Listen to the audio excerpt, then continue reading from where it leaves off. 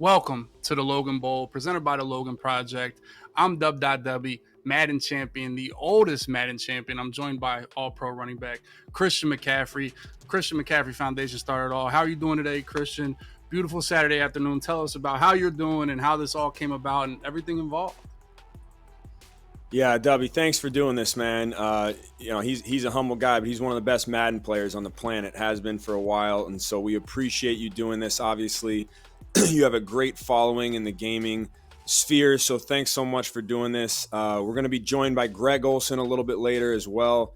Man, this is such a fun event for me.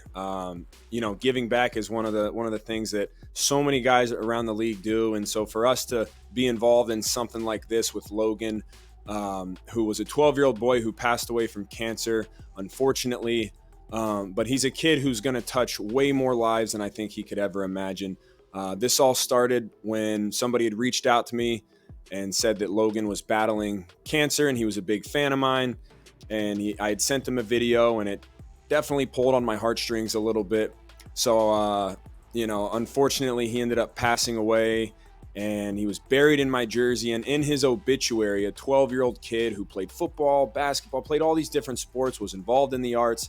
He wanted to provide gaming consoles for kids who were going through the same thing he was going through. And so that's our goal. We're trying to honor him. We're trying to make his name live on and help a bunch of kids across the country and hopefully one day the world, be able to connect with their friends while they're undergoing something that no kid should have to go through. So Dubby, thank you for being involved in this. Thank you to everybody watching. We appreciate you guys so much. This is going to be a great day.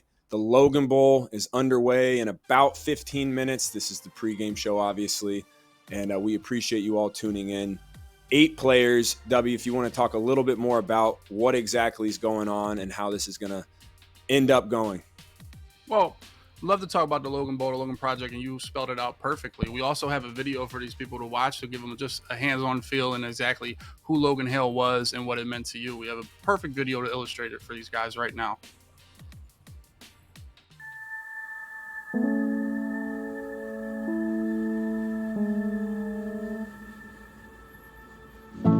I'm Christina Bilko Hale. I'm Logan Preston Hale's mom. Logan, he had a heart made of gold that was bigger than the universe itself. One of the last things that he did, we were coming home from treatment, and he's just an older gentleman that was homeless, and he asked me for my purse, and he's like, "How much money do you have in your wallet?" I said, "I don't know." Logan went to the gentleman, shook his hand, said, "Merry Christmas, sir," and handed him all the money that we had. I first heard about Logan from a friend of mine who works with the NFL. They had sent a message to my agent and said, there's a boy who's a big Christian McCaffrey fan and he's battling cancer. Is there anything you guys can do? He said Christian McCaffrey is the greatest of all time. He actually did the math on what it would take for him to get to be in the NFL, and he was just coming in and he skipped a grade in order to be able to get closer to being able to play alongside Christian. We had followed up, and it turns out Logan had passed away. My agent called and said that he had been buried in your jersey, and that hit me like a ton of bricks. That a kid was that much of a fan. Spending so much time at the hospital, bedridden, was really hard for him, but it was harder, I think, the isolation that you get by being in a hospital bed. And so we brought a video game station for him to use. That completely changed his world. He was able to talk to all his friends through video games. The phone was not doing it. He had his own phone, but it didn't really connect them.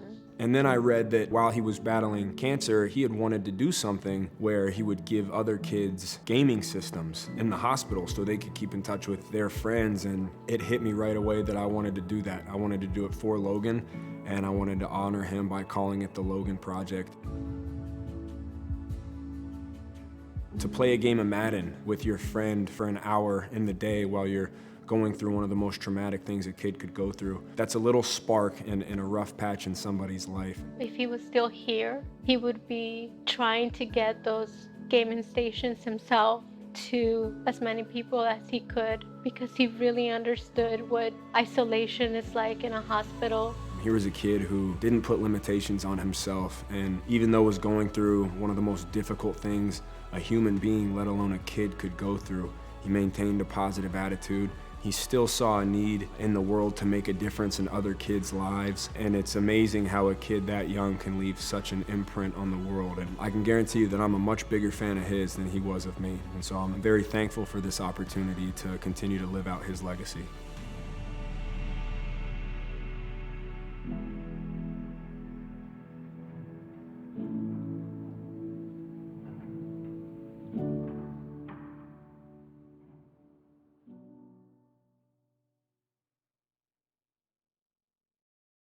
There it is, the Logan Bowl, the Logan Project, everything about it. And what better way to honor him between NFL and video games than Madden? So what we have here is we have an 8-player single elimination bracket. Every game is best of one. Do or die. If you're gone, if you lose, you're gone. You go home, go out with your day. The games are 5-minute quarters, way different than the real NFL. Like I said, all teams will be regular rosters, and these players will be playing with the team that they represent. So it'll be great, Christian. Yeah, no doubt. I'm excited. I think it's going to be interesting, right? The teams have to play with the rosters that they're on. And so there are some running backs that are playing. You got guys like Saquon Barkley, Austin Eckler, Dalvin Cook. I wonder, are they going to run the ball 50 times a game, or do you think they'll get a pass game involved? But I have a feeling the guys who are going to play and who are on their own rosters might get the majority of the touches. I don't know, though, just a guess. Yeah, I mean, it's gonna be something to watch. Also, I mean, we got Derwin James here, and he's got Justin Herbert, so he's gonna have an advantage over some of these other guys. I mean, pretty much just like you'd have in real life. If you have a Patrick Mahomes or you have an Aaron Rodgers or a great quarterback, they'll always give you a better shot. So that's gonna be good to watch. So we can check out all the players that we're gonna have here today. Me? All right, Dubby, tell me a little bit about, you're a Madden expert, right? I've played a few games of Madden in my life. Confirming you guys hear me. And I'm not great, but tell me a little bit about strategy, when you run, when you pass, what you're kind of thinking in a video game of Madden. What's the mindset that you go into it? Well, it all depends. Each game is different. Every Madden that comes out, your football. I mean, I guess the football game has changed over the last, however long since Vince Lombardi. It's changed a lot.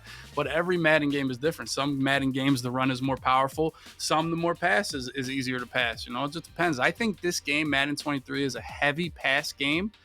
So I think the passing is the way to go.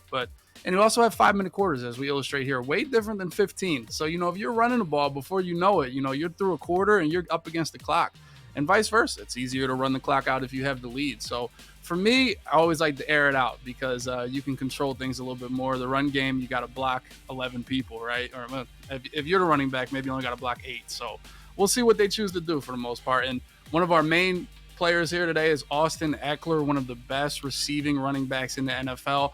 Actually has the Chargers record for receiving catches in a year, breaking that of LaDainian Tomlinson. That's high company right there for Austin Eckler. We'll see how he does here in Madden. Yeah, and Austin's a guy who I remember we came out the same year and we both trained together for the Combine in Colorado. And he had went to this small school in Colorado, and I'm thinking I was the man, right? I'm coming out of Stanford. I'm projected to be a top pick. And I see this guy whose times are faster than mine. He was benching, squatting more than everybody. I was like, who the hell is this guy? It turns out it was Austin Eckler. So I'm glad to watch him succeed and all the success that he's had. And an unbelievable football player and a great person as well. We'll see how his Madden skills are. His nickname's Pound for Pound. I don't know if you knew that because he's every locker room he goes into, he's been one of the most pound for pound strongest guys, not just on his team, but in the NFL. Coming from a small town, I think 96 kids in his graduating class, which is insane to see someone come up and have the success that he's had. So we'll see how he does. Brian Burns, another guy I'm very familiar with. I got the opportunity to play with him for multiple years. Can't say enough good things about him. He's a guy who, in my opinion, is one of the best all-around athletes / football players I've seen. And I'm so lucky that I got to play with him for a couple years, and I'm excited to talk some trash to him. In shadow boxing in the locker room, I used to beat the heck out of him, and he knows it. He probably won't tell you that, but I'll let you guys know personally. But no, he's an unbelievable guy. Proud to be a teammate of his. Buda Baker, Another guy, you want to talk a little bit about Buddha? I know from my own experience, it's terrible playing against him. He's such a talented athlete and an amazing player. Yeah, I mean, he's already a 5-time Pro Bowler. I feel like he's only been in the NFL for 5 years. I mean, unless time goes fast. So he's absolutely, one of the best in the league for sure. Now, he is infamous for getting hawked down there by DK Metcalf. When people think Buda Baker, you think about getting hawked down. So we'll see if he can outrun his opponents here on the Madden field. Yeah, I mean that's not I don't know too many people who wouldn't get hawked down in that situation. Oh, yeah. Buda Baker's a 4.3 athlete and one of the fastest guys I've been around as far as the way he plays. Another guy, Dalvin Cook. Dalvin Cook, man, I can't say enough good things about him. A 4-time Pro Bowler, a back who's been consistent. He's done nothing but produce. Constant 1,000-yard seasons, can do it in the pass game, can be clutch for his team at the end of games. A hell of a running back, a guy I watch tape of all the time. We'll see how his Madden game is. Yep. Derwin is a sweat. He's a Madden sweat, as the kids say at video games. I know that. I'll tell you, Christian, is that of all these NFL players that were done, Derwin is the only one that follows me on social media. So, in other words, he's the one that's tapped into the Madden community. So, I would say the odds-on favorite to take this one. One of the best. We all know him in the Madden community as one of the better Madden players. And he also had a EA special, I believe it was 2 years ago, Derwin versus the World, where EA brought players on to try to play him and celebrities to try to beat him in Madden, and he ran the table with that, So we'll see how he does against these other guys and if he's still sharp with his skills in the offseason here. Yeah, if he's following you on social media, he's studying good tape, so I would be worried about playing against him. Next guy, Fred Warner. Man, I mean, this guy is nothing but a beast. I see it every day firsthand. The way he practices, the leader that he is, the culture setter, the tone setter that he is. I remember there was a play last year. I forget what team it was against, but he had to have been running 20 miles an hour, jumped full speed in the air, horizontal, and knocked this dude out. I mean, that's just the kind of guy that he is, the kind of player he is. He's a stud on the field. He's a stud off the field. First team All-Pro. His nickname's All-Pro Fred. And he was actually just named the #1 linebacker in Madden 23 with an overall rating of 94. In my opinion, should be 99. I see the guy every day, so we will see how his Madden skills are, though, because those are two different games. So, Fred, I hope you brought your A game. Then we got Saquon Barkley, New York Giant. I'm an Eagles fan, so I got to play him twice a year and watch him. Try to hold him in check. The Eagles as best they can. It does say here that Saquon is afraid of sharks and ticks. Those are pretty two things to be afraid of for sure. I'm not too comfortable with sharks and ticks. And like I said, he was a multiple-time Pro Bowler and staying with the Giants here. So they're looking forward to a great season coming up with the Giants with him in the backfield. And we'll see if he's able to play some Madden here. One of the guys you said, will he run the ball the whole time? Yeah, we'll see. Yeah, Saquon, before we get on to Solomon, used to be the GOAT in Connect 4, actually. Somebody came around and beat him, though. And I don't know if they stripped him of his title. He's still elite at Connect 4, but there's a 1A and a 1B, and we rotate, and that guy was me. Anyway, Solomon Thomas, got to spell the guy's name right. That's going to be, a minus for the production crew. Solomon, although it could be called Solomon because he looks like Hercules. So Solomon Thomas, a guy that I played with in college. We went to the Army Bowl together in high school. I've known him forever, one of my best friends on the planet Earth. Solomon Thomas is such an amazing human being, amazing player, and I'm excited to talk to him a little bit about all the things that he does with his foundation as well. But a hell of a player. He's going to be a stud this year for the Jets again, and happy that he can join us as well. Yeah, for sure. Now it says here he could eat an apple in one bite. I don't know how that works. Hopefully we can talk to him about it. Does he just eat the core and I don't, you know what I'm saying? Like, I've never seen that happen. Hope maybe we could get a video. He could actually do it if he wins his Madden game. We'll see. But that's on the notes. Stay tuned. We might see Solomon Thomas eat an apple in one bite before this stream is over. Yeah. Who knows? That is actually, hey, I'm looking forward to it. We'll see. All right, so we got all these Pro Bowlers, all these great players. We're interested to see them play Madden. We love watching them play in the NFL. But we also have a video of the Pro Bowler of all Pro Bowlers here to talk about this Logan Project today. Hey, Christian and Greg, Peyton here. Listen, I sure wish I could be calling the games with you today, but between the two of you, I'm sure you can provide almost as much football knowledge as one quarterback could. Christian, I love what you're doing with the Logan Project, helping kids with long hospital stays and making it just a little bit easier for them to push through and find joy. Great job, pal. Keep it up. Hope everyone watching online supports this great work and makes a donation. And I'm very excited to see all of these great football players compete in Madden today. I trust you'll all choose to play with pocket quarterbacks who know when to use timeouts. Good luck, everyone. Wow. All right, well, there it is. Pro Bowler for me, the best quarterback.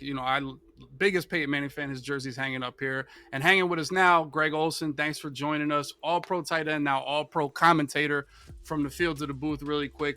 Thanks for being here. And what are you interested in and what are you looking forward to today? Well, first off, how great is this? I mean, this is good stuff here. So I appreciate you guys having me. Christian, I appreciate the invite. Dubby, it's nice to meet you. I'm just happy to be here. I am not a great Madden player. I play with my kids, so I'm playing like 10 and 11-year-olds. So, and I don't win. So I am strictly going to be the guy right now that's judging all these guys. I'll have all the answers. It's just because I don't have the controller in my hand. So I'm going to know exactly what they all should be doing.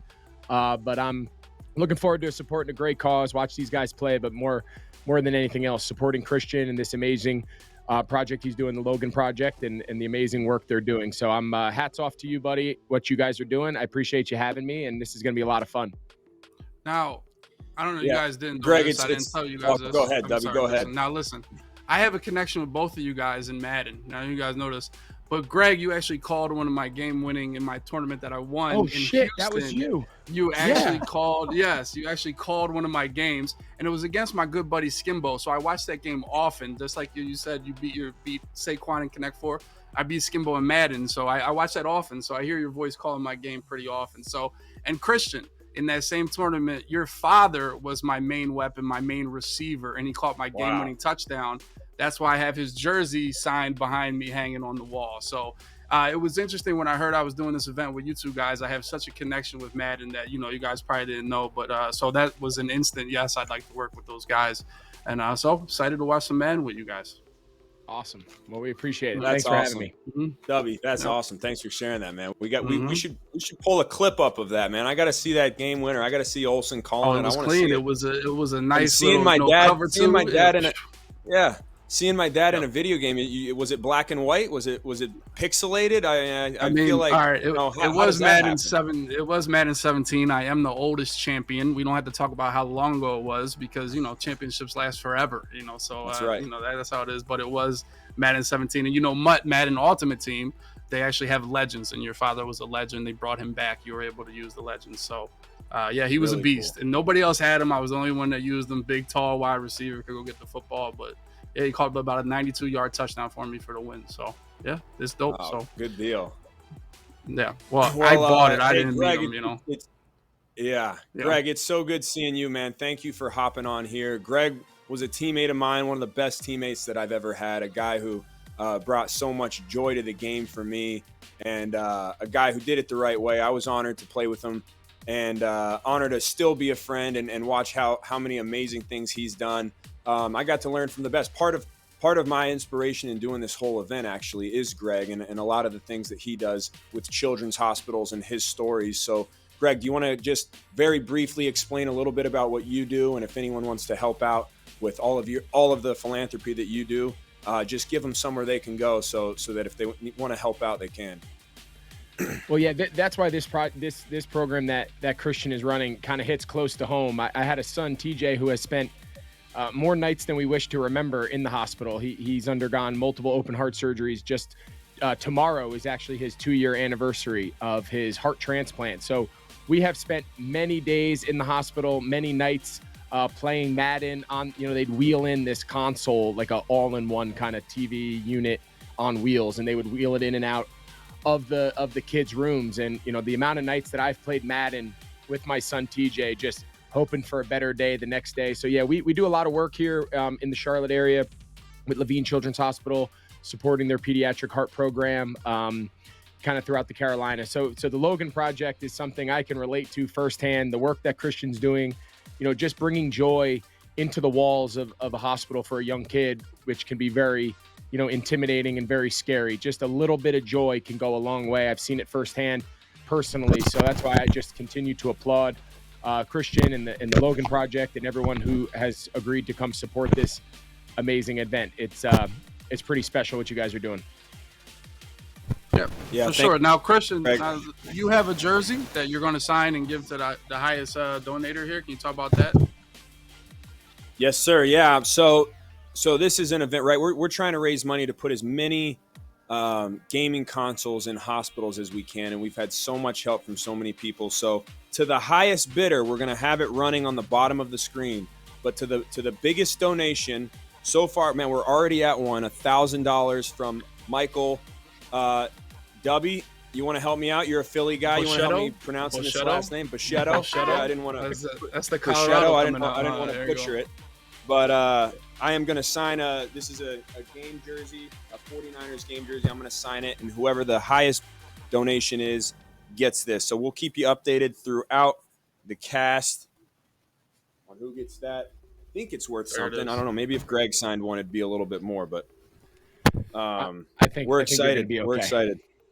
Yeah, for sure. And donations, like I said, our goal today is $50,000 for the Logan Bowl. 3 different ways to donate. You can hit the QR code to my bottom right here. You can also go to the loganbowl.org. Check it out over there. And you can also hit !donate if you're in the Twitch chat.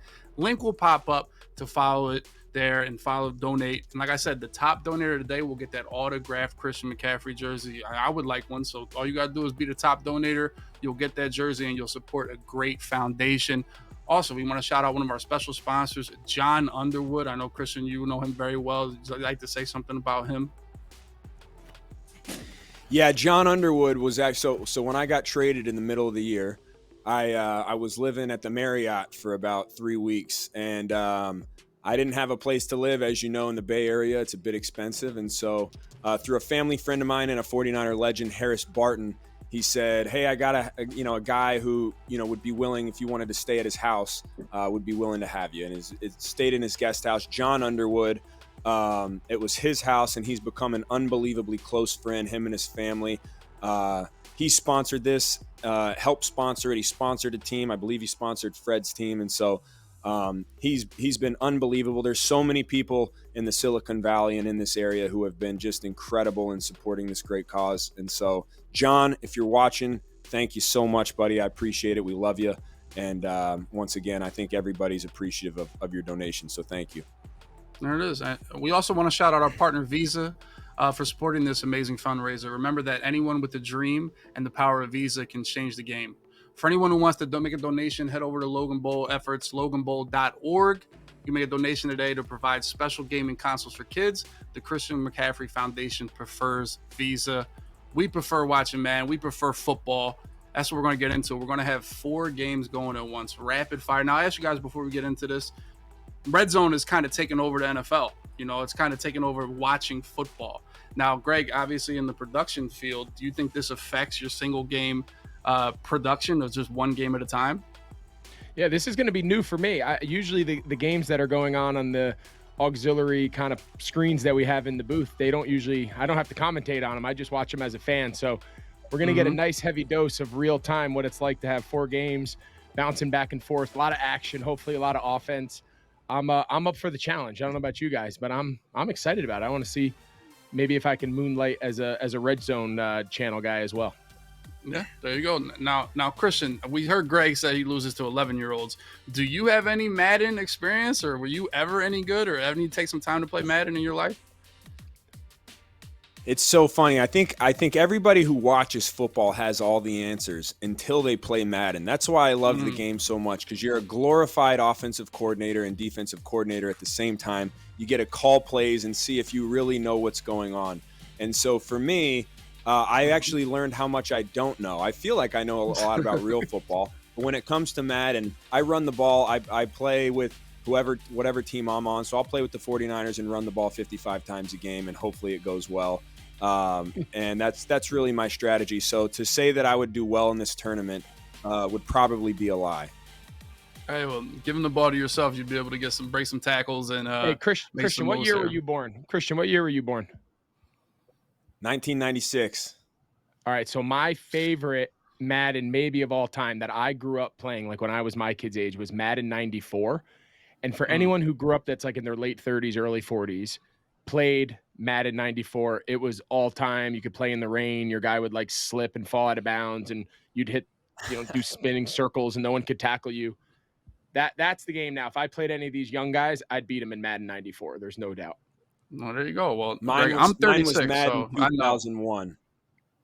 Madden Ray 2001. Ray Lewis on the cover? With, was that Ray Lewis or Eddie George? Who was on the think cover? Eddie George was on the 2001 cover on the Nintendo 64. How about that? And I'd play with the Broncos, and I'd run all goes and throw it to B. B was my dad every time. So that was love that.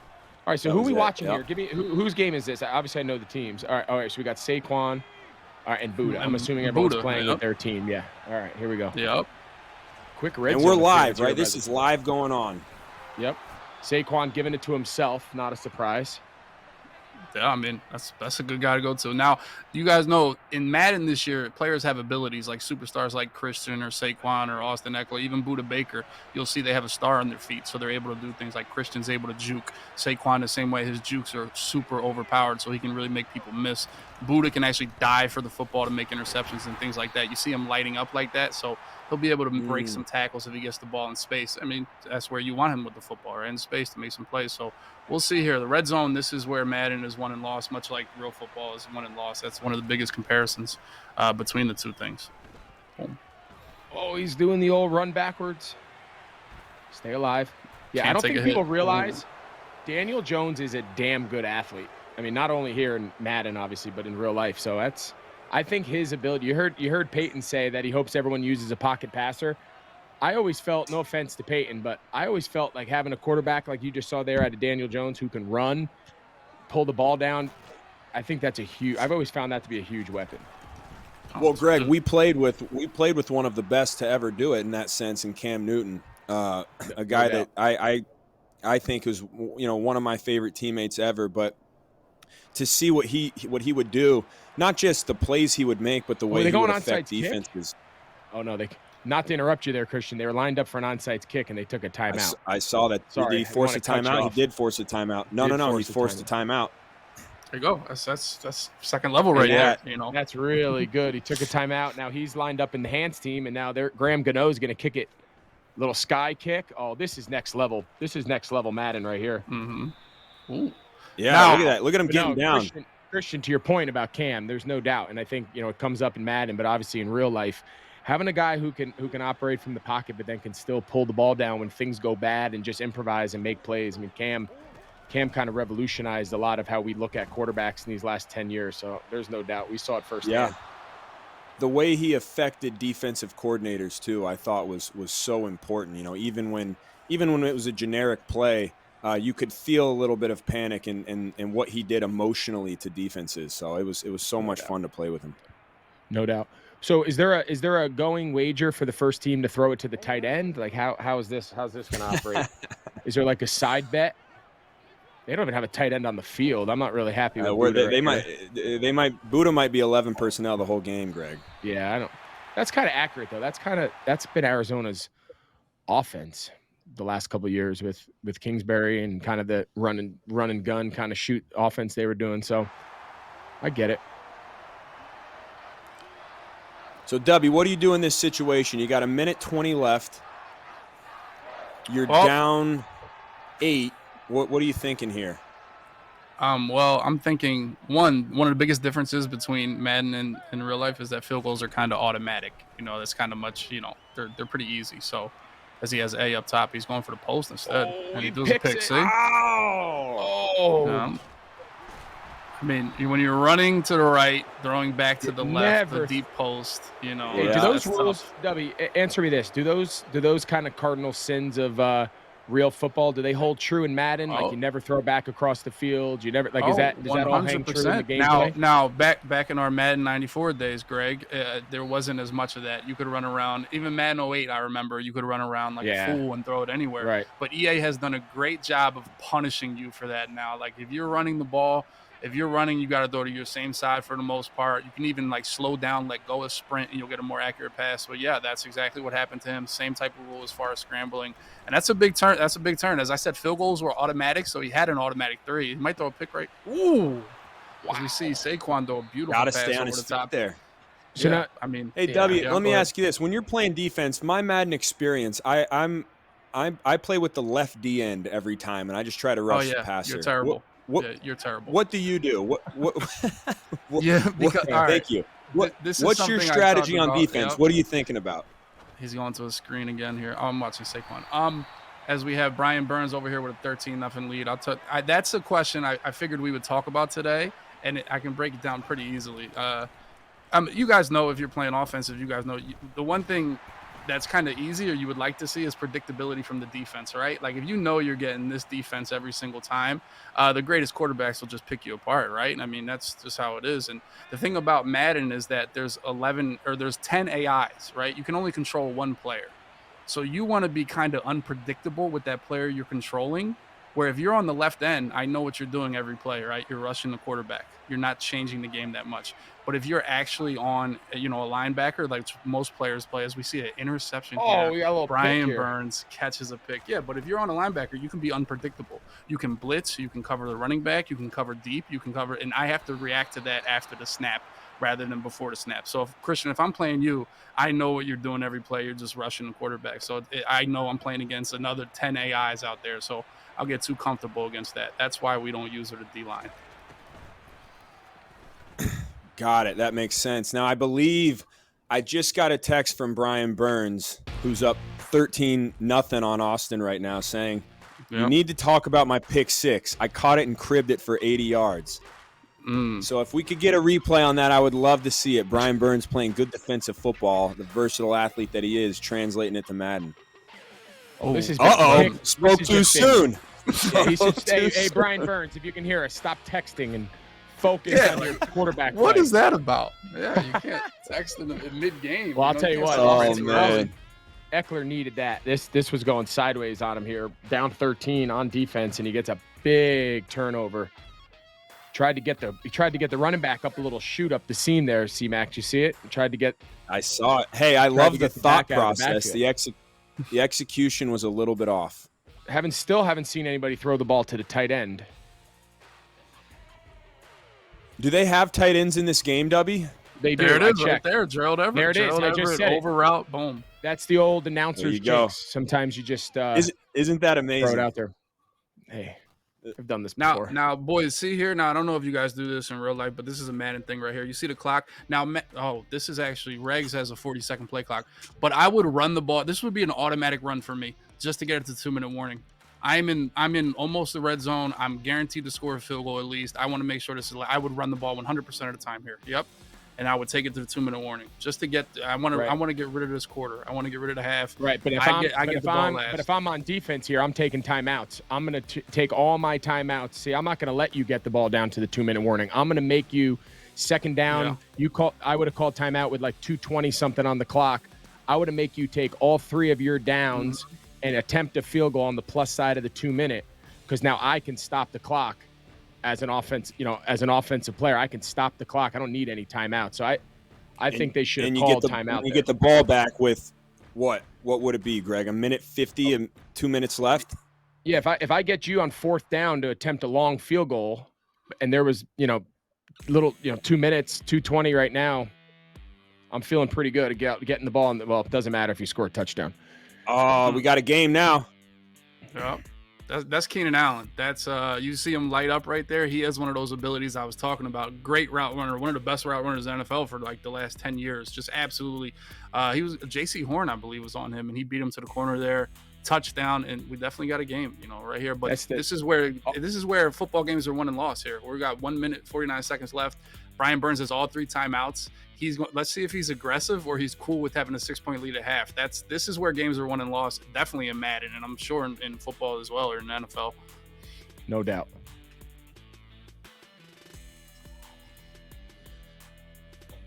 Looks like Saquon now up 21-6 on Buddha, taking the time. Little outside zone to the right. Oh, he stays. gone. Oh, look at that. Beautiful. Wow. See, well, right there, he juked a little bit late. A little bit late on the juke.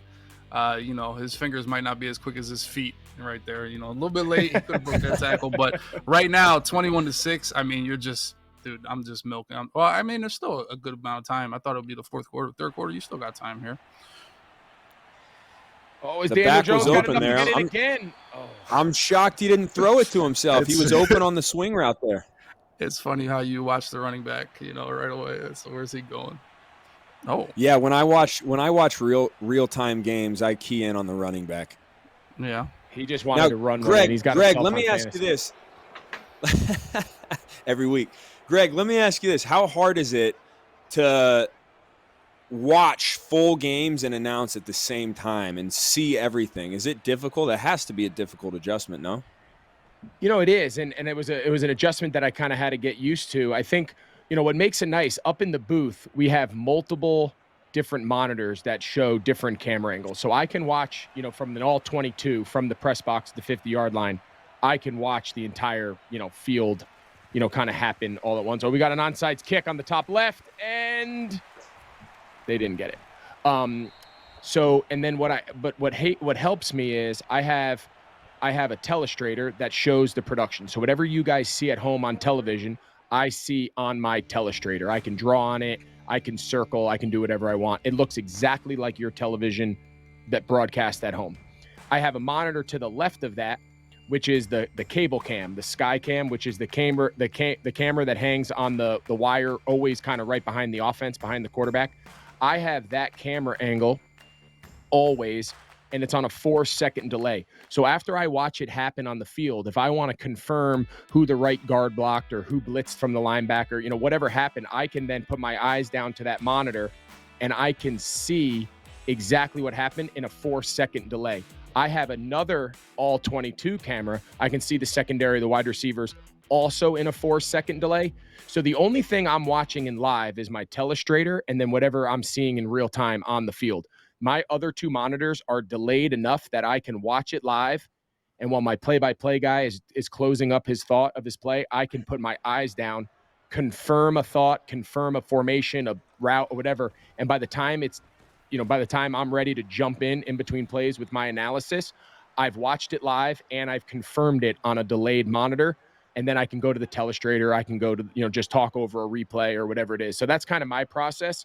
So I have a little help. I don't have to catch everything in real time on the field. Yeah, it's still very complicated. I don't think people understand what all goes into that. That's really cool. Now, who we got here? We got Solomon Thomas with more time than I've ever seen in my life, dropping back to pass for a touchdown. 0 pass rush on that play. And Solomon playing good offensive football, up 12-0. Now kicking a field goal. We'll see if Dalvin Cook can come back. Hey, let me ask you guys a question. In the Madden world, defensively speaking, am I better off? You saw there, Christian, nailed it. He's got all the time in the world. He's sitting back there just waiting his time for that crosser by Davis to open up. Are you better off to pressure, like bring pressure, get after the quarterback? Are you better off to play coverage? What do we think's our best approach there?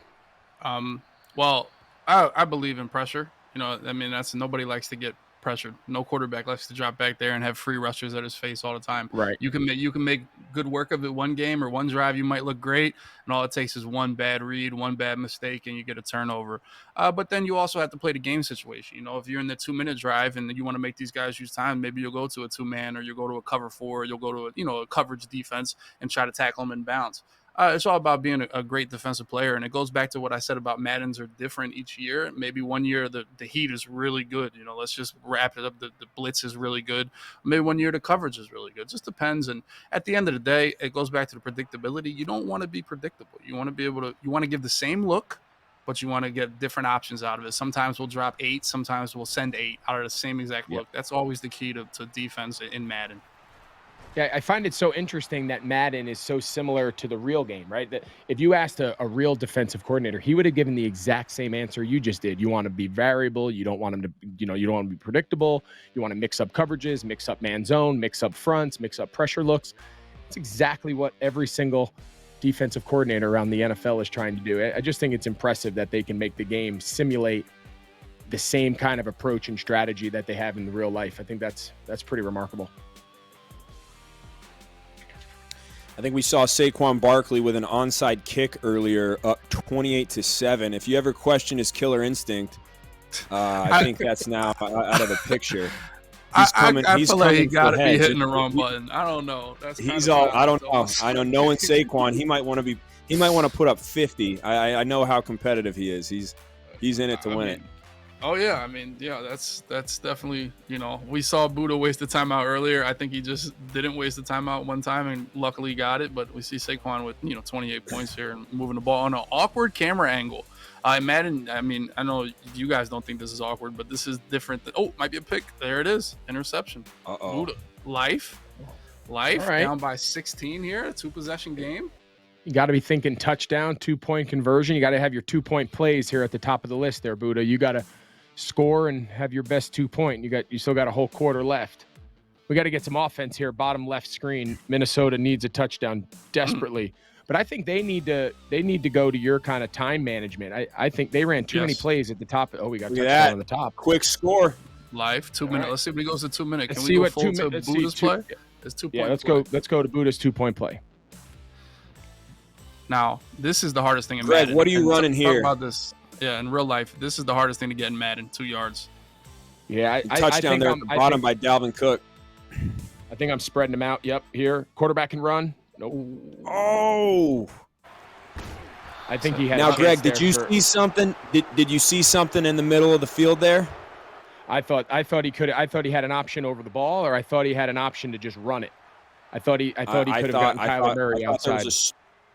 I thought there was a small window for Ertz right there. Yeah. Oh wow. Saquon. He got lateral. Oh my God. Wow. That was almost incredible. Have you ever seen that, Dubby? A double lateral on an onside kick for a touchdown? I mean, I try to do it to make highlights, when I'm not in a tight game like this, and I'm just, but no, that was kind of wild to go back-to-back laterals here for Saquon.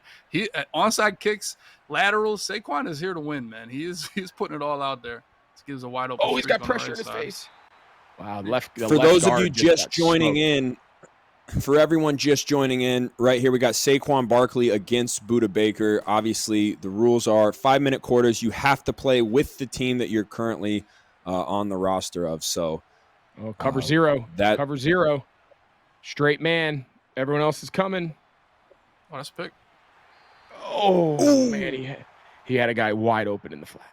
Yeah, Budda was using himself and just neglected his responsibility there in the flat. He did. He made a play. That's what he does in real life. He's a playmaker. I don't blame him. Yep. Now, is it weird to hit the button that shows what coverage? Like, would you want to show your opponent? Sometimes, he can't see it.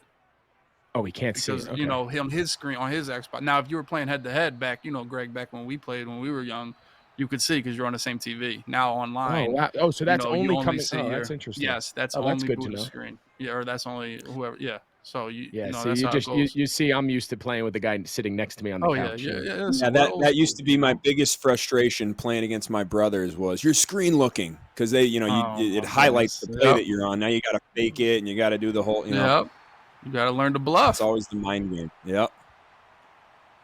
Saquon's up 10 points here. He should definitely run this to 1. We'll see how. But the way he's played, he has no desire to run the ball to 1 as a read option here to Daniel Jones. Look how fast he is. Oh, yeah. Where does Daniel rank in the game as far as quarterback speed? Is he like top 5, top 10? What do you think? I mean, you got Lamar, Hurts, and Mahomes. No, he might be faster than Mahomes. He might be around 88. He's Kyler Murray. Mahomes. Yeah, Kyler Murray's up there. I think he's got to be race, top 5. I mean, I've he's not he beating can Lamar. seriously Nobody's beating run. Lamar, but I think in a 40-yard, 50-yard race, if he raced every quarterback in the league, maybe outside of Lamar, I'm not sure I would take anyone over him. No, the chat, Justin he's Fields that too. fast. Justin Fields. Yeah, Justin I'd Fields take Justin maybe. Fields. Yeah, Lamar Justin Fields. It might be Jones. Yeah. We got a pick here on the bottom, Jeremy Chin. Wow, big red zone interception. That was huge for Brian Burns. That's tough because Austin needed that to get back, within one score, and throws a pick here. So Brian Burns should run. See me right here, 113. I'm up by 13 points. This would be 2 runs almost, or a safe pass to keep the clock running, get me to the fourth quarter. If I'm in the fourth quarter up 13 points, I should win a game of Madden. Yep. That's interesting. Clock management. It's just so funny to hear you talk. Clock management in Madden is just so critical. No, absolutely. It's the one field where I honestly feel like NFL teams would behoove themselves to have a Madden player somewhere in their staff to help them, because, I mean, as an avid NFL fan, it drives me crazy sometimes how they're getting a lot better than they used to be. Like, Madden players were ahead of the curve, 10 years ago. Like, we were ahead of the analytic curve that wasn't in football as it is now. It's like, every other team's going for every fourth down, and managing the clock better. But, yeah, it's definitely starting to take over slowly. Saquon just attempted, I think we've answered that, whether it's a mistake or not. He just attempted another onside kick up 17 in the fourth quarter. Yeah. So I think we all understand. Yeah. We'll see if that continues. Is the kickoff, is the new kickoff rule the same? Not yet. Probably next year. Have they updated that yet or no? No, it's not. And honestly, as a Madden player, and I mean, I talked about this with some of the productions. Like, these guys, they're like superstars. I don't know how much they know about special teams. You probably do. At some point, you guys played a lot of special teams, but there was a lot of strategy in Madden with the kick. Some people would kick it really high to like one of the fat guys or one of the linebackers or fullbacks that are out there, rather than Devin Hester or so. So they're not risking them, running down the field. I would like to kick it. I like to kick it to the side to like the 5-yard line and hope they return it, so I can tackle them before the 25. I think teams didn't take advantage of how close they were kicking a field goal or kicking off. As we can see, Buddha with another touchdown, fighting back. Saquon keeps onside kicking, and it's giving Buddha Baker life because he's giving him short fields here. That must be a very common success, a very successful common Madden play. We've seen 3 different guys now use that little scissors. The outside receiver runs a post, the inside receiver runs a corner. We saw Austin Eckler score on it. We just saw Buddha score on it. We've seen 3 different guys score with that exact same concept in just the first round of games. Corner routes. I remember playing Madden as a kid. As a kid, Madden, you would what a lot of teams call all goes special, 3x1, all goes, and whoever number 3 is on the 3x1 side runs a through route where he kind of has the option to keep it skinny or bend it depending on what the safety does. And you threw it to him every single time. It was a non-negotiable. And it's cool to see that still today that play is working. Four verticals. You see TJ Hawkinson, they're going to him back-to-back, and they went to the well too many times. Wow. Solomon Thomas playing great Madden right now, playing good defensive football. It's the end of the half, so not too much harm there. I did not see the start, so we'll see who gets the ball at the end of half.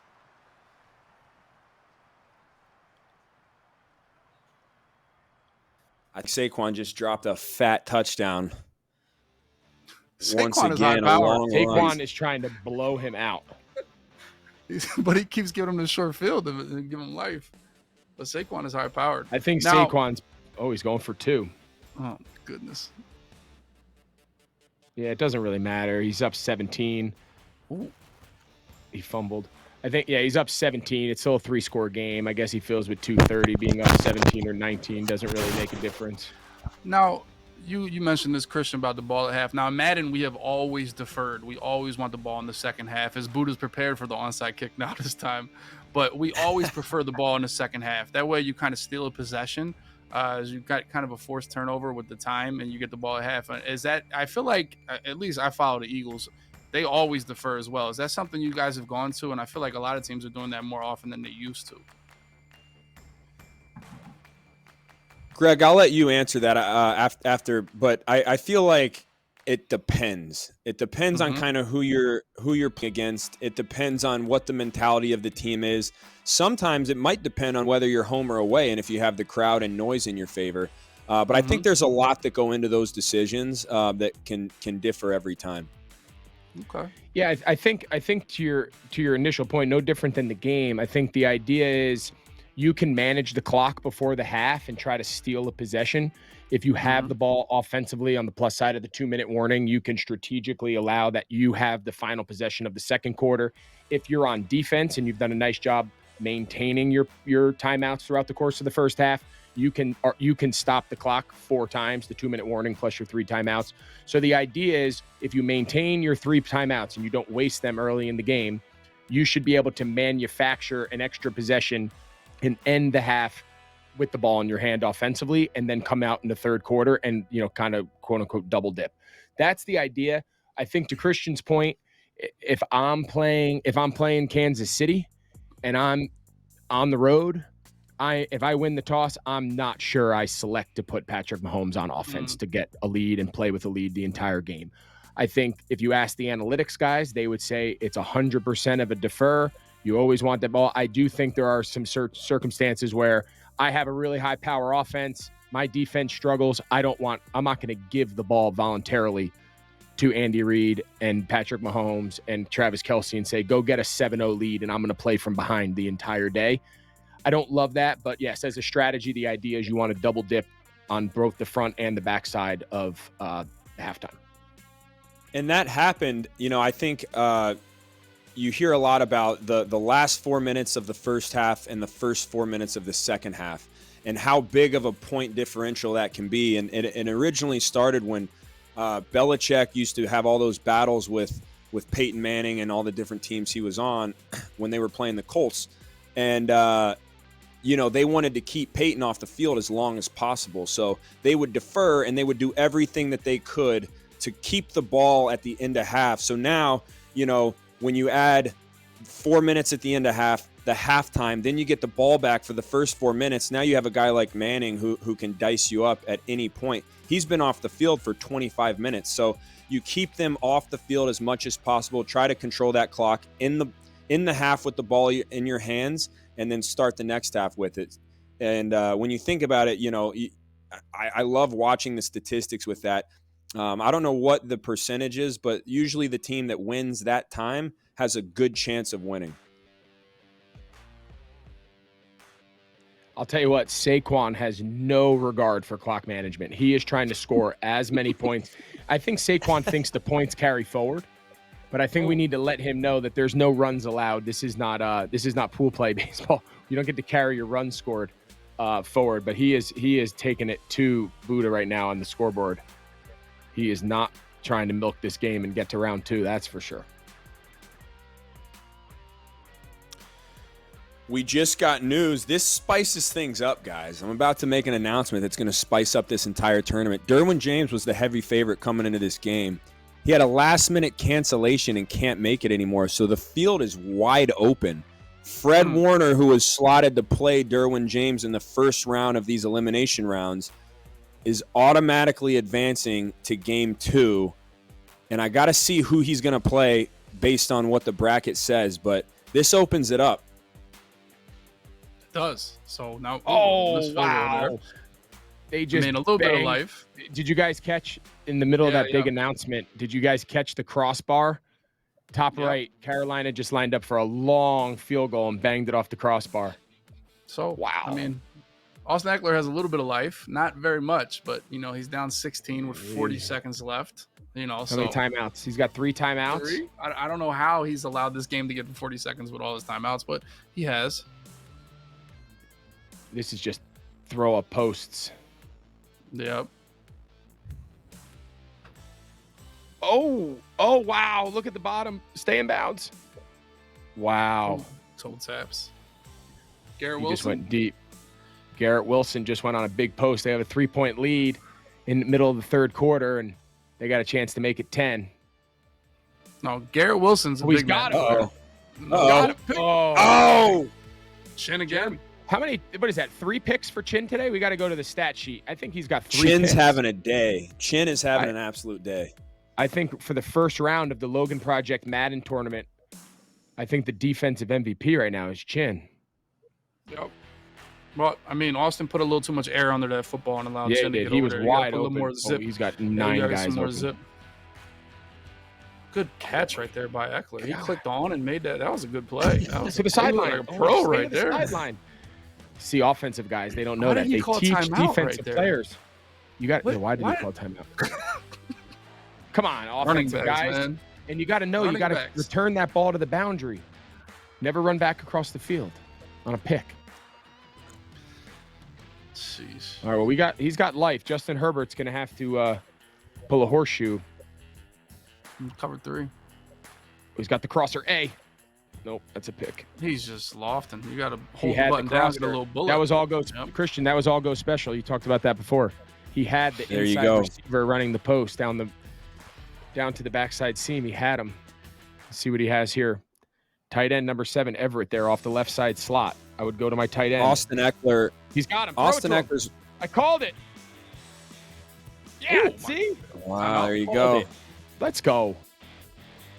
I called Greg, it. it's like you do this for a living, man. I should do this for a living more often.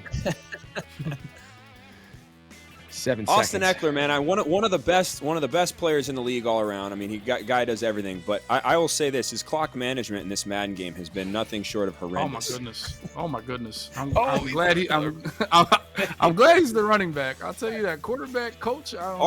Running back Listen, the is running. elite. I'll give him credit. The running back Yeah. mindset is when it's 2 minute. If you catch the ball, get out of bounds, or get as many yards as you can. Get down and sprint the ball to the referee in the middle of the field, and then get set. Other than those 2 thoughts, there's not much going on in our head. So I can relate to it. All right. Well, I think he went punt And we block got and didn't guard anybody. Here Oh, we I go. see it, Burns, DJ. Burns was disrespecting. member- Oh man. Newest member of the Chicago Bears right there. DJ Moore obviously was part of that trade that Carolina made with Chicago to trade up to number 1 for Bryce Young. Matt Rule, the now Nebraska head football coach. Him and DJ are very excited there. Neither one of them, unfortunately, are still part of the team, but still excited nonetheless. Oh, we got ourselves a game here. I'll tell you what, Tight end? Hawkinson. Yeah. There you go. Hawkinson Some was tight end love, Greg. There you go. He's got a lot of hang time out the back of his helmet.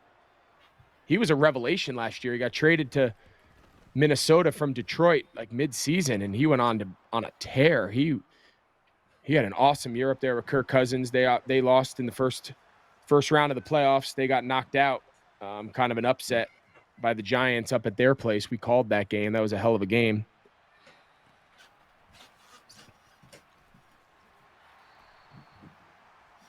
All right, I'm taking the whole 4th quarter here. I'm trying to at least, and even if I get a field goal, if I'm Solomon, I'm good because I'll be up 5 and have to force a touchdown here. You know.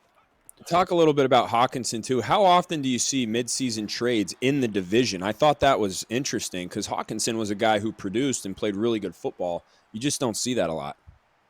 Yeah, I think people were surprised that Detroit was willing. You know, they took him in the first round a couple years ago. He was entering the final year of his contract.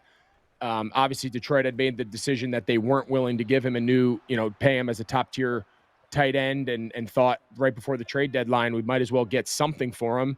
And, yeah, you're right. You don't often see an in-division trade, let alone during the season. I think both those things are kind of rare. But I think it worked out for everyone. I think Detroit, they felt pretty good offensively. They knew they needed to invest and get some more young draft picks and invest on defense. We saw them do that this year in the draft, and they feel like they can score points. And then on the other side, Minnesota needed more weapons. They needed someone to take some pressure off Justin Jefferson.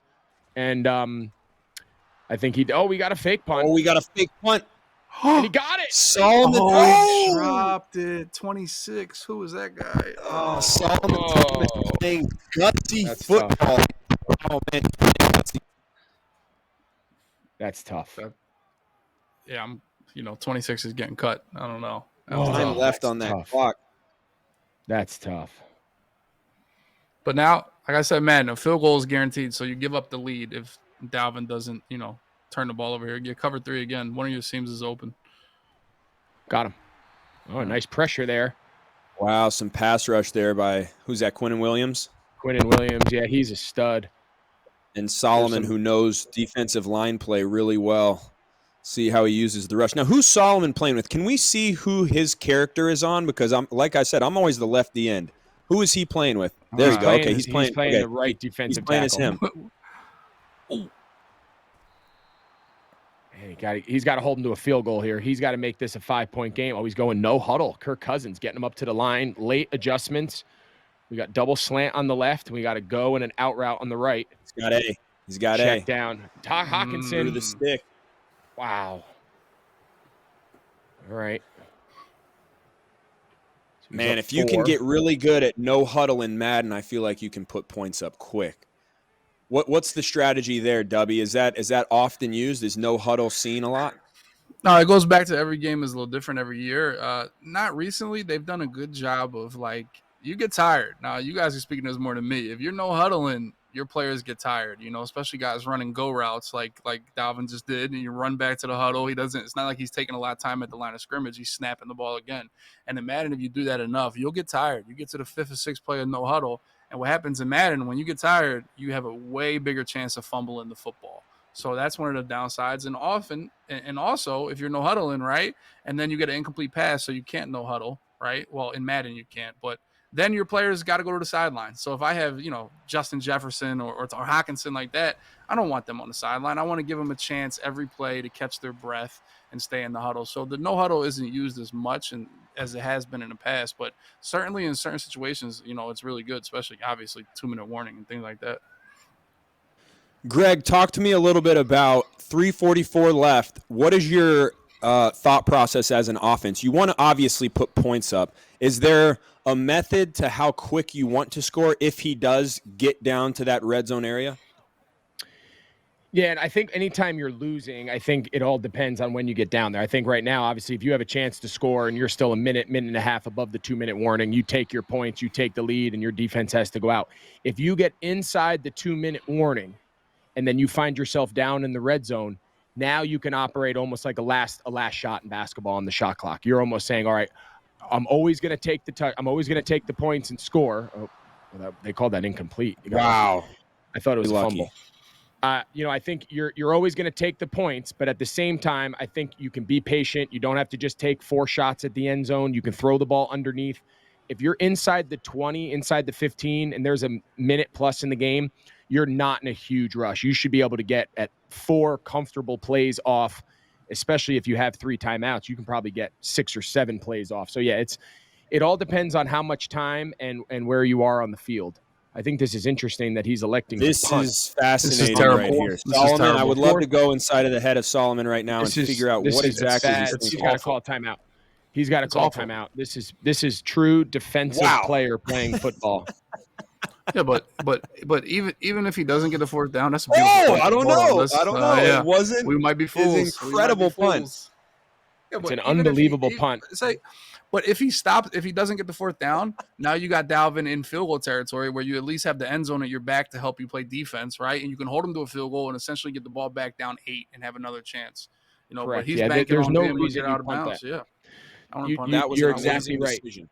A field goal still keeps it a 1-point game with the 2-point play. So you're 100% right. From midfield, he better hope his defense comes to play because that was risky.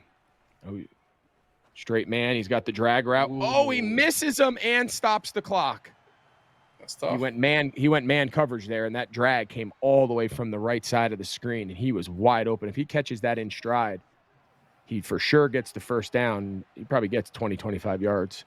He's doing it again. He's got the guy coming from the right side of the screen on a drag. There he is. Tackle. Timeout. A huge 3rd and 3 here. He's going no huddle. Oh, no, you're giving Dalvin Cook too much credit that he's going to milk the clock here. Oh, crosser. Oh, he's wide. Out of bounds. He missed it. Wow, out of bounds.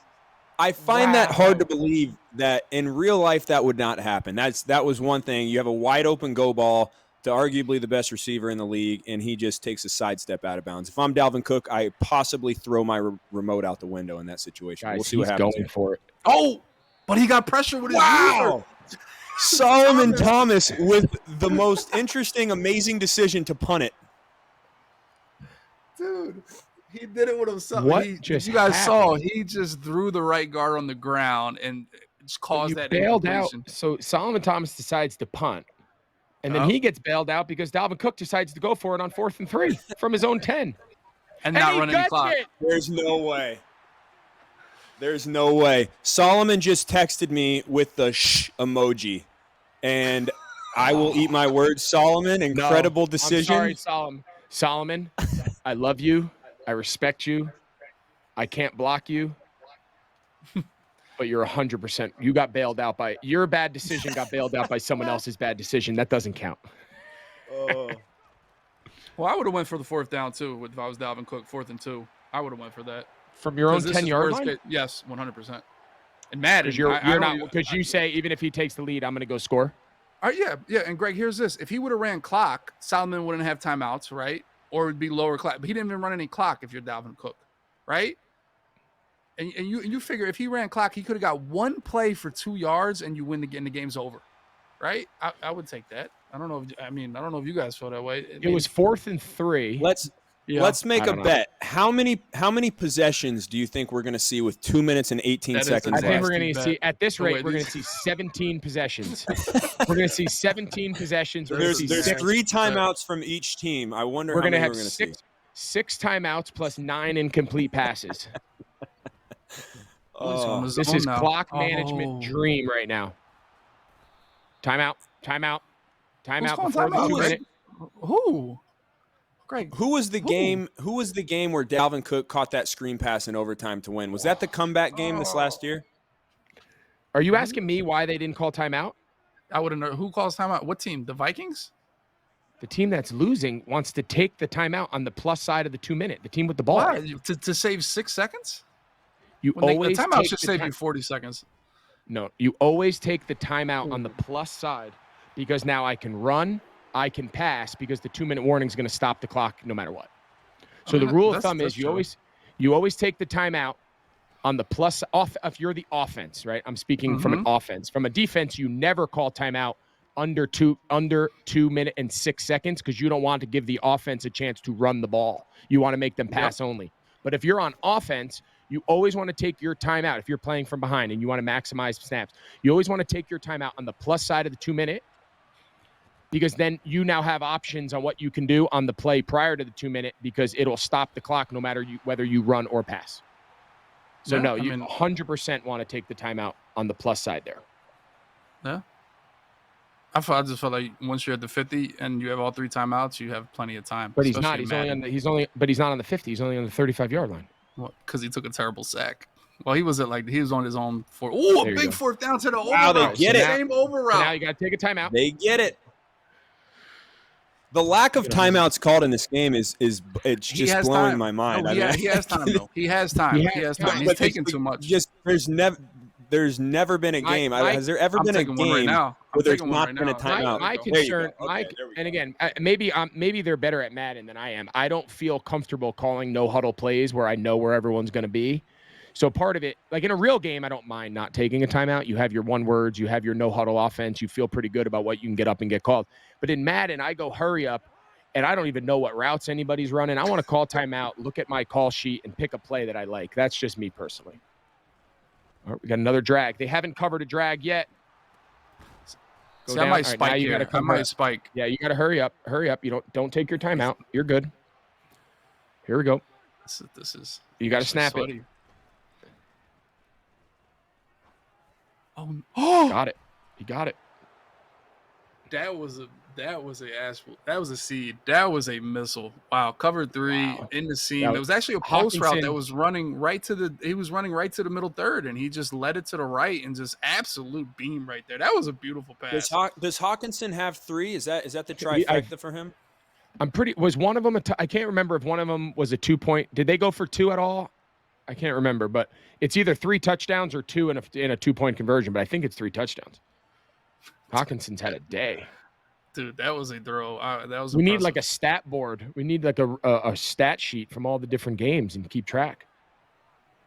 All right, but Yeah, now you know. if you're the Jets and you got 22 seconds, you need a touchdown, but you got 3 timeouts. I would in Now- Madden now you got a hear me on chance. this. Yeah, Greg, hear me on this. I always kick this ball. I hope they return it, because if they 100%. return it, they'll take 4 seconds off the clock, and I would love that. Right. And now I think saw about someone- now think about the new kickoff rule that's going Yeah. on. Why is he Yep. onside kicking this? This is What for is the going content. on here? What is He happening? might get it. This is for What the is content. I don't know. He's What are we giving him a doing? chance. It's a mercy.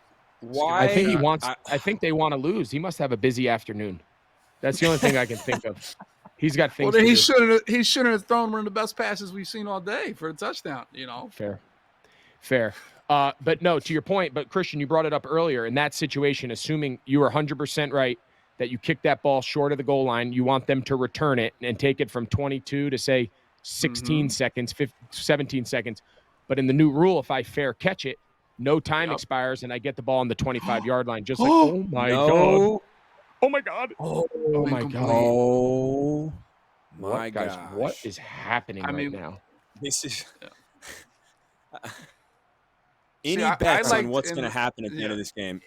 In Madden, I like to get, and I'm sure this you can relate to. I like to get to like the 25, the 30, 20, because I feel like then you can almost run real plays to the end zone rather than just 4 verticals. You can run some corner routes, or you can take some decent shots to the end zone. He's got timeouts. He can throw this ball anywhere he wants. Oh, he had the cross. My He goal- had it. I would run a play to get to like the 28, 25, so I can get decent shots into the end zone here. That's what I would try to do. I don't disagree. Yeah, from the 46, you're just if you got to go, it's just a Hail Mary at this point, But he still has timeouts to do one play and hit that over route, and he's got to get this ball to like the 30-yard line and get a timeout called. Now he's got to throw it. You got to throw it. Get down. Oh, he dropped it. Man. That was close. Well, now 5 seconds left. This is an end zone throw, right, Greg? This is an end zone doozy. Yeah, he's got no choice but to go end zone. It looks He like could we got try to go one-on-one. like speed out on the right. No, too late now. Not anymore. Yeah, it's over. Oh, my goodness. Well, Dalvin Cook with an incredible comeback win. Solomon Thomas, who played great football and almost had it, scored with a little bit too much time left on the clock. Can we get an updated bracket? I want to see where everyone's at going into these next weeks. Was that the highest scoring game of the 3 that got played? Saquon, I think, might have put up 150 points the way he was playing. So if his didn't win, then yeah, it was. Fair enough. Wow, I'll tell you what. Those were good games. A lot of action, a lot of clock management, a lot of situational football. Well done. Yeah, well Dubby, done. Good as start. a Madden expert, Dub, give us a little rundown. And maybe the best thing to do is on a scale of 1 to 10. How good were the Madden games as far as clock management, as far as what plays they called and when? And don't be nice. I mean, I feel like some of those can be 3 and less, but I want to hear from the Madden expert. Oh, I'm disappointed. All in all, I'm disappointed. I mean, these are guys that live and breathe and play football as their life. It's like, geez, they were disconnected from the clock management, all that. Sometimes in a Madden game, you get going and you kind of get lost in that. Like, you don't lock into it as much. You're more into like, what play do I got to call? What read do I have to make? And you kind of lose that feel of the game, especially if you don't do it that often, And you guys, each one of your jobs on a football field is so intricate that you kind of have to focus on, like you talked about with the 2-minute rule, you get out of bounds or sprint the ball. You're not thinking past that because your job is so, narrowed down. That's why you're a team. That's why you have coaches. That's why you have 120 people sitting on the sideline. Everybody has their job, and time management and play calling is not necessarily Dalvin Cook and Solomon Thomas's job. And we kind of saw an example of why not, really. Well, I think also you always love to see, when you're playing Madden, you want what you can't have. So you have, opportunities to go long every play and opportunities to onside kick. You're going to do that in these kinds of games because in real life, we can't do those things. So it makes it exciting. It does. Here are semifinal rounds. We got Fred Warner, who had a first-round bye, which could play to his favor. It could also not. He didn't get the warm-up game, but he gets an automatic exemption into the next semifinal round against Brian Burns of the Carolina Panthers, one of the best pass rushers in the league. And then you have a square off of the running backs, Dalvin Cook against Saquon Barkley. I want to hear your guys' predictions. What do you think? Who's going to make it to that final round? Shoot, I mean, I haven't seen. Go ahead. Oh well, I mean, Fred Warner got gifted by not having to play Derwin, so that's a gift. Let's see if he takes advantage of it. Brian did just play a pretty sweaty game there against Austin Eckler, so he's warmed up. I think I got to go with Brian Burns there just because of the warm-up game. He's got the buttons. He's sitting on control. I don't know how much Fred plays, but, Brian's got a good hour ahead of him. And then Dalvin Cook, Saquon Barkley. I'm not betting anything against Saquon Barkley right now. After what we saw in the first round and his play style, he's got to be the favorite ready to go. And what we saw from Dalvin and his questionable play calling, we got to give Saquon the nod in that one. Yeah, Saquon's taking a page out of like the Air Coryell. He's just in a race to score 50 points. He doesn't want to play defense. He onside kick. But I thought Dalvin, I know things got a little dicey there between him and Solomon at the end, but he scored 30-plus points. So I think we're going to get a high-scoring game. Dalvin Cook versus Saquon, the battle of the backs. And then, like we said, Fred's a kind of a wild card. We don't know, but I was impressed with Burns. So we got a defensive battle in the top half of the bracket. We got an offensive running back battle in the bottom half of the bracket. See what happens. I got a fun fact about Saquon Barkley while we're on the topic. Give it to us. On March 14th, he was voted by the government of Pennsylvania as there's a day named after him, Saquon Barkley Day, March 14th, by the government of Pennsylvania. How cool is that? Well, when is there going to be a Christian McCaffrey Day?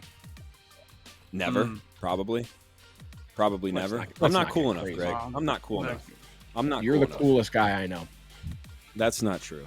That's not true. It is true. Speaking of cool guys, you can have Christian McCaffrey on your Mutt team, boys. Everybody in the chat, you guys know this 98 overall Christian McCaffrey. Now, Christian, I'll be honest, I feel like they kind of cheat you on speed a little bit in Madden. Like, they give you the juke, the catching, all the great route running. But, you're not in that 99 speed. So 97 speed, this Christian McCaffrey card, team of the year. You were voted team of the year for Mutt this year, the 98 overall Christian McCaffrey. All you got to do is type in the chat CMC. You guys will be entered in the giveaway to get this card right here. So do that. You and couldn't also get rid remember, of the truck? Yeah, I mean, look, as a competitor, I appreciate it. And I see my card and it's gold and you got the 98 overall, all these great things. Good. But the truck, the 67 truck, I feel like it could be at minimum in the 70s. I mean, I feel like it's, I wouldn't say I'm Derrick Henry, but to 67 is a little bit egregious. Yeah, that's six numbers kind of ugly, disagree. Especially the yellow. All right, interview Buddha. Buddha, brother, thank you so much for coming on and playing, man. Talk to me a little bit about your strategy and what you think of the game. How'd it go for you guys? So you can't hear? Well, tough. We'll figure that out. Yeah, I mean, talk to me when you can hear us. No sound. Any word now? Any word now? We can hear you. Oh, I can hear you. There we go. Right. There might be a little bit of a delay, so just before, how the Zoom meetings go where you got to wait about 10 seconds. There could be that. So before everyone talks and it makes it a mess, just let's pause. Let's let them answer. Buddha, talk to me a little bit about that game. How'd you feel it went? Man, I felt it did not go very well. My game was lagging a lot, man. My extra points weren't up to par. He kept onside kicking, so I had to call timeout because it wasn't audible. Just a whole bunch of things were going wrong for me. You had a tough matchup with Saquon, too, because for Saquon, that could have gone either way. Saquon could have put up 50 points or gotten beat by 50. It was one or the other, and you got the short end of the stick on it. But, Buddha, we thank you so much for playing, man. Thank you so much for being a part of this. I know everybody at the Logan Project thanks you, man. You're doing something bigger than yourself. You're helping me out a lot and helping this great cause out a lot. One of the best players I've ever played against. So thank you so much for spending a little bit of time on a Saturday, man. We really appreciate it. Yeah, man. Thank you guys for having me, man. And hopefully next year, if you do this again, I'll be a little better. We'll have you back, man. We would love to have you back. For sure. Thank you, guys. Appreciate it, buddy. Good luck this year, man. It's fun watching you. You're a hell of a player.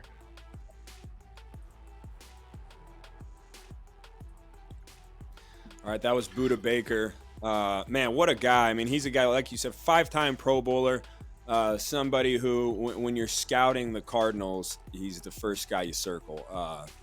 He plays all over the field. The guy, plays 100 miles an hour at all times. Such a fun player to watch and such a great pro. So, Buddha, thank you, brother. Appreciate it. Guys, what do you think about these next rounds? Actually, you know what? Before we go into these next rounds, I want to just talk a little bit for everybody who's watching now who wasn't there and didn't get to see the pregame show. Thank you guys for tuning into this. This is something that I started a little bit ago in honor of a boy named Logan Hale who passed away from cancer. And his biggest dream, while he was going through treatment and experiencing one of the worst things anyone could go through, yet alone 13-year-old boy, he wants to put gaming consoles in hospitals across the country and hopefully the world one day. That was his favorite thing to do was, play a game of Madden or play a video game with one of his buddies and just get away mentally for a little bit while he was going through such a tough time. In hospitals, you're limited in how many hours that you can see your family and your friends. So being able to connect through Xbox and gaming systems and playing video games was his favorite thing to do. And he had the brilliant idea of wanting to start a foundation. It was in his obituary after he passed that was one of his dreams. So that's why we're all here. That's why we're doing this amazing cause.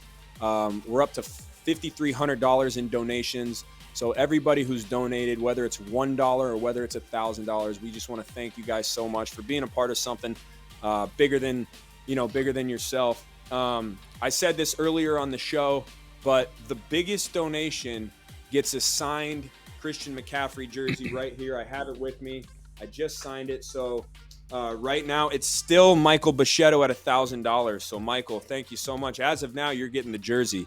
We'll see if anyone can beat it. But like I said, no matter how much money you guys donate, we appreciate you being a part of this and doing something special for Logan and making his name continue on. All right. Yeah, that's great. Obviously, we've talked about the Logan Project in depth, and we'll continue to do that.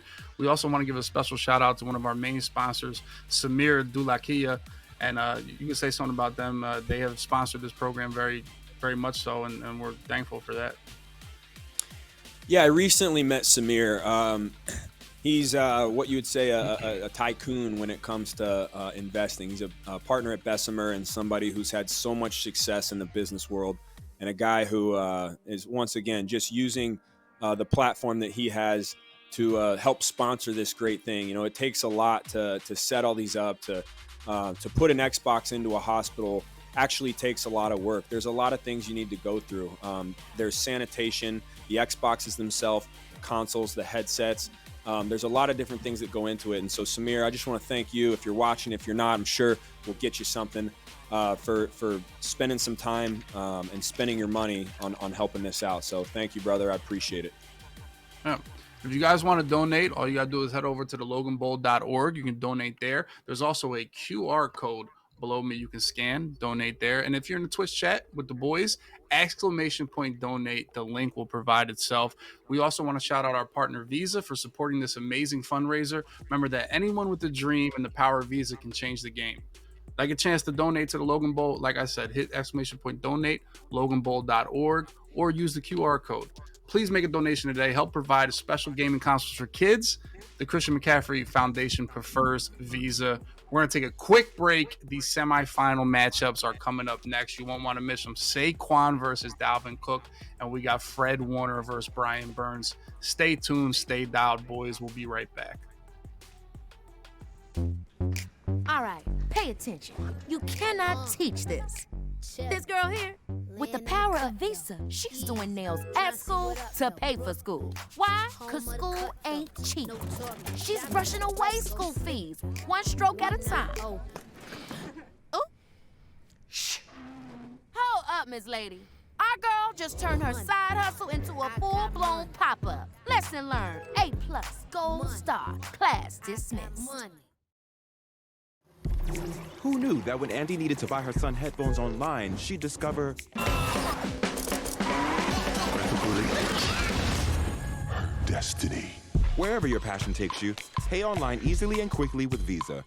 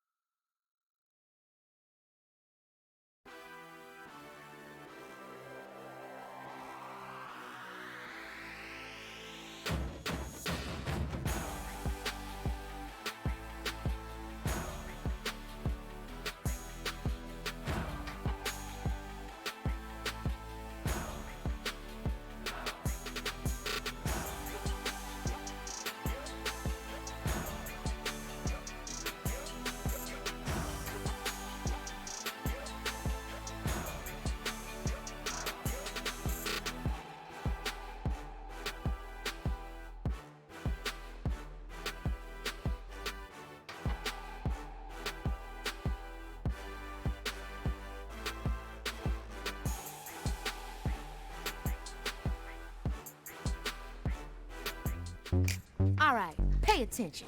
You cannot teach this. This girl here, with the power of Visa, she's doing nails at school to pay for school. Why? Because school ain't cheap. She's brushing away school fees, one stroke at a time. Oh. Shh. Hold up, Miss Lady. Our girl just turned her side hustle into a full-blown pop-up. Lesson learned, A+, gold star, class dismissed. Who knew that when Andy needed to buy her son headphones online, she'd discover her destiny. Wherever your passion takes you, pay online easily and quickly with Visa.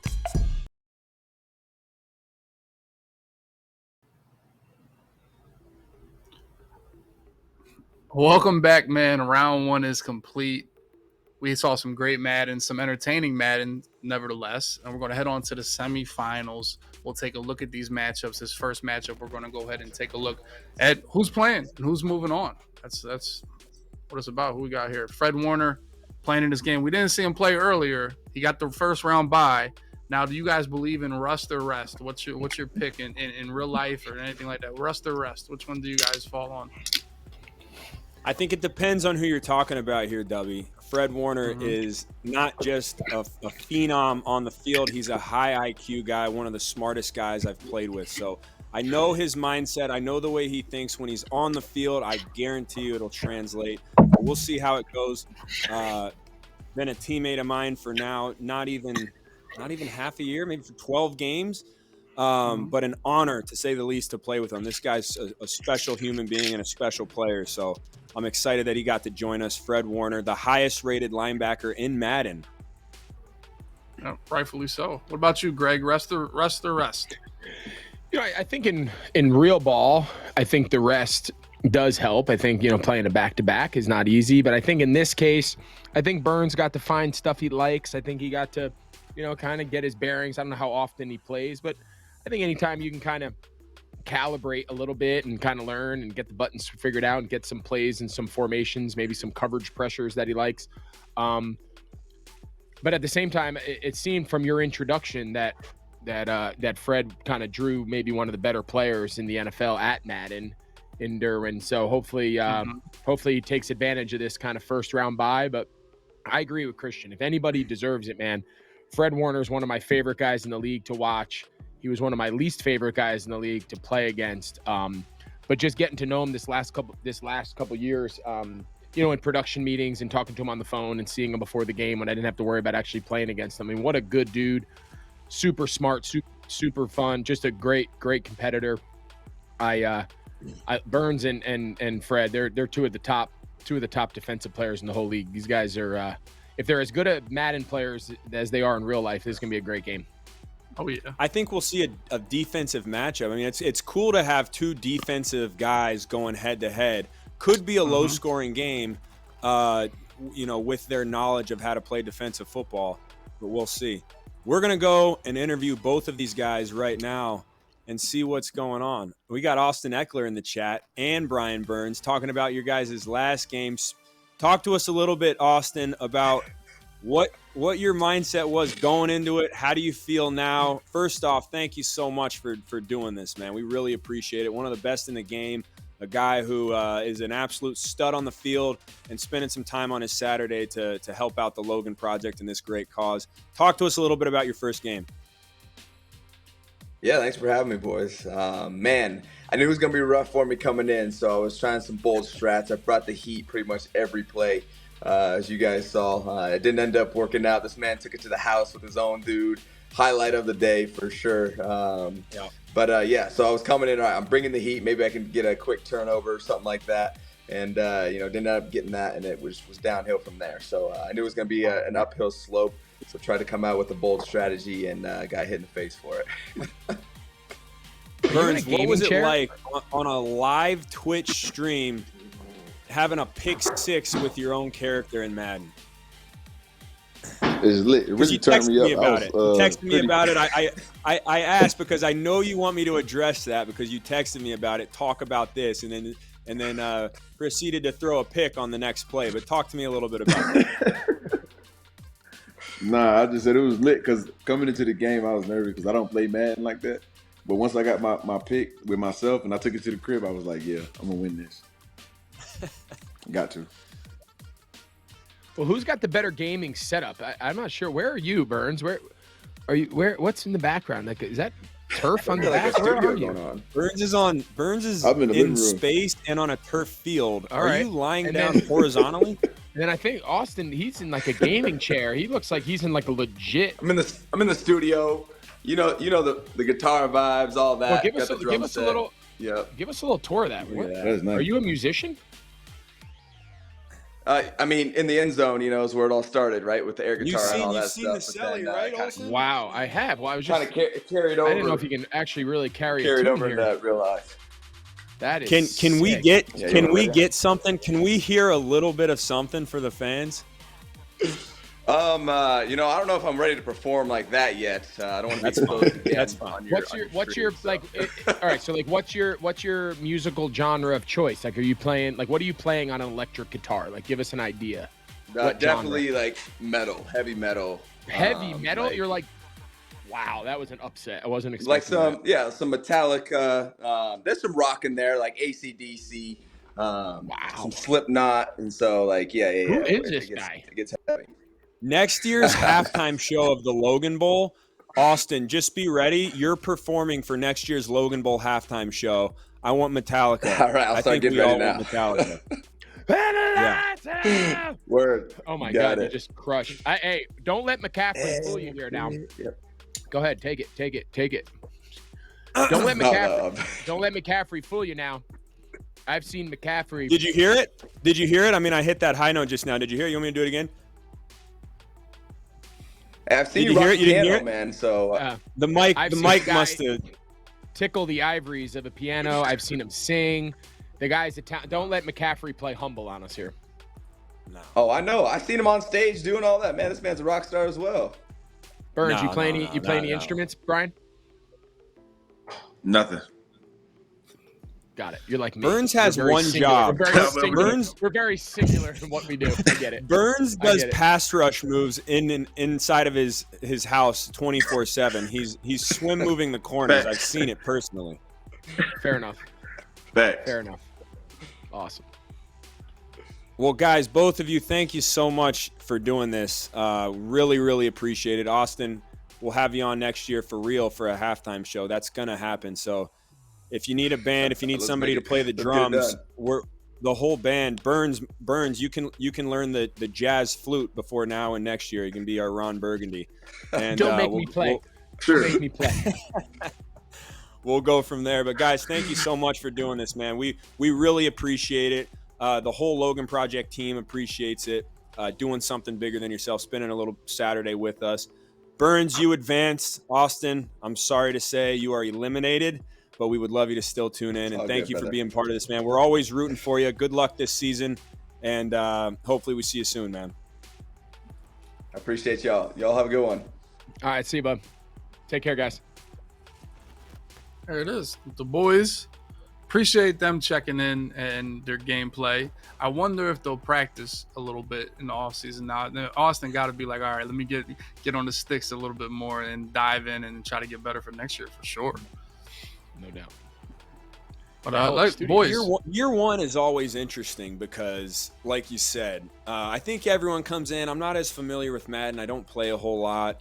And then I know these guys. We're all the same. The competitive juices get flowing. Mm-hmm. Next year, too, when we do this next year, they'll take it more seriously. These guys will be veteran Madden players with a lot of games under their belt, I'm sure. I'm sure we'll see some good games. And they still are good games because the competition level, I would say, is pretty even as far as not just gameplay, but clock management and things of that nature. Wouldn't you say, Dubby?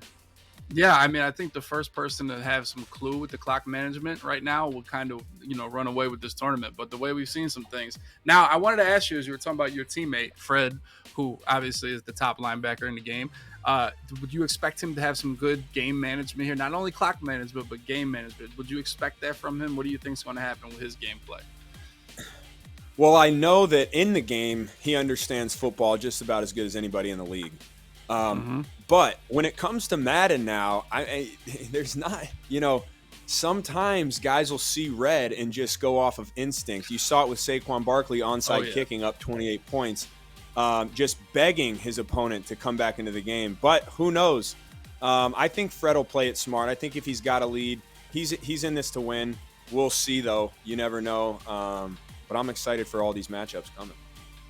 Now, I will tell you, chat, !donate. We're closing in on $10,000 already raised today. So !donate. The QR code is below. And also, you guys can head over to loganbowl.org. Let's get some predictions for this game. Who you guys going with? Christian, you got one pick. You got Fred Warner, your teammate, or you got Burns, who is your old teammate. So both of these guys are your teammates. Who do you like in this Madden matchup here? We saw Burns play. We haven't seen Fred play yet. So who do you got to go with going forward? It's tough when you haven't seen anybody play. I'm going to say Fred's going to win, but my reasoning is because, I'm selfish. I hope Fred gives me the ball. He's got 2-3 in the backfield. He's got George Kittle. He's got Deebo Samuel and Brandon Ayuk and Juwan Jennings and all these weapons. Kyle Juszczyk. I got to go with my home team, of course. I got Fred Warner winning. Now, that's going to be interesting because you're going to get to see how he uses you and your offensive teammates. So maybe you'll get a glimpse of what he thinks the offense should run. So maybe if he's chucking 4 verts like we've seen there, maybe he wants a more high explosive offense. Now, dude, I got it. I got to go with Burnsy. He looked like he was excited. He looked like he was, that pick got him going. He was motivated. He had a lot of energy there in the interview. So I'm going to go ahead and ride with him and go the opposite way because I like this energy. But then again, we haven't seen Fred. So, I'm going with the known rather than the unknown right now. What about you, Greg? Yeah, I kind of feel in between you guys. I think in the video game, right, when you just talk about, right, there's only one guy, you can only control one. So when you look at who the other players, if you have a clue what to do on offense, and hopefully, assuming Fred does, between Christian and Deebo and Kittle, and you got a million guys. So I think scoring has got to be fairly easy if you're playing with the 49ers. I think their defensive line is sick if the defensive line is as good in the video game as they are in real life. I think the guys you don't control might be a little bit better with San Francisco in the video game. So even though I haven't seen Fred, I think I'm going to pick San Francisco. Greg, that's a great point. I was just thinking about, as you were saying, sometimes when you have a player like Fred, you don't want to use him because he's so good on his own, right? Yeah, he's got 99 zone. He's got 99. He's got 94 speed and hit power, play recognition. So if you user him, it's almost a waste. Let him, do what he does on his own and go user somebody else. Same thing with Bosa. Like Bosa's going to pass rush instantly. So maybe you use the other guy. So we'll see what he does and how he goes, and make a great point of the team advantage here. Do the Panthers have somebody that's going to block Bosa? Do the Panthers have somebody that's going to cover Christian or Kittle or Deebo or one of those? We'll see what happens, man. But I said I went with Burns. You guys went with the Niners. Let's go chat. What do you guys think? Do you guys like Fred Warner? Do you guys like Brian Burns? We'll see as we get into this game for sure. And we have another giveaway for you guys coming up here soon. This is actually a Greg Olsen card from Mutt. A Greg Olsen golden ticket. So there it is. Golden tickets are what they come out in Madden every time of the year. It's around the Willy Wonka, the golden ticket of Willy Wonka. That's pretty good right there. Greg, you don't have any 60 numbers in there. Well, you don't even have a 70. Your lowest is 84 and it's strength. Come on, dude, those are good rankings, man. He's pretty dialed. You guys must be trying to be nice to me. Golden ticket. I'll take it. Golden ticket. I'm trying to see. All right, so speed, strength. I'm assuming that's catch. What's CIT? Catching traffic? Yes, sir. That's right. Catching traffic. What's SPC? Spectacular catch. How can you moss somebody like Randy Moss? Go one-hand the ball, something like that. Go through all the categories. What's SRR? And then that's short route running, medium route running, and deep run block. Normally you have a deep route running. That's level up. Run blocks. 99. Over eager. Yeah, whoever did this, I appreciate that guy's love. 99 is a little aggressive. Acceleration, awareness, catch, jumping is also very over eager. Sense of humor. Just those are all 99s. I would say what's missing here: sense of humor, looks, also all 99s. Jumping needs to be lower. Run block needs to be lower. I would agree with everything else. Yeah, looking good. So if you guys want to win this golden tickets are the cherished item in Madden Ultimate Team now. I retweeted. Go ahead I and shared type this on my Logan. Instagram the other day. There This you just go. came out on Instagram. Go type that. Logan in the chat. You'll be entered into the giveaway. Logan in the chat. You know, you'll get that Greg Olsen, probably going for 500K MUT coins right now. So you'll get a haul. You put him on a team. He'll get open. You know, he's going to be able to make some plays for you. You guys want that right there. Of course I do. Everybody likes free cards. But where Love we at? that.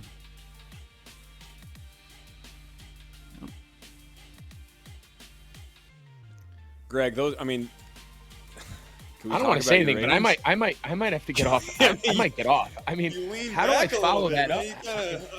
Should I look a little more relaxed? Should I just stretch? I mean, do you guys want to talk more about my ratings, or do we want to watch the game? What do you guys want to do? I'm open-minded. We can talk. Why more was about the it. Why was the strength your lowest?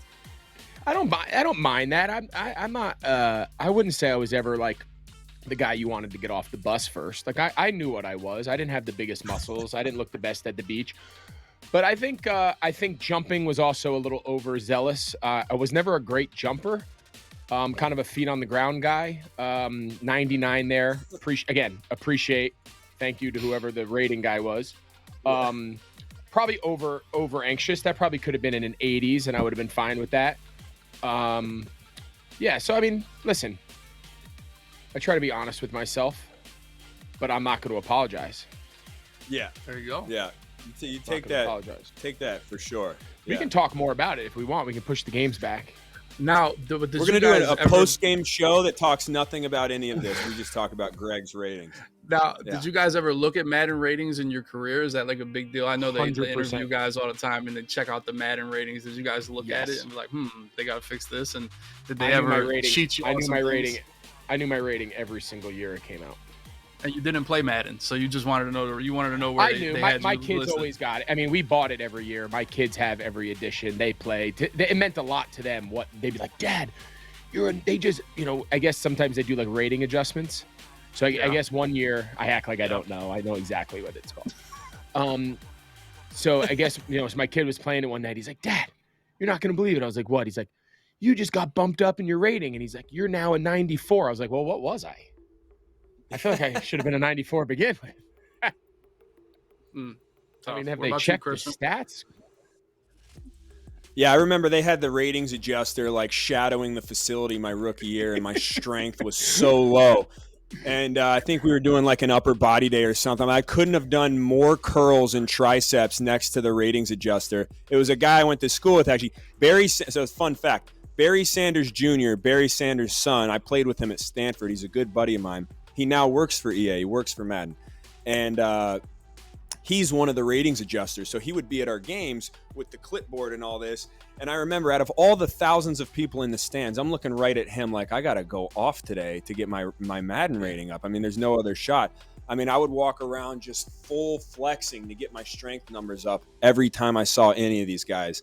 But didn't work, apparently. My truck stick is 67, which we'll talk about it. We'll talk about it after. But we'll get there. We'll get there. Yeah. Not mad. Not mad. No, it's great. I mean, they're just arbitrary numbers of a video. Doesn't game. matter. It's not a big It deal. doesn't really matter, doesn't matter. right? No, it doesn't. Right? Right. Exactly. It doesn't matter. Yeah. It doesn't. All right. Good. Thanks. No, well, guys. Yeah, no, you're good. You know what? It doesn't matter. Let's just see how Fred guys, uses you. We're gonna start these games or what? Yeah, we got games. Go ahead, Dubby. No, they're getting them underway now. Now, I want to tell you, do you guys play any other games? Christian, do you play any other games outside of the little bit of Madden that you know about? Do you play any games? Do you guys game at all throughout your life, or what's your gaming history? Yeah, I've played video games my whole life. I have 3 brothers, and so we were big on video games. We would play all the NFL Streets back in the day on the original Xbox. We would play. Oh, yeah. I would say we've logged in more hours than anybody on Nintendo 64 Super Smash Bros. That caused a lot of fights, but some great competition and memories. Play a little bit of NHL. I like playing threes on NHL, smaller rink, yeah. a little faster. And then to end it, I'm probably the longest tenured Fortnite player in the NFL. I mean, I still play Fortnite to this day, but I only play with my buddies. I'm not like a solo, build to the sky kind of guy, but I enjoy playing with my buddies back home. With the boys, yeah. Yeah, we play creative mode. So, there you go. We're going against each other, having some fun. I'll play that every once in a while. There you go. What about you, Greg? You ever been a gamer at all? Us older guys, it wasn't the same. No, it wasn't the same. I mean, my video game history, I remember as a kid, I probably had all the consoles. I already mentioned Madden 94 was kind of my jam. Was really into GoldenEye, N64 GoldenEye was an all-time game. Great game. More modern consoles and stuff. I loved FIFA in college. Played a ton of FIFA. Soccer, we'd play that at training camp and got some heated 2-on-2 battles in FIFA. I got pretty good at that. Love Call of Duty. Don't play multiplayer. I'm not a multiplayer guy. I don't want to be online like yelling at 10-year-olds and like shooting them and stuff. But I love the campaigns. Like I love the storylines. I love being the character and reading all like the subtitles and like feeling like you're in World War II, So I liked Call of Duty. My kids now have kind of gotten into MLB The Show, which is a fun game. It's very hard to hit. So you feel great about your pitching, but hitting is near impossible. At least for me. So, and then obviously Madden. So we stick to the sports, but I'll sprinkle in a campaign mode on veteran every once in a while for Call of Duty. Yeah, well, let me ask you this, Greg. Have you learned more about football as you transcended into this commentary role? Have you learned more than you did when you were a player? Have you become smarter at the game at all? Do you think it's helped you in that aspect?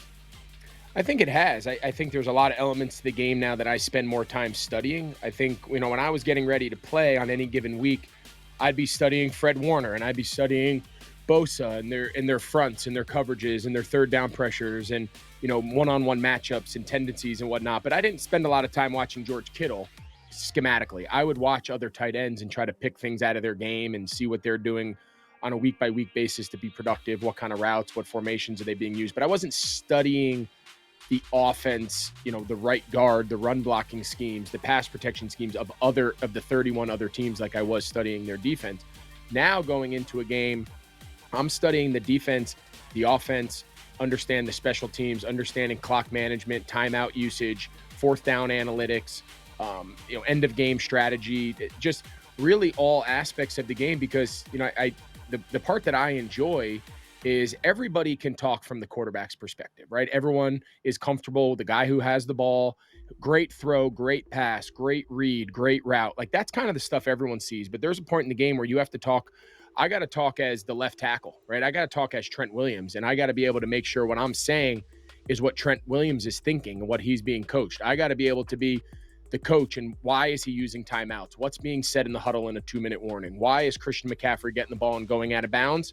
And if he catches the ball inside the numbers, why is he getting vertical and getting as many yards and getting down? Like you have to be able to talk about different people within the confines of the game, not just the guy with the ball in his hand.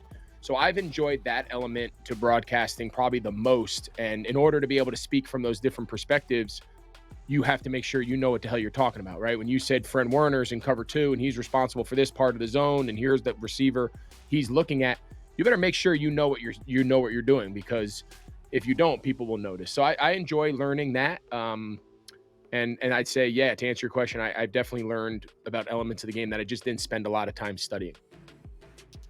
For sure.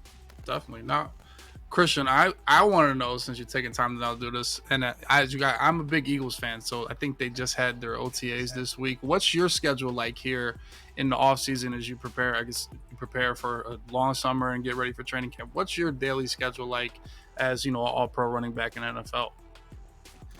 Yeah, so right now we're in OTAs, which is essentially spring ball. So that starts at the end of April and it ends the first or second week of June. So we're closing out on the end of it. Then you get about a month and a half off to train on your own, and then training camp. And when training camp hits, it's pretty much when the season starts. You're all in, and that's at the end of July. So right now, it's a lot of installation stuff, training. the first 2 to 4 weeks of OTAs is mostly strength and conditioning stuff. And then, you're running the plays on the field, but you're doing it on air. Now we're going against the defense. You're doing 7-on-7 periods. You're doing team periods. And, you're kind of fine tuning the details of the offense and the defense so that when you show up to training camp, it's not all new. Nice. Now, preparing for this show, I said I got 2 all-pro NFL players. You guys are as smart as they come in the football sense. And as a Madden player, I'm constantly trying to be ahead of the curve in Madden. So I have some situations to tell you guys, and you guys tell me if I'm crazy or these would work, right? Now, a lot of times I see teams under 2 minutes, right? They're in the red zone. Let's say under 30 seconds or maybe even 15 seconds. They're at the 10-yard line. Say Patrick Mahomes, he's at the 10-yard line. He's got to score a touchdown. He's trying to score a touchdown, right? But they'll settle for a field goal, right? Because there's only 10 seconds left, right? So if on defense, one of my philosophies is, why would you rush the passer here? He's only got 4 seconds to go to ball because he wants to save time to kick a field goal, right? He's not going to run out. He's not going to hold the ball forever. It's only a 5-second play. Why rush the passer? And on top of that, why not hold every receiver and get a 5-yard penalty, and then the clock runs out and they have to kick the field goal, right? I think it's a good point. I think the rushing the passer thing, I think you do see a lot of teams on defense go like max 8. The outside rushers just kind of shadow, and the idea is just don't let the quarterback get into scramble drill. They don't want the quarterback to break the pocket, let receivers all of a sudden, and then it turns into recess. You don't want to guard that, right? You want to make sure the ball is a designed route. As far as the multiple penalties, I'd have to look. They've changed so many of these rules over the years. For instance, the one that's popping in my head, we used to do this on punt. Okay, so say you're backed up on punt, you have the ball. Back in the day, everybody was taught, we're going to take a safety, we just tackle the guy on defense. Just literally grab him and just corral him. Don't let anyone rush you'd see the punter hold the ball. They'd throw 25 flags for holding, and you're taking a safety anyway, and you would just burn, as many seconds as you can. That's now been disallowed. You're not allowed to have multiple intentional penalties on the same play. Time gets put back on, redo the down. Loss of down, redo the down with the time. You don't get the time loss. Okay. I think it's a good point. I don't know whether that applies to the situation you just brought up. I think it's a good question. If you have multiple intentional defensive holdings or defensive pass interference for the sake of burning the time, that's a very good point. I don't know if that's legal or not. I don't know if it's illegal. I would just have to double check. To your point, even if they gave you in essence, though, if they happened in the end zone, you would get a 1 untimed down from the 1 yard line. What if it's holding? Would it go into the defensive holding? Would it go into the end zone or half the distance to the goal? So if the penalty takes place in the end zone and the ball is thrown at one of those receivers, it will no longer be holding. It'll be defensive pass interference. Yeah. Okay. If the defensive pass interference takes place in the end zone, right? Because you assume if you tell everybody to hold their eligible receiver, the receivers, the ball's going to come out and be thrown to someone, so it no longer can be holding because the guy that was being held is being targeted. It now goes to PI.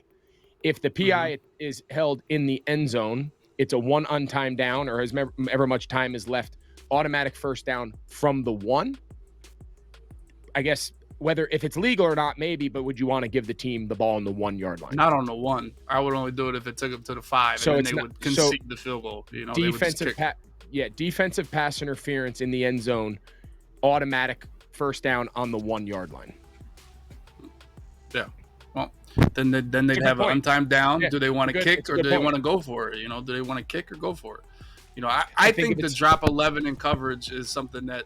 And Aiden Hutchinson, the star rookie, caught an interception on Justin Fields this year on a drop 11 in coverage situation where they were fringe field goal range, and they had no timeout, so they couldn't run or throw in bounds, and they put all the linemen on the sideline so you couldn't get out of bounds. And Aiden Hutchinson caught his pick on that play with 11-man coverage. Yeah, and they're daring you to say, okay, quarterback, you're unabated at the middle of the fit, but if we tackle you in bounds, the game ends, or the quarter, or the half ends, or whatever. Yeah, precisely. No, I think it's a good point. I'm going to look into that about the ruling there. Within 2 minutes, are you allowed to have multiple infractions? I don't know if you can. I don't think it's. I don't know. I'd have to look, but I think it's a good point. Yeah. I think the risk in it too is just with no pass rush, how much time do you have for somebody to get out of position, right? You have more guys in coverage, but you see what scramble drill is nowadays and how many guys are running off schedule routes and scoring touchdowns. With no pass rush, can you sit back there for a while?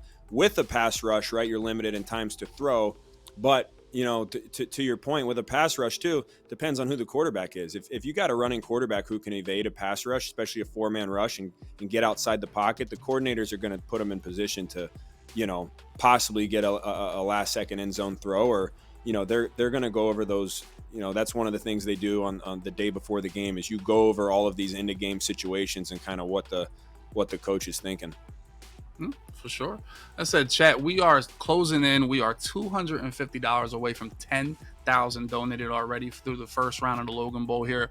Exclamation point donate in the chat along with the QR code you see to my bottom left on the screen. I believe my bottom left on the screen there, the QR code. You can also head over to the loganbowl.org, donate to this great foundation, and we can get it going. All right. So Greg, talk about what you're looking forward to in this season. Are you doing any preparation throughout the season? Do you stay dialed into the NFL and you dialed into the news and everything like that? Is there anything in particular you're looking forward to? Yeah, I think what makes the NFL so fun is every year it kind of takes on its own life. Really, what happened last year? There's so much movement with free agency and the new guys coming into the draft. Okay. There's so many guys coming into the league. The top draft picks, teams change, new coaching staffs. Obviously free agency, star players now playing different teams. We see multiple starting quarterbacks now starting for different teams. So I think every year is kind of its own new journey. I think the biggest thing this time of year I try to follow up on is roster turnover. Where are the new coaches? Where are the top draft picks? Who picked who? Who signed where in free agency? Obviously the quarterbacks always get a lot of the attention.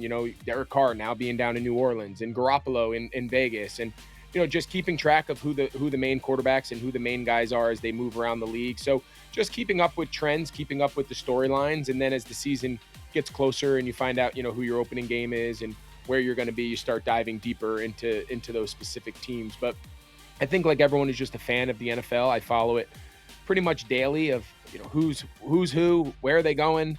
What are the big trends, storylines, new coaches, and just try to stay up with the league as it's ever changing. It's really a 12-month league. All right, for sure, definitely, man. I'm definitely trying to stay dialed in as much as I can. So for me, that's what I do. But we're going to take a short break here. Okay, we're going to pivot to the next matchup. We're going to rock Saquon versus Solomon Thomas next. That's what we're going to get into. This is our other matchup, the other side of the bracket, Solomon Thomas and Saquon Barkley. So the high-powered Saquon Barkley is throwing the ball around the field, and we're ready to go. Right off the bat, Saquon Barkley, I believe he's receiving the ball here. So no onside kick we don't get to see right away, but we'll see what Saquon Barkley has here for round 2.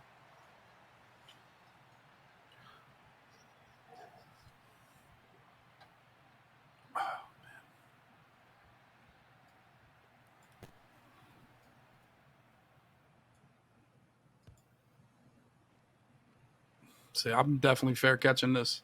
Let's see if he gets to the 25-yard line. It out. He does. Give or take, yeah, good return. How often are special teams touchdowns in Madden? It's year to year. This year I can't even remember the whole year of my thousands of games played. But some years they're so powerful that people will kick it to the fullback, like I said earlier, and that's what they do a lot of times. So it's hard to give those guys a chance. As Daniel Jones looked for Saquon Barkley there in the flat and couldn't come up with the catch there. Yeah, gotcha. But special teams, yeah. Like I said, I'd try to kick it to like the 10-yard line to the sideline and hopefully tackle them before the 20. That's my goal all the time. Is Saquon motioning out here on a streak we see. Let's see if he's matched up. It looks like he's matched up with Sauce Gardner over there. Everybody loves these crossing routes. Oh, yeah. Well, and we see Solomon Thomas. He's ran cover 3 pretty much every play, used it himself, and has been a wrecking force on the D-line. So, talk about zone and running those crossing routes into zone. Is it still as effective, or is crossing route more of a man thing? No, crossing routes can be great into zone. I think the idea of when you know a team's in zone defense is you want to get as many people into those various zones as possible, and they call it putting layers into the defense. So, if here they're in man, so it's a little different philosophy. Here you just want to run away from coverage, but when you're running routes in zone defense, say the cornerback, he's responsible for the deep third, right? Meaning if you divided the field in thirds from the numbers to the sideline, the deepest receiver, that belongs to that outside corner. But if I can put a real deep player in the third, an intermediate player in the third, and then a third player like on the line of scrimmage, but on the sideline, they traditionally have a flat defender and a deep thirds defender. But now you have 3 layers into that zone for only 2 defenders. And that's what's hard about zones, and the more guys you can get over there. That was a really nice touch pass right over the outstretched arms of the middle linebacker. But so that's the idea in zone. You want to get as many guys into the zones because they only have so many defenders. You see another look. Daniel Jones put that ball right over the top of the Mike Backer 57. Yeah. And so we'll point out a couple if we see any more examples of it. It's kind of a cool kind of little. Dubby, can you hear me okay? Yeah, you're good. Hey, question for you. How big is momentum in a Madden game, and how big is what's the psychology behind the game? Because I know in real football, teams go on spurts and droughts, and guys go on runs, and different things happen emotionally during the game that can oftentimes not just affect the players but affect the coaches too. How real is that in Madden in the actual video game? Well, emotionally, mentally. When you're feeling good, I'm stringing some plays together. It definitely is a big. Ooh, he goes for a little quick smoke screen, but man, coverage was out there. But yeah, I think like your confidence, I think is a big deal. Your rhythm, and things are going good for you. You sit up in the seat, you have a little bit different charisma about you, and if things go bad, like Madden, it's like football, man. The ball bounced the wrong ways, you can get cheated. You can feel like he shouldn't have caught that pick, or he shouldn't have caught this touchdown. I got cheated, or something like that. Or I fumbled, and you can't let it affect you negatively. So momentum is always, but I think it's real a mental thing. And Fred just says this is in real football. I think if you start going bad, you throw a pick, you start rushing yourself, you start thinking about the last play. I think that's when you get to a high level of anything, you able to have a quick memory, or and forget about things really quickly. And you got to do that with Madden, because you're going to make mistakes. Things are going to happen like that. And interesting, you talk about momentum. If you see above the team's logos there, like the Jets logo, you see that glowing bar. That's actually a feature EA put in the game, I want to say 2 years ago. It's a momentum feature. And when you hit those little lines, those goals essentially, then you'll get a different, maybe your players will get more strength, or their players can't see the field that well, and things like that. So there's definitely more features they put into kind of simulate that real life aspect. If you pay attention to when we get a fumble right off the bat, recovered by Mosley, and you see that bar moves up a little bit. They had a nice drive going there too. Yeah, those are some of the things in Madden that for anyone with the anger issues, a fumble, which is completely uncontrollable in the game, could be tossed at the wall. I don't know how Saquon's feeling right now. Now a big explosive run, possibly a touchdown. The speed of Breece Hall breaks it. Wow. That's a tough 2 plays for the Giants and Saquon Barkley. Yeah, you see that momentum. What a year he had. There. It was hard to see him get hurt last year, but what a year he had. I called that game that the Jets upset Green Bay in Lambeau, and he was awesome. He took I want to say it was like a screen or a check down. I can't remember exactly what it was, but he took it. It was pretty impressive. He's a good young player. Hopefully he comes back healthy, ready to rock. Oh, boy. Who's that? That was Dexter Lawrence. Yeah, Dex, yeah. Last year in that playoff game, we talked earlier, we were talking about Minnesota. In that playoff game where the Giants upset Minnesota on the road, Dexter Lawrence was unblockable.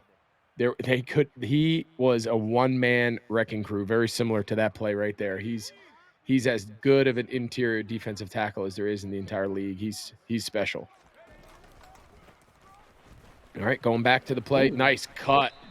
Ooh. Nice cut. Little zone, outside zone there, McCaffrey. How about that? I mean, you see defensive guys playing good offensive football in the run game. That's Solomon Thomas, who knows all about setting edges and how important that is for D-line and how it all works together. And if you get one guy out of a gap, you got to take advantage of it. But to see to see a defensive lineman, have that kind of vision in the run game, that's impressive.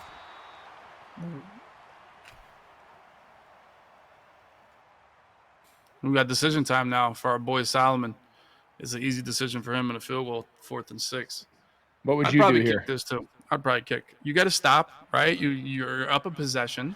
You get the ball at half, so you're kind of up a possession and a half, maybe 2. Well, you better call timeout because they're about to get a delay game. No, see, that's another. It's not a delay game. They give you like okay, 10 seconds to call a play. Yeah. I got you. Okay. But that's one thing that I would. Oh, he missed it. The field goal. Oh my goodness, that's tough. I was gonna say, and it's always easier when you're not playing the game. But against a guy like Saquon Barkley, who we watched play last game, who's going to try to put up 50 points, is that an opportunity to go for it there and maybe just see what happens? Or do you fight risk versus risk, or do you play it conservatively? I don't know. You need a good field goal kicker, shows the importance of that. And so I don't know, though. You never know, though, too, right? I mean, Buddha said his field goal kicking was lagging out. So yeah. They you are never playing know. differently than normal. They got the streaming. The people are watching. The nerves might be going a little bit. I know these guys play. Obviously we can't judge their football skills. They're super talented, but maybe people are judging their Madden skills right now. So maybe they're under the nerves, a little bit of nerves going for them. Hey, he misses that field goal now. But I mean, 4th and 6 at like the 8-yard line is borderline 4th and goal. That's a tough ask. Especially for our defensive player, Solomon Thomas. We saw him punt in the first game when we all said he should go for it. So he's definitely going to lean to the easier or the more conservative action. Everybody loves the deep crossers and the underneath drags. Mm-hmm. Love that. Nope, that's how he fumbled, throwing underneath C.J. Mosley like that. C.J.'s dropping back 10, 15 yards and letting you take that drag and coming up and trying to pop you and knock the ball out. So that's, as much as the fumble is uncontrollable, if you keep throwing the ball underneath C.J. Mosley, man, you're putting your ball carrier in danger. No doubt.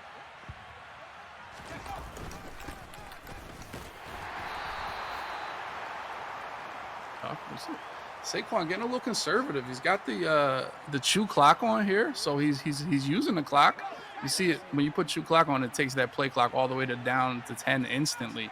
So maybe he's trying to make this the last. So you don't have to actually, you don't have to waste any time. Oh, that's a good feature. I like that. We're in the microwave, world we're in now. You don't want to wait 30 seconds.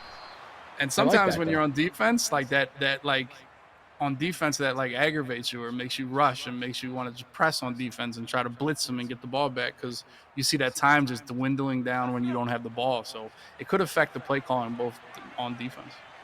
I think that's smart. I didn't even know that was a feature. I think I would do that on every offensive play I ran. Shorten the game, limit possessions. Mm-hmm. Well, you only want to shorten the game if you feel like you're an underdog, I think. Like if I feel I'm a better player, I want the game to last forever. The more possessions, the more chance I have to, show that I can operate better than you. Yeah. I feel like the toughest part about Madden, what I'm learning watching these games, is you don't have control over all 11 players. And they're gonna the players that you're not using are gonna do their job on every play, which makes it more difficult to do things like run, play action, because they're not necessarily always going to bite. And I don't know, I'd love to hear your guys' take, but if I'm running wide zone to the right 30 times, averaging 4 a pop, eventually that backside DN is going to come screaming down the line parallel, perfect for a bootleg, which is, I think what Daniel Jones is really good at, and a lot of these quarterbacks. There goes Saquon right up the middle. Good vision, good run, good, eyes in the right spot. That was a good run right there. Mm-hmm. Yeah, well, I mean, it's all AI players, that's what they are, so you'll see the same play. And that's one question I wanted to ask you guys about the same play. Now, like I said, I'm a huge Eagles fan, and the Eagles had no problem running the same play back to back. And now it doesn't look like that happens a lot in the NFL. Can you guys talk about that? And Madden, like you said, Greg, it's the same crossers, everything like that. Like, how often do you repeat a play in the NFL? Not necessarily the same play, but maybe just the same concept. Or is that ever a thing? Real quick, I'm going to answer your question real quick. Like, wouldn't that be a situation Saquon would want to stay in bounds, right? I was thinking the same thing, Greg. Yeah, I wonder why he went out of bounds there. I wonder why. Either make Solomon use timeouts, but definitely don't. If you score here, you don't want him to have the ball back with 1:50. You want to play the possession game. But anyway, to answer a nice little screen. Nice. Good move. I thought he got in. 1st and goal. Chew clock. Make Jets use the timeout. I would have used the But to timeout answer your instantly. question, Yep. I think certain coaches, I've been with coaches that have very different philosophies. I've been with some coaches that once they run a play, it's off the call sheet. It's off. We're not running it again. They've seen it. And then the coaches that I personally like are the ones that go, I don't care if they see it. If it works, we're going to make them prove that they can make the adjustments to stop it. He should chew clock again here. Make them show that they can make the adjustment to stop it. Don't give them too much credit, and don't give them too much credit that they haven't shown they've earned. So I've always been a believer that you can run the same plays, just change the formation, maybe you can do it, put a motion tag on it or shift or do it at a gun or under center, different personnel group. There's so many ways that you can dress up the same play in the NFL, and you'd be shocked how often it's the same concept, maybe just different people in different spots. We see Saquon get in and score with himself. Gotta feel good. But Solomon did use that timeout, so he's going to have 57 seconds right here to try to answer. We're kind of on serve here with tennis, as in that, Saquon got the ball first, and he has a touchdown. And, at the end of the day, now it's Solomon's turn, and he'll also get the ball at half. So if he can score points here with 57 seconds left, he'll be in a great position to double dip a chip here. Which goes back earlier. If you're Saquon, you'd like to have run and either make them use another timeout or run off another 30 seconds. If you don't run out of bounds on that little flat route, the little smoke to the right, that's another, call it either 30 seconds, 30 plus seconds, or another timeout, however you want to look at it. See, now this is what I tell myself. If say I'm on defense now, well, this is just enough time for him to lose the game right here. That's what I tell myself. Like, if I didn't execute properly, perfectly, just enough time for him to lose the game right here. Close the screen. Gotta get out here. Yep. Good job getting out of bounds there. Yeah, but now the risk is 2nd and 10. Punt. Yep. Short completion underneath. If I'm the Giants, I'm taking another quick timeout, and I'm saying I'm going to let you punt this ball back to me, and I'm going to steal another possession. So if you're the Giants, if you don't get a nice positive gain here, if you're New York, you got to be careful. If this is 3rd and 10, okay, so now you're okay. 3rd and inches. That's tough. Did he take a timeout? He did. Well, Solomon did on offense, which I probably would have. I'm aggressive and 3rd and inches. You should be able to get yourself. 3rd inches. Yeah. Now, you went three-man front. Look at the 3-man front. And spike. Yeah. Well, he blitzes 5. Out of bounds. Oh man, no, he didn't get his feet in there. I'll tell you what, in a video game world, I'm lining up under center. I'm handing the ball off here to Breece Hall. I'm getting this 1st down. I'm not punting him the ball. Now hear me this. Now, this is what I would do, and I don't know, you guys can tell me this. I would be like a goal line, right? Let's run, and then we're automatically getting to the line, and we're spiking the ball instantly to save a timeout. Totally. Do you guys have stuff like that, like dialed, like locked in, this is what we're doing? Oh, yeah. You have in the huddle, they're saying, all right, this is 1st down. 1st down, automatic get down. After you get the 1st down, get as many yards, get down. Don't get tackled. Don't have a pile. Right? So you want to get down. You don't want to pile. Get back up. Clock it. Oh, he used his last timeout. But he used the timeout there, which is interesting. So to Greg's point, a lot of times when you're put in these situations, you do there's so many coaching points on exactly how to do that. I mean, we've gone over it a million times, but when you are in the situation, it's important. Oh, he got it across the middle. No timeout, so you got to hurry up. You got to hurry up or you got to clock it. Yeah, but see how much time it takes because that was a 20-yard completion? You can get up and clock a 2-yard run. Wow! Oh, wow. Wow. That's tough. I mean, he all didn't that really have a ended up working out. You can score quick in this game. But there's so many coaching points when you're in those situations. One being you need to sprint the ball to the ref and hand it to him. I can't tell you how many times the ref has dropped it because guys throw them the ball thinking that he's going to spot the ball. The ref has to spot the ball before the center touches it. So the coaching point is sprint the ball, hand it to the ref. Don't throw it to him because you can't trust these guys' hands. No doubt. I think we might have an audio of somebody's game here. Do you guys hear that? Yeah, I think we hear Saquon. I don't know if the chat hears him. I hear that too. We'll see. We'll see. Thought it was one of you guys, then he was getting a little too passionate.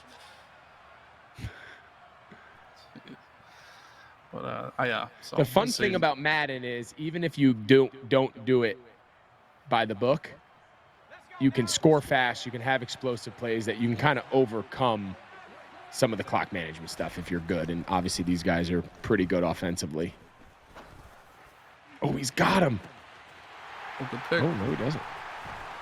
Didn't he look open? It's all right. Yeah, I mean, Jordan Whitehead, he was a free agent acquisition last year for the Jets. Yep.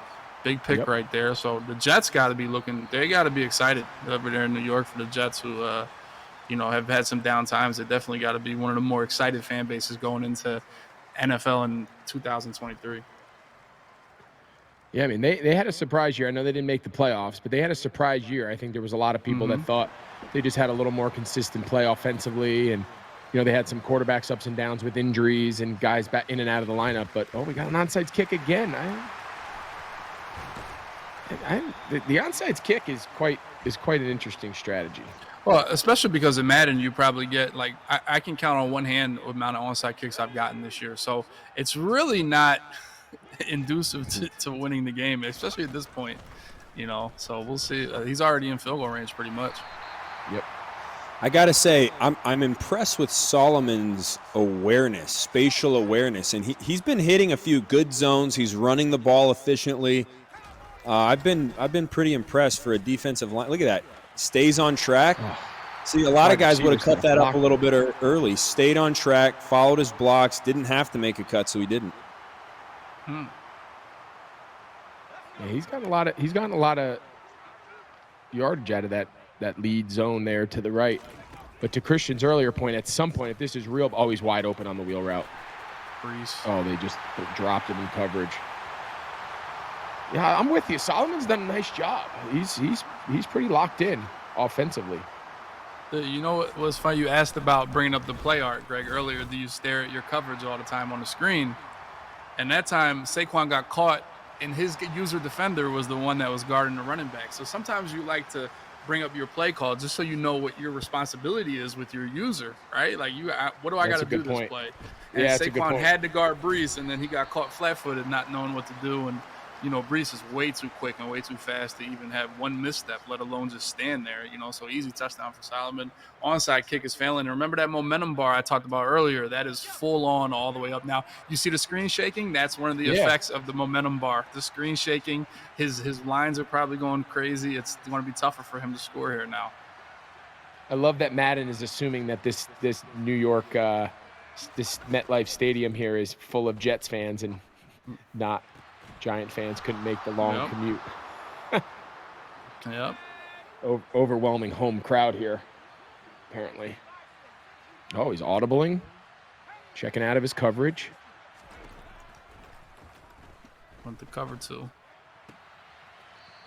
I think Saquon needs to remember, with all these soft zones and all this coverage that Solomon's playing, that Daniel Jones can really run it. So if he just keeps rushing 4 and they don't have anybody up there, at some point, Daniel Jones come out the backside of one of these routes and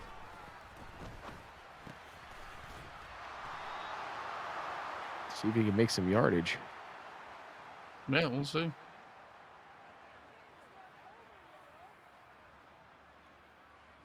Oh, look at this guys! guy. Look what we got here. Are you kidding me?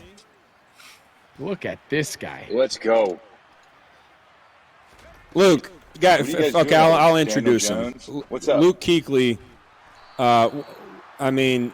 Greg, we can't say enough good things about Luke Kuechly, a guy who I was so fortunate to play with for a few years, who, alongside Greg, kind of showed me the way and how things were done, and one of the best players to ever play the game of football. Luke, thanks for joining us, man. Christian, you said all these nice things about me. Just talking bad on Solomon. Can you guys hear his audio? You know how to run a zone. You said, you got me? Uh-oh. Luke, there's the run. You guys I told you. There it is, Danny Jones. Can you guys hear me? We got you now, Luke. We got you, buddy. There we go. He's running quarterbacks. What's up, dude? Dude, I heard you guys talking about onside kicks. Greg, we've got to figure out with Pop Warner football if we're going to be able to do any onside kicks this year now that we're going to do special teams. I know. That's really what matters. Oh, he missed another kick. Yeah, that's really what matters. I don't know if anyone out at home knows this, but Luke and I coach a now 12U Pop Warner football team here in Charlotte. Luke's the defensive coordinator. We coach it together. We had a blast last year. So it's pretty real ball. We get after it pretty good. We're starting up here with our summer workouts this week. So is that fair? Special teams. How about that coaching staff? Yeah, How about that coaching staff? Yeah, we had a good run last year. We lost in Florida in the Pop Warner National Championship semifinals. We lost, but I think our squad's gonna be pretty good this year, right, Lukey? Oh, we're gonna be ready to play a little bit more efficient in the passing game. I don't know how many people are going to be able to throw the ball, but last year no one threw the ball. It was all run game, and that was pretty straightforward. We got to step our game up a little bit more this year, though. See if Luke can dial up some of those coverages that we're seeing here in this Madden game. Luke, this has been a lot of passing, a little bit. Oh, we got a deep ball. Solomon Thomas playing out of his mind one right now with these deep balls. That safety user.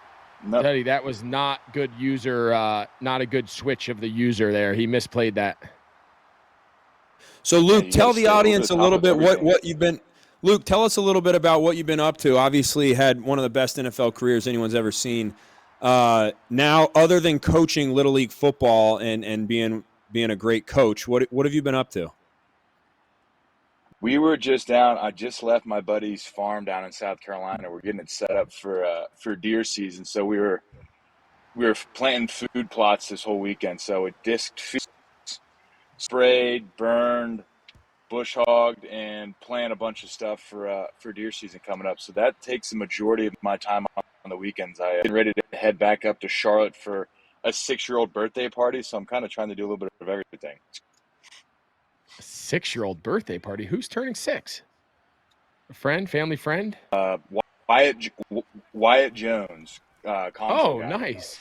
Oh, nice. Yeah, so we can go up there. They're gonna have a little pool party, some pizza. It's gonna be ripping hot, so it'll be it's a dream. It'll be a lot of fun. And then tomorrow, Chris had a script. We got a script youth football practice on Monday night. I don't know what we're gonna be doing, but they're gonna have some conditioning at the end of practice. Luke, what is scripting youth? What does that look? What does that look like? What does football practice look like? Are you guys doing 7-on-7? Are you doing team periods? Is it similar to the way we did NFL practices? It's a lot of act like I'm doing stuff on Sunday to get ready for practice, and then practice shows up, and Greg and I get together and figure out what we want to do before practice. It's a lot of agility drills. We do some position-specific stuff. We've done a good job working with some of the offensive linemen. Greg does really good with them, and then do a little competition at the end, run them, and get them going. So a lot of the kids are back from last year. We've got 5 or 6. We really just I think the real goal right now is just to get the kids used to how we do things. We got to get used to the kids, because I think that was one took me a while to figure out last year is how does 11-year-old get played? What's important? What works? What doesn't work? What works in my mind that I think works is working at that age, and that hurt us early on in the season. So that's what's fun about this time of year, is trying to really figure out, all right, what are the kids like? What's their personality? That get them used to us used to them, and then put in some small things that'll be beneficial as the season gets a little bit closer. Amazing, a lot like a Madden game, I'm sure. Luke, do you have any Madden experience? Yeah. I played a lot of Madden. We used to play 2-minute quarters growing up. So everybody, you go over to your buddies. So there'd be one X. You do random teams. And then it was 2-minute quarters. So then they were fast paced, fast tempo. The ability to get the ball to start the game was huge, because the faster you go down and score and get a stop, you get the ball twice in the first half. That's the real goal. And then you get up 2 scores, and then you milk it when you get the ball in the second half, and that's how you win games. So a little bit different strategy than a real NFL game, but that's how we used to play the game back in the day. And you couldn't use Michael Vick, because that was basically around. You could throw it deep, and they'd always catch it and get it.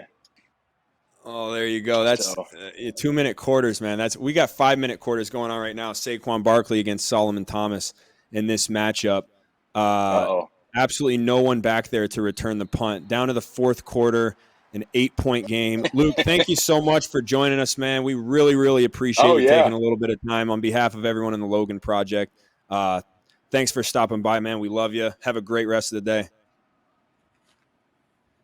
Yeah, you too. Have fun. See you, buddy. I'll see you on Monday. One of the all-time best dudes ever, right? Yeah, I mean, I can't say enough good things about Luke. You know, he's obviously one of the best players to ever play, but also the kind of guy he is, you know, off the field as well. I think everybody who knows him says the best things about him for a reason. So thankful for Luke joining us in this barn burner of a game here. Low-scoring game, 21-13. Dubby, what's your take so far? Saquon Barkley he's clicked on 2 DBs and given up touchdowns both times. He needs to stop and let the computer play those deep balls when Solomon throws them up here. But now he's down by 8. Now I want to try to hurry up and score just in case I don't get this 2-point conversion that I need, you know, unless you want to bank it all on your 2-point play. But I talked about how difficult those are in Madden. So I would try to score fast because I might need to. I would assume I'm playing that I assume that I need the ball twice here. But he's got a 4th down. And if anyone's watching closely, not one person on the Giants has blocked Quinnen Williams yet. He is in the again, he just ran past 3 guys. He is an absolute juggernaut at defensive tackle right now. Mm-hmm. No one's blocked him. But yeah, to your point, everyone says, "Oh, 8-point game. It's a 1-score game." That is probably my least appreciated moment. Like people that talk like that, like no, it's a 1-score game 50% of the time. 2-point conversions are give or take right around 50%. Some years they're a little below it, some years, but on over average, you call it a coin flip. So this game is only a 1-score game 50% of the time, and the other 50% of the time it's a 2-possession game. So it was a really smart point by you to say, I can't take my time here thinking I only need to score once. You have to pretend here like you fail on the 2-point conversion and make sure you give yourself enough time and timeouts to get another second possession in the event you fail. And it's crazy when you're down 8, you know, if you get to a 4th and long or a 4th and goal, you can even kick a field goal and make it a 5-point game because, you know, and then try an onside kick, hopefully hold them to 3, and then you get the ball back again and you're down 8 again, you know. So you kind of got to play it smart when you're down 8. Nobody likes to be down 8. It's one of the best leads in football, really. What's your timeout strategy here? You don't want to use them. Ran the ball on 4th and 3 when they just gave the ball back. Saquon doesn't care, or I don't know. Well, Saquon's got the ball back down 8. What happened? Solomon went for a 4th and 3. He could have took it to the 2-minute warning, but he snapped the ball on a run play, and he ran for 4th and 3. Got stopped, so Saquon's got the ball back here. Needs a clutch drive. Needs to block Quinnen Williams. He's got him blocked pretty well here. So I want to make a good read a little bit late. He needed to take that down under the 2-minute warning. Yeah, he definitely trolled a little bit there, but look, that was a good play where you blocked the stud defensive tackle and they didn't take advantage. My theory in Madden is like if you blocked him well on 1st down, 2nd down he's going to get you. That's kind of how I feel. Like I just kind of played the percentages and how the game works, so I'm expecting a good rush from Quinnen Williams. Oh, he actually double teamed him. That's a feature in Madden. If you see it right there, he can double team. We saw a game earlier this year that went down to the wire. Giants went for 2 earlier in the season, and Saquon Barkley almost a pick there. Saquon Barkley scored a game winner, one of the coolest plays of the year that I don't think got talked about a lot because it was so early in the season. But I wonder if something similar is going to happen here. Maybe they get down to the wire, Saquon scores, and see what happens. They still haven't blocked Quinnen Williams. But I like this. Whoa. Daniel, stay back. Feet. Wow, Nice. What a play, 3rd and long. I'm telling you, the running quarterback, you heard Luke mention that Michael Vick back in the day was like a cheat code. But I just think the ability to scramble, pull the ball down, and if you have a quarterback that can run with some speed, I think it's hard to account for it. The user still unblocked. Oh my God. It's funny to me, Saquon used this double team feature where if you have a player like Quinnen Williams, you can tell your O-line to double team him. He used it one play and he hasn't gone back to it, you know. There it is. See, There you he just goes. use it He right there. picked it That little just now. red, Yeah, I that saw red it. dot over his head. Yep, he'll double team him now. But sometimes that will get a DN to come free or something like that. Oh my goodness, what a terrible throw! Ooh. Mosley could not catch. All right, that so the one biggest right thing there. here, though, to your earlier point, it's 3rd and 10. You don't need to throw this ball 15 yards down the field, right? You can set yourself up, make it either a 4th and short, or even get yourself into, I wouldn't kick a field goal here, but what everyone happens here is they try to throw the ball 30 yards. You got a minute 30, you got 3 timeouts, you got plenty of time. This does not need to be a 25-yard attempt. Yeah, well, he's going to stare down himself on an angle route here. I think he was trying to go to himself or that crossing route, maybe try to get out of bounds. That's why I said he double teamed Quinnen Williams, and then now the defensive end gets the eat. He comes free because they're too worried about the D tackle here. Now we're just go 4 verts. Now it's all pressure. He's done. All right. Well, he can't quit now. He's got 3 timeouts. So right now you got to see he's got life. He can stop him 3 times. We've seen in Madden you can score fast. The question is, how conservative does Solomon Thomas play? Does he just run it, and make him burn his timeouts, and he's not afraid to punt the ball back? Or does he run it, and then on 3rd down say, I'm going to try to pick up the remaining distance needed, and even if I punt the ball and they have 1 timeout, it was worth the risk. So let's see what he does here. So it's run. For lost yardage. So now he lost yardage. This is my philosophy in that situation is that I'm passing. If I'm going to, I make a decision before the drive. Am I clocking it out and just punting, which it looks like he is, or am I trying to win the game right here, right? And if I'm trying to win the game, I'm passing on 1st or 2nd down because it's going to be easier because they're going to be playing run. If I get to a 3rd and long, I'm not going to convert passing. It's way tougher to convert. Correct. So I always choose to pat, and he gets a delay game. So he's definitely punting here. So I always would go, I'm going to pass on 1st down and try to get this right here, And I always am aggressive when I got a lead because you give yourself 2 chances to win the game. If you get a 1st down, you win the game, of course. Or at the worst case scenario, you punt him the ball back and you can win the game on defense. So you got 2 chances. You can win on offense or you can win on defense. Well, he's actually play action. That's silly. Yeah, that's tough. Solomon, step into my now office. Now it's 4th and 17. You're going to punt, but now you don't make them use the other timeout. Yeah, to your point, if you're going to attempt to pass and you tell yourself you're going to attempt to pass, take a 1st and 10 pass is better than 4th and 17. Yeah, or 3rd and 17, you're not getting that. Part of me says I feel like he wanted to throw that out route there, but he played a little cover 2 and had a little cloud corner under there, and I think he did a good job of not throwing an interception there, which I was anticipating as the play developed that he's going to throw an interception, but I mean, he didn't throw a pick. He should have took the sack, really, and then he would have lost a lot of yards, but he would have took that last time out. But Saquon has some life here. Let's see what he got going on. It looked like he's going to go to that 4 verticals, and Solomon's been staying in cover 3. He's a big cover 3 guy. Right here, more of a cover 2 look with the 2 safeties high. Might even be 2-man under. Yeah, I think it is 2-man under. All right, he's going to try to throw that crosser, that number 3. Oh, wide play action. Oh my God. Went for it all. Get down. Greg, you brought up a good point. The interior rush has just been unstoppable with Quinnen Williams right there in the middle. They can't block him. And then, as we saw every time, best formation in football. And then if the second they tried double teaming him, those ends came loose. So the pass protection is really what did Saquon in. He had no answers inside. I shouldn't say his interior offensive lineman, little mini characters, had no answers inside for Quinnen Williams. Oh, he's going to rub his face in it. Imagine if he fumbled. That was close, and honestly, because he did that, I almost feel like he deserved to fumble there. Solomon. He's going for it again against punt block. Punt safe man here. All right, he's going to run the clock out. Oh, man. Is he trying to cover the spread? What was the spread? Does he have money on the game? He had Breece Hall on his fantasy team. Yeah, what's the spread here today? Do we have a line? Did Vegas set a line? Oh, Brian Daboll throwing his headset. He's not happy. Big win there. I mean, Saquon had his chances that game. He certainly he just didn't take advantage. And it goes to, I talked about all day. We talked earlier about using the D lineman, and I told Christian how we use our linebackers, but Solomon Thomas won that game because of User and Quentin Williams and absolutely dominating the line of scrimmage. That User defensive tackle actually won him the game because Saquon dropped back and that guy was in his lap every single play. You guys could talk about when a player like that, Aaron Donald or, Chris Jones, somebody like that dominates a game. It's almost impossible to do anything. Run, pass, any offensive game plan is out of the window when that happens. No doubt. Yeah, New York battle.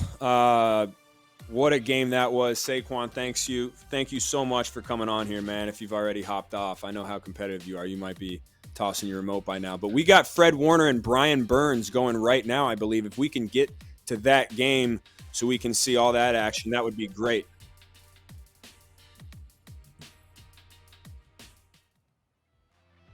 Nice, just kicking off. There it is. Oh, red zone threat. Uh-oh, right out of the jump. Opening drive, I'm assuming. McCaffrey, find the end zone. Oh, there he is. What a run. I mean, what a run. That was one of the best runs I think I've ever seen in my I'm not sure if I've seen a guy with that good of feet. The vision, the feet, the patience, the burst. I don't know. I just don't see how they're going to stop him. Fred, well done, man. Well done. I'll tell you what, the Panthers Stadium looks incredible. Oh, my goodness. Wow, it looks nice. Well, I mean, this is a look how nice the Panthers coincidental Stadium matchup. Yeah.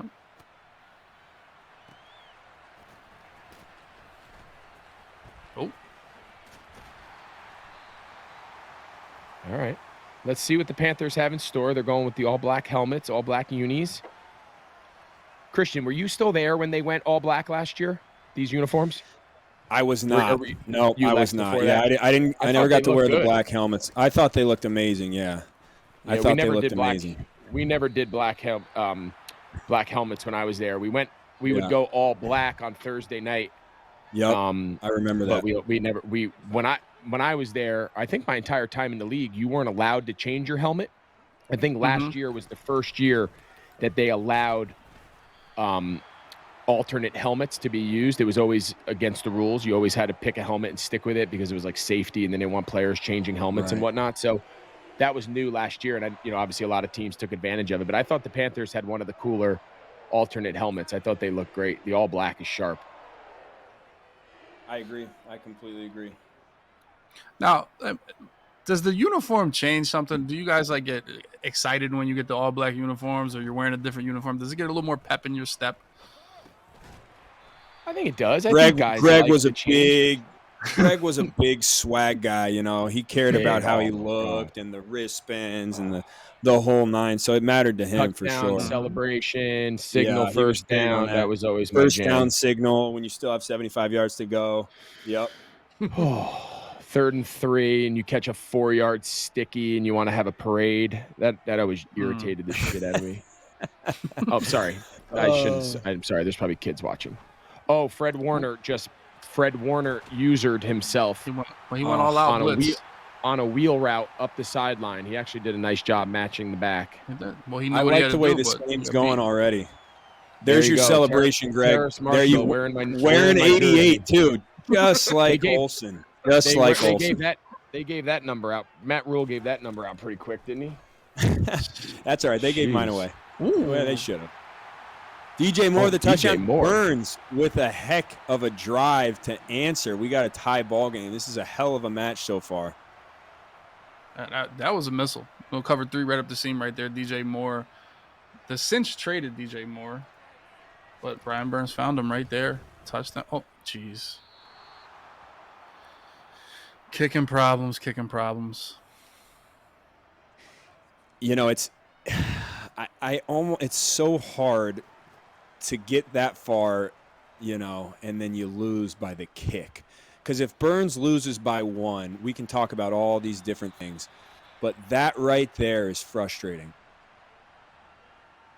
Yeah, that's tough. Sure. Is kicking extra points and field goals difficult? No, not at all. I mean, it's my job, so, Yeah, well, I'm asking the wrong guy. I'm saying for for average guys like the rest of us. Extra point? No. I mean, there's little tricks too, because if you kick full power, it goes a little faster, right? And if you're at an extra point, you only need half power, so you can make it go slower, right? you don't do half power, and it's easier to judge your accuracy. But I mean, if you have any dexterity, you should be able to make a field goal, especially extra point. Nice use of the dexterity. Yeah. Screen. Well, I have a I toddler just feel now, and like, that's all guys, I I'm talking mean, about. can I say something about that last play? Please. It's your event. I just feel like it doesn't go off the back of my head. You get your I don't head know, around though. there? I just feel like that's a play that I don't know. I'm going to blame your right side of your offensive line. I think your right guard needs to get out faster. I think he was in your lap. So I'm just going to chalk it up to is that it's Spencer a timing Burford? play. I'm just saying at the end of the day, the ball doesn't go off the head. That's all I'm saying. Step up in the pocket. Ooh. Oh, he is great ball. Fred. Who's playing quarterback? I didn't even look. Who do they have starting? Is it Purdy? Is it Purdy? Okay. They got Purdy starting. Sam Darnold's on our team, and he's playing as the Carolina quarterback. So there's a lot of things going on here. Yeah. But I'll tell you what, Ayuk is an incredible receiver who I don't think gets enough credit. Deebo Samuel as well, and Juwan Jennings really. But all those guys are just watching them work every day has been really fun for me to watch and see how they get after it. Yeah, this is good ball right here.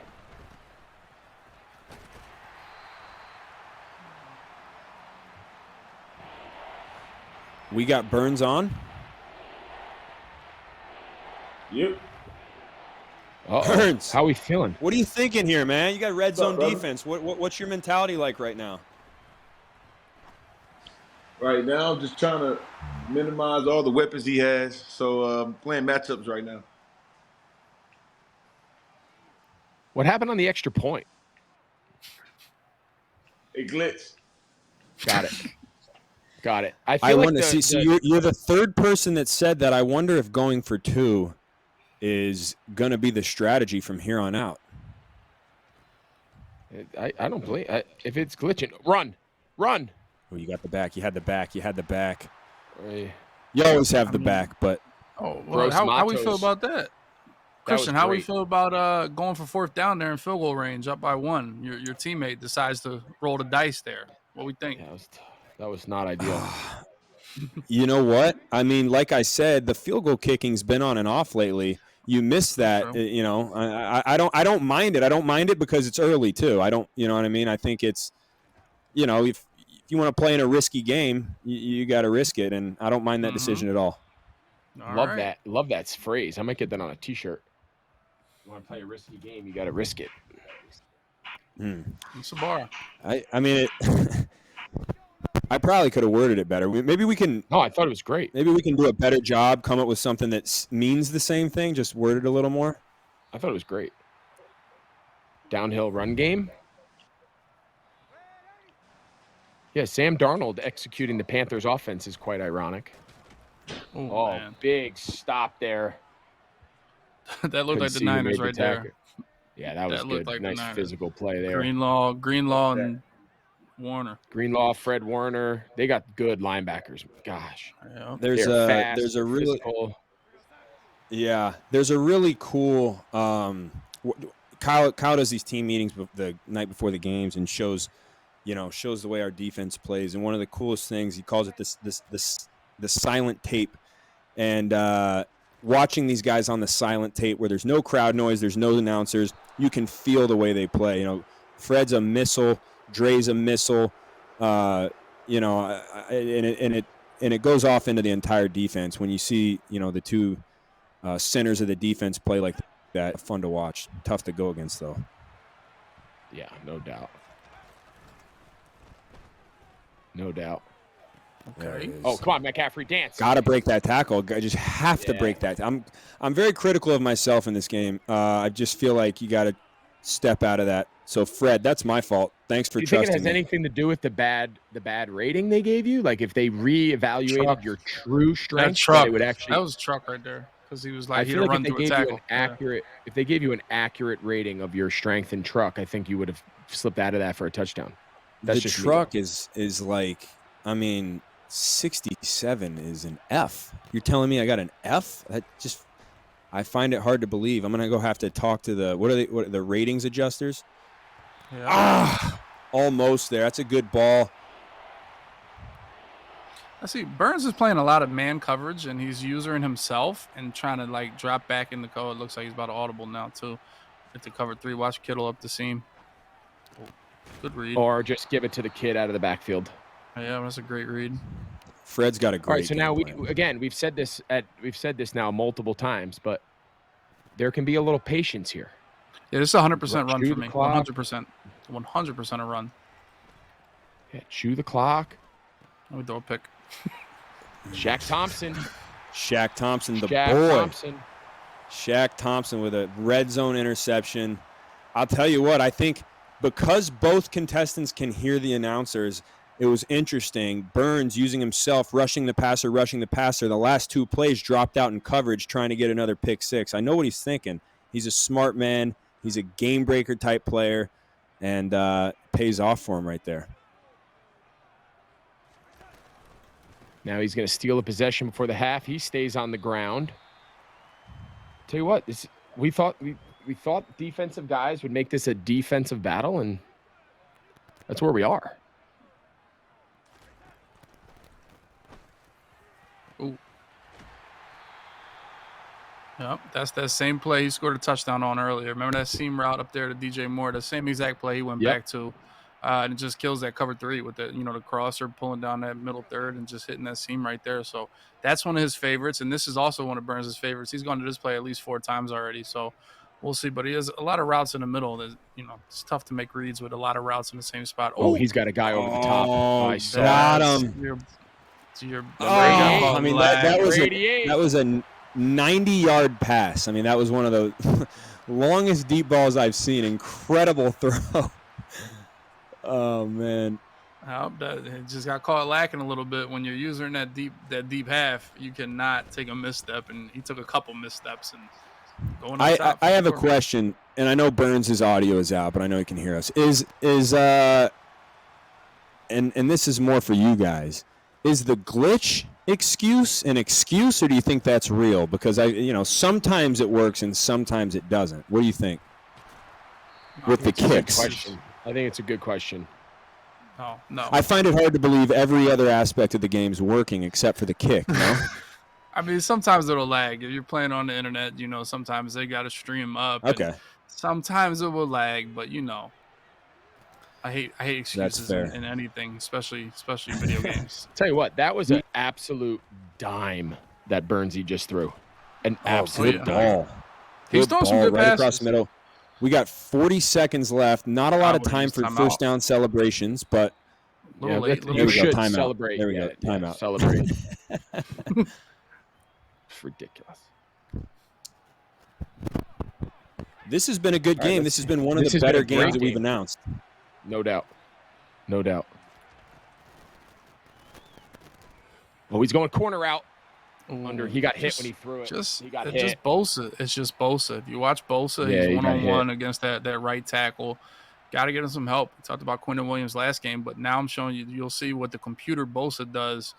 He has one of those abilities I told you guys about, so he's going to be able to run right around the edge here. Oh, shoot. It's the Panthers on defense. I'm tripping. Right side again. User pick. Ooh, that was a nice pass break up there by Burns. He tried to go to George Kittle.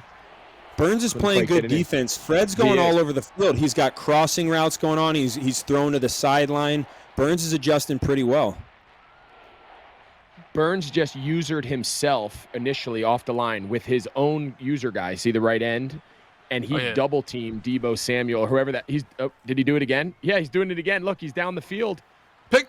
Did you see that? Wow. I don't know wow. I don't know if he's taking a coverage player that he's supposed to drop, or if he's just doing that on his own. I'd be curious to know if we could see what coverage and what rush he's calling. See that previous play right there? He ran a little cover 1 right there, and then dropped that previous play. So he's the not middle right. To drop. No, his assignment is blitz. Yeah, but he's dropped back if you guys pay attention, he has dropped back every single play with his user.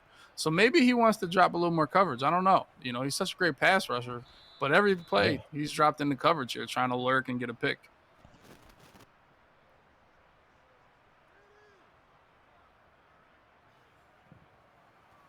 $17 seconds left. See, that was a wise decision to punt. I feel like in some of our last games, we would have seen a Hail Mary or a draw. You A never know Hail what's Mary. that's why you punt it, man. Great play by Fred. Good defense into the flat. Wow, this changes everything. Wow. Yeah, he's got life. This is where I would start tackling receivers. This is where I would start tackling receivers right here. Yeah, this is just the situation that you talked about earlier. Yep. I would drop 11 in coverage. Well, he can still run because he has timeout. So, but yeah, because there's only 12 seconds. You know, it's only gonna be a 4-second, especially now. Watch, he calls timeout. This play right here, tackle every receiver, get a 5-yard penalty for holding, and then he kicks a field goal because he doesn't have enough time to do anything else. You know. Now as an offense, Greg, as an offense, you have 2 plays left if the first one's quick, right? Would you try to steal a couple yards, or would you go 2 shots to the end zone because you're close enough? Yeah, if you're going to try to take 2, this first ball, you're really close, because what happens is if you try to go quick here, tackle, timeout, you probably don't have enough time. If you fail on the second play, the clock's probably expired. You have to at least get a field goal here. So I think right here, 1st and goal, if you want 3, you have no time for an extra play. He's got to kick it. If he's saying right now, I got 1 play, I'm either kicking it or I'm scoring a touchdown or I'm failing. He's got no in between with 3 seconds. Play action. Oh, that's a great play. That's one of the great plays. Fred Warner with the roll right, man. Wow. You know how Fred? Oh my God, Christian, can you do a bad back handspring like that? Well, once again, I mean, look, I'm highly critical of myself. I just wish I landed it. You know, I feel like I would have had the athleticism to do the cartwheel backflip and land it.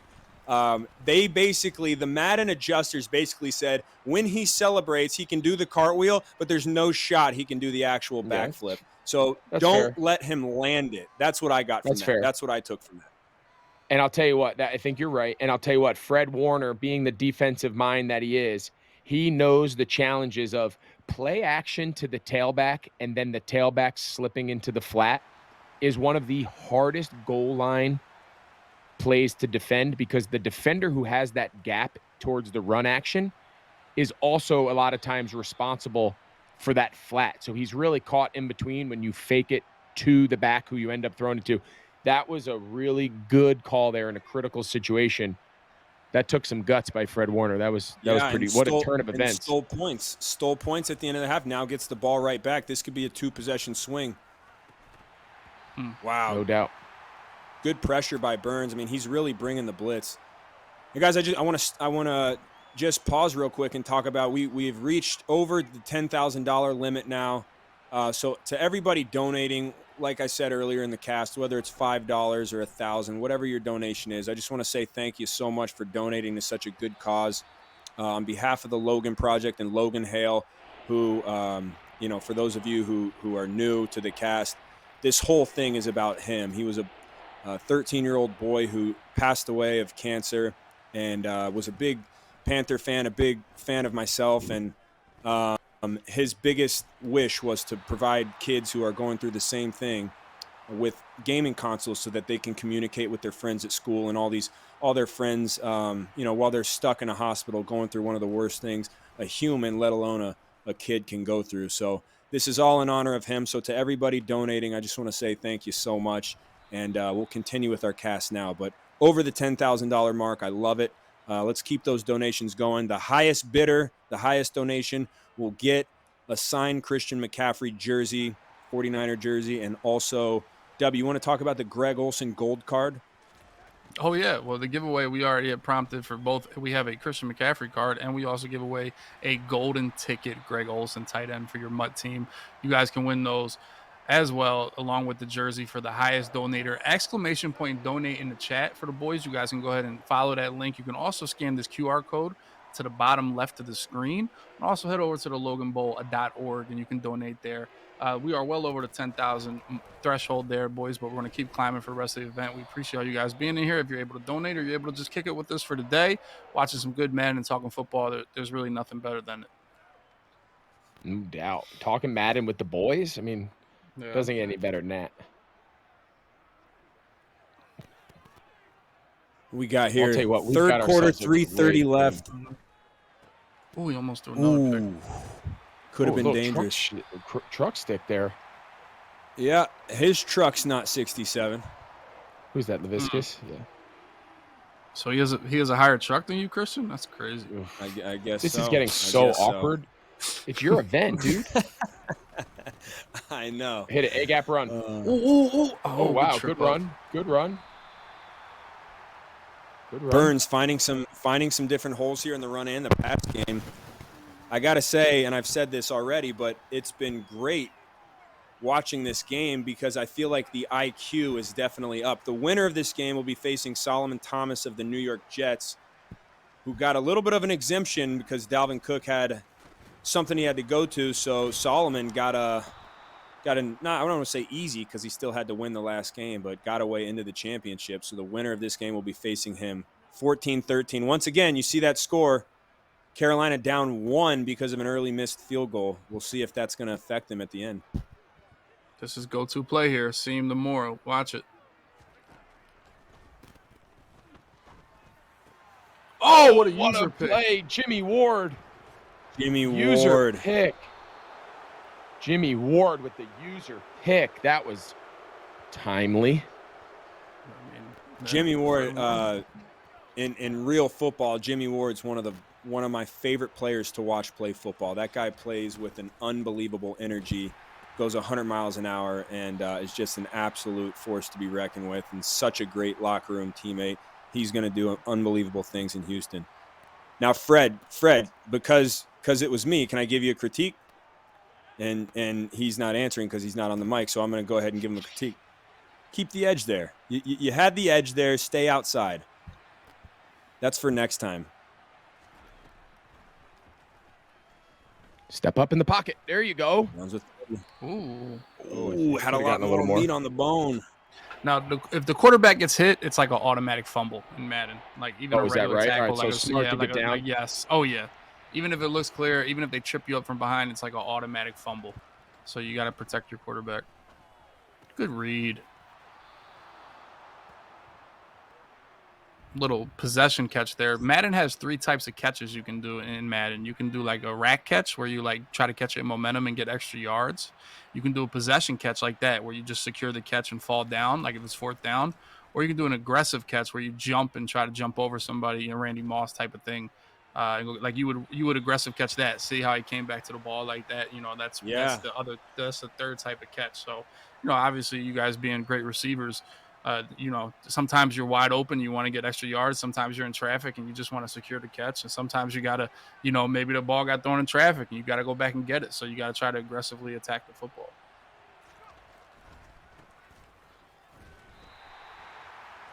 Not a lot of holes here, C-Mac. 6 for 9 yards. You got the tug though.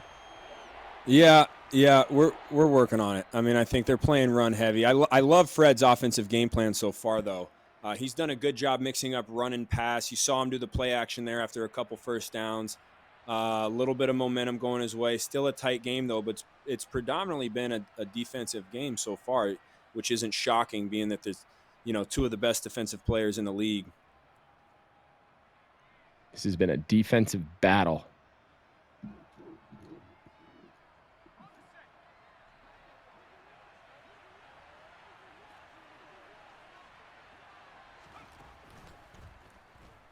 Play action. Go. He's got nothing.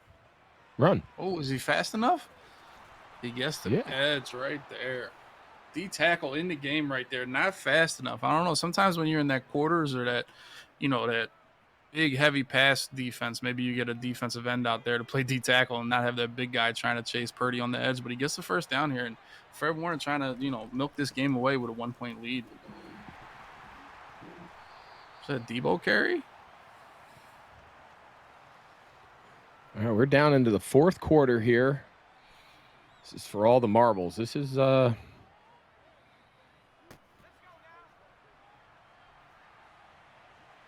let me ask you something here. If you score, if you feel like you have a really good 2-point play, any consideration in Madden and trying to go up 9 and make it a 2-possession game, knowing that clock's getting low? Yeah, I was going to ask you the same, but it goes back to what we talked about. Football, it's a conversation, yeah. Oh, yeah, it's the same thing, but I talked about that how comfortable that 8-point lead is sometimes and almost how uncomfortable the 7-point lead is because you can lose on a 2-point conversion. The way this game's going, being so defensive, I think I would definitely kick and take that 8 tackle.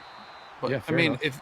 if I'm Brian Burns, like that's not the worst case scenarios because now he can't take it the whole game. Now I'm definitely going to get the ball back here. I got him. I got my backup against the end zone here. I can try to play some defense here, and keep him out of the end zone. Yeah, it's smart.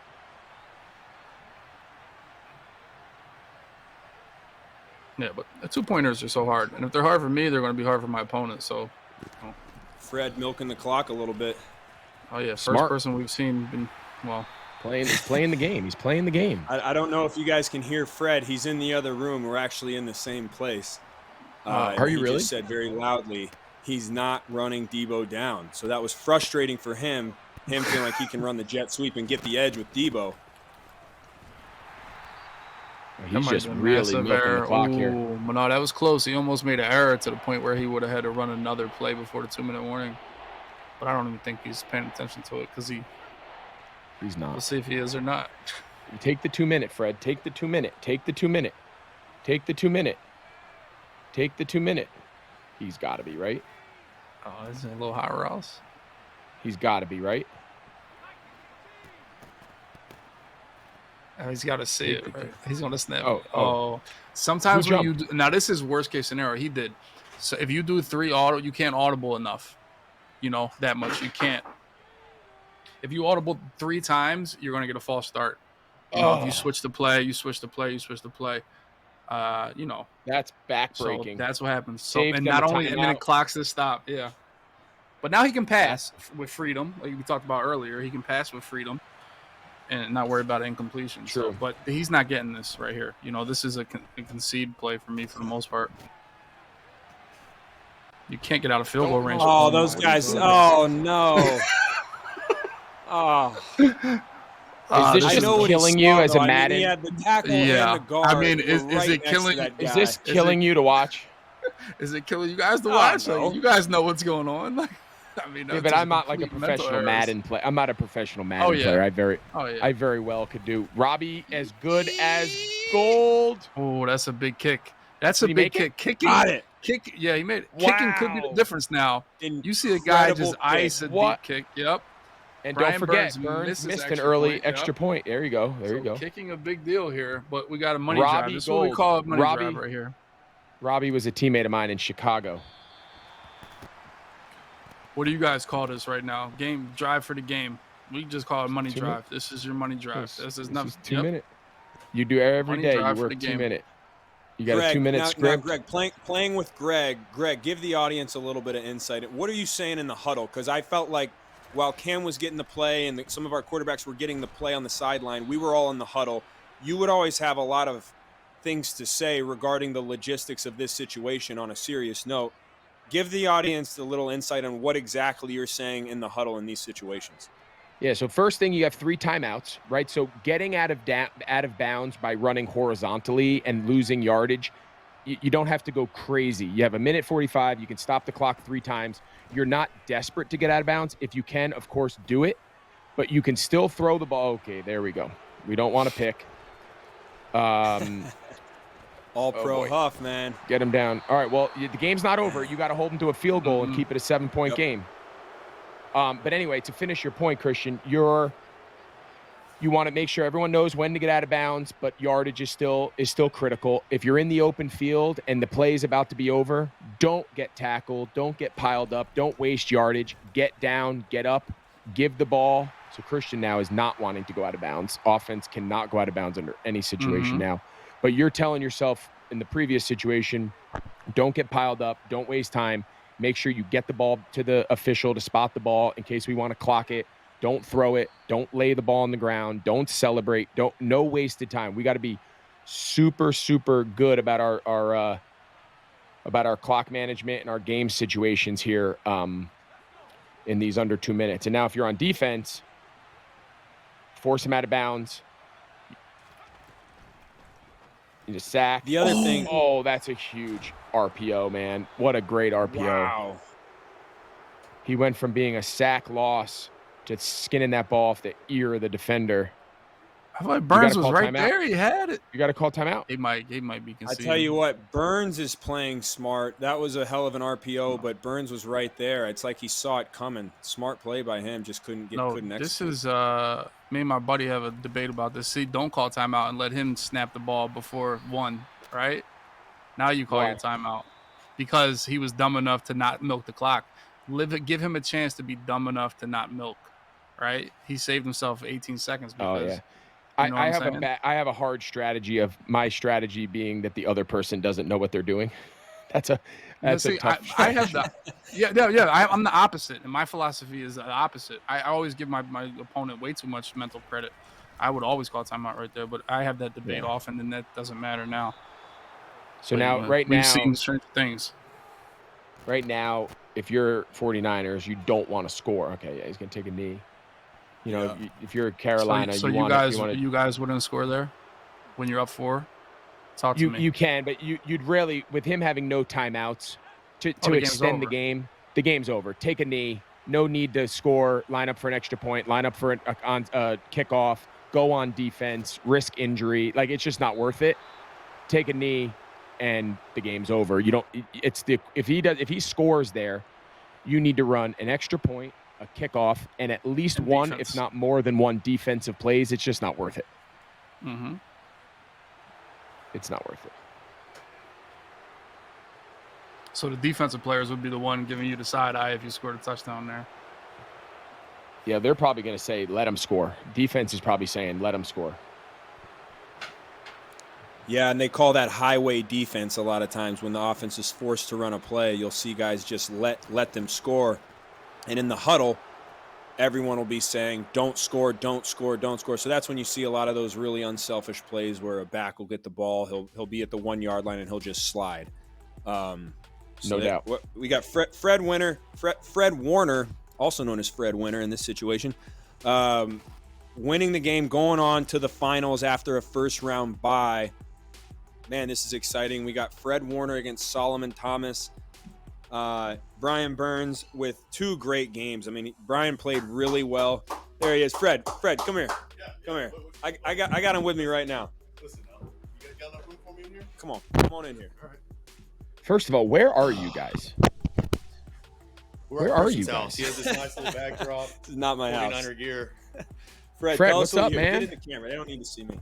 Greg, what's up, buddy? How we doing? How you doing, man? It's like a production meeting. I feel like I'm about to ask you what your plan is this weekend to stop Geno Smith? Christian McCaffrey. I don't know. Whoever.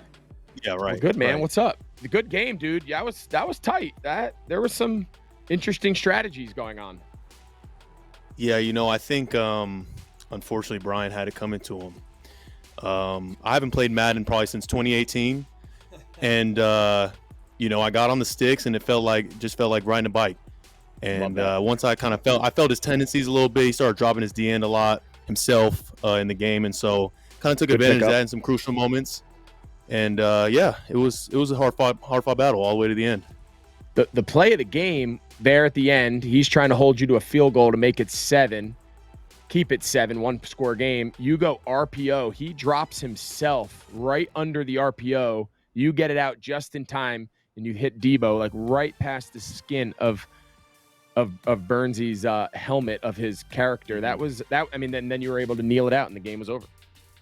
Yeah, I mean, I think that was a pretty risky move on my part, but I'm like, I wasn't playing to play it safe. I'm playing to win. So love that. Yeah, it was a great play by both guys. Love that, dude. So how do you feel about the finals? You got Solomon Thomas here coming up next. Solomon has shown some of the best Madden we've seen so far, but also some of the worst clock managements that we've seen so far that have gone in but they've played out in his favor. He's played risky football and it's paid off for him, even though he did lose to Dalvin Cook, who had to go. And so he got an exemption into the next round. But it's you and him in the finals, former teammates. Yeah. What do you have to say? Wow. Yeah, Solly, man. We're almost like brothers. Really tight friendship. But we're going to be the worst of enemies come game time. I think the the defensive tackle in him that actually makes sense. The clock management part. I think him winning by default in the first round is to my advantage. I can kind of, use that against him a little bit. I wish we could trash talk during the game, by the way, to our opponent. But in year 2, that's what we're gonna have. We're gonna have screens up with trash talk, so you don't hear us the whole time. So Wisdom Gaming, who's done a great job, we're all taking notes. That's one of the features. If you're here next year, which you will be, and if you win, I think you get a prize. Oh wow! And then I don't know. Rumor has it that next year winner gets a first round bye, and you get to scout everybody. I'm not sure yet. I made that up on the fly. We haven't got going on year 2 yet, but yeah. So we'll see how this game goes, but we're pumped up that you're here. We're pumped up that you're in the finals. 2 former teammates face off head-to-head, the San Francisco 49ers against the New York Jets. Fred, good luck, brother. Yeah, thanks, brother. Good luck. By the way, can I say one more thing? For some reason in the game, they don't have Christian's break tackle rating very high. So not the most realistic in terms of that aspect of it. His juke moves are a little slow. Yeah. So hey, just so you know, watching this, then they need to make some work. Yeah, just in case you were wondering, it hasn't been awkward at all watching Christian struggle to break tackles as he's commentating his own game. So it's been totally fine. It hasn't been uncomfortable. He's handling it well. So, yeah, thanks for bringing it up, Fred. Appreciate it. Yeah, I had 10 rushes for 22 yards last game. So is that good? Not that I remember or saw my stats on the top right of the screen when it came up. Not that I know that, but hopefully we can have a better game here in the finals. Fred Warner against Solomon Thomas. Niners, Jets. We'll see how this goes, man. I'm excited. 2 of the better players that we've seen so far in the game. Solomon with some crazy plays that have paid off for him, but has played really good football. Everyone's talking about he's a defensive tackle. He doesn't know how to play. It's not going to go well for him. Here he is in the finals saying, eat that to everybody who doubted him. And we'll see how this game goes. Guys, thank you for joining this. Anyone watching the final round, we appreciate you being in here. $10,000+ plus way more than that. I just got the final tally. Guys, we've raised over $100,000 total. $10,000 on this Twitch for all of the people streaming. $12,000 now with a recent donation, but over $100,000 for the Logan Project when you tally everything up. So, guys, thank you so much. This has been an amazing thing. What a great event. What a great cause. And what a cool way to do it. Hopefully we can put as many gaming consoles in children's hospitals all over the country as we can to, help out these kids going through a tough time, be able to communicate and connect with their buddies back home. So thanks for being a part of this. We're going into the final round. Like I said, Fred Warner, Solomon Thomas, Jets, Niners. We'll see who takes the crown. All right. Let's go. And remember, boys, ! donate in the chat. You can get the link to go donate. You can also use the QR code. That's the bottom left of your screen. You can use that to donate. You can also head over to the loganbowl.org. You can donate. And we also want to shout out one of our special sponsors, Brian Dieter, a big sponsor to the program, to the Logan Project. Christian, do you want to talk about Brian Dieter? Yeah, Byron Dieter. I think they got a little typo there. Sorry. But another Bessemer guy, another guy in the Silicon Valley area who's had an amazing impact in the tech world, in the tech space, in the investment space, changing the world for the better. A guy who's used his time and efforts and money to help, not just with this, but in a lot of other ventures as well. So we're so thankful that he's on here and that he, donated so much and helped sponsor one of these teams. So thank you so much, another member of the Bessemer team, for all you guys do, man. You've been, so helpful in this. And I got to say, since I've been out here in the Bay Area, it's been just incredible to feel the support for the Logan Project of, all the people who, this is a very wealthy area and a lot of people who have done well for themselves in business and tech and investments in the Silicon Valley area. But all of them have, all the people who have been involved in this, and Byron and Samir and John and all of these guys that we're going to mention, and Visa, and have been just incredible with their time, with their money, and donating to such a cool cause. So we just want to thank you guys from the bottom of our hearts. You're helping change lives. You're helping make kids' lives better. So thank you. Yeah, we definitely have to thank Visa for supporting this amazing fundraiser, man. Remember that anyone with a dream and the power of Visa can change the game. If you're interested, like I said, head over to the loganbowl.org, ! donate in the chat, or the QR code is right there. Want to thank Visa. Please make a donation today to help provide special gaming for consoles kids in the hospital as well. And the Christian McCaffrey Foundation prefers Visa. We prefer to watch this final game of Madden. Finals coming up. Fred Warner, Solomon Thomas, 2 defensive players have made it. What do you think? I would have guessed the offensive player would have made it, but 2 defensive players in the finals. We're going to come back after this break for the final game of the Logan Bowl, boys. All right, pay attention. You cannot teach this. This girl here, with the power of Visa, she's doing nails at school to pay for school. Why? Because school ain't cheap. She's brushing away school fees, 1 stroke at a time. Oh. Shh. Hold up, Miss Lady. Our girl just turned her side hustle into a full-blown pop-up. Lesson learned, A+, gold star, class dismissed. Who knew that when Andy needed to buy her son headphones online, she'd discover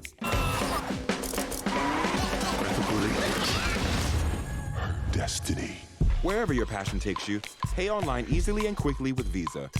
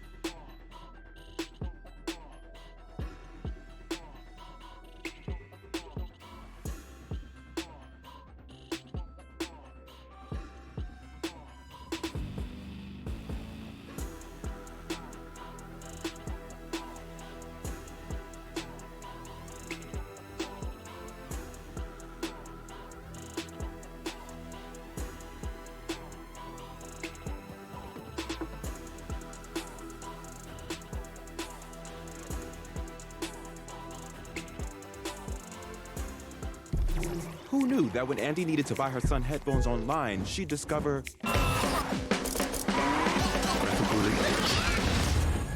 destiny. wherever your passion takes you, pay online easily and quickly with Visa. Welcome back.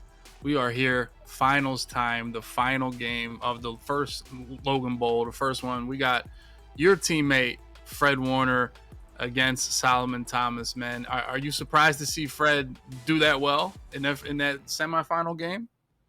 Yeah, let's get right to the action. Solomon already with a 3-0 lead We missed 1 quarter of play, which is fine. Now we're at the good action. So Jets up 3-0. I'm not shocked to see Fred playing good ball. I'm not shocked to see Solomon play good ball either. Solomon was a teammate of mine at Stanford, and I got to watch the way that guy worked and operated every day. So both of these guys not only used to be teammates themselves, but I have had the opportunity to play with both of them and can't say enough good things about them. So to see these guys in the finals is not shocking. Oh, here we go. Looking good on that one. Had a way to finish on the sideline. Thanks, man. Had a way to finish on the sideline. Thank you. No, seriously, thank you. I feel like I'm playing. My heart rate just went up to like 150 on that run. Check your pulse. All right, let's see. Oh, A-gap run. Ooh. Hey. Oh, there we go. 67. Yeah, 67. You know what? Kiss it. Was a Madden adjuster listening to me this last game and was like, we better pick up his truck stick ability. They might have boosted you. It's like they were listening. I don't know. Has there ever been a mid-game boost before? I don't know if an announcer's ever watched himself play. Oh, good ball, wow, Fred. Seed. Tight window. Seed. Hey, you know who's been quiet? Has been Kittle. Are him and Fred in a fight? Are him and Fred not friends? Like, what do you think? Him and Fred are always in a fight. I mean, you can imagine what goes on at practice between the tight ends and the inside backers. Yeah, I can see that. McCaffrey is getting. Oh, I gotta say, I mean, Fred. You gotta be physical. You gotta be physical. This drive that Fred's put together has been absolutely incredible. I mean, absolutely incredible. I can't say enough. Would that have anything to do with? Would that have anything to do with the amount of times that he's given you the ball, or what's up? What has nothing to do with how many times you've given the ball? We got Kittle going on a wheel route to the right. Give it. Oh, he cannot block. That's okay. Solomon bringing the pressure right up the middle. 3rd and 9 here so far. A bend but not break defensive strategy for Solomon. Low scoring game. Both teams still have 3 timeouts left.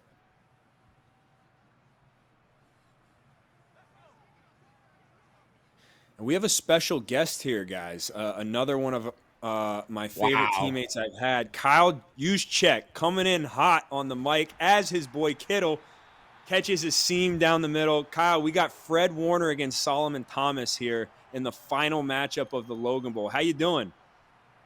Wow. What a matchup for the finals, man. I'm great.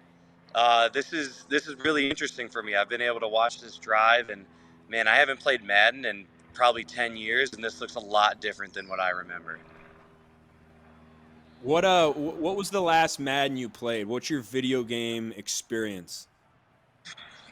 You know what's so sad is that I was obsessed with Madden. Like, I mean obsessed when I was in middle school, high school. Like, I made our entire high school roster. I made our entire division. Like, so when you could create teams, you could make the whole playbook. I made the wing T offense. Like, I was into it big time. And then in 2013, I got into the league. Never played it again. So as soon as I got in the game, I quit playing, which doesn't make any sense. No, there's something there. I mean, I've been watching myself the entire time, just judging myself when I don't break tackles, or in that last play, for instance, when the ball just whizzed right by my head with zero awareness. So I get why you don't play. I will say this: touchdown. There you go. Kittle now getting into the game. I said Kittle. Fred was listening to you. Going. I know. I said they got to get Kittle going. He had a big 3rd and 9 conversion, and then he just caught a tug. Kyle, the question everyone wants to know is, where are you? It looks very tropical. I'm in my backyard. I got a nice spot here in California. It's got lots of palm trees.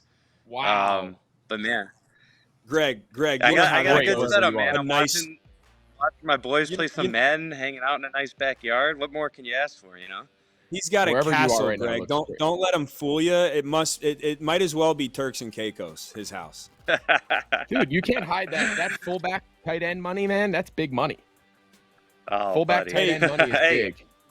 Hey, Juice, both teams haven't been in a lot of 21 personnel, and it's making me mad. I can imagine what it's doing to you. Christian, and you talked about watching yourself play. Like, that was literally the first thing I noticed when I came on here was the lack of 2-back. And I mean, I got to give like the tiniest props to Fred. I saw 121 personnel in there. I saw a 22 personnel, but I don't know how realistic. We ran a little draw to the right. You got a good gain, but I mean, I didn't do anything on the play. I think I got blown up by a defensive lineman. I don't know how realistic this game really is, but I mean, if Fred really wants to put this away, he knows what to do. Yeah, 21 personnel is the way to go.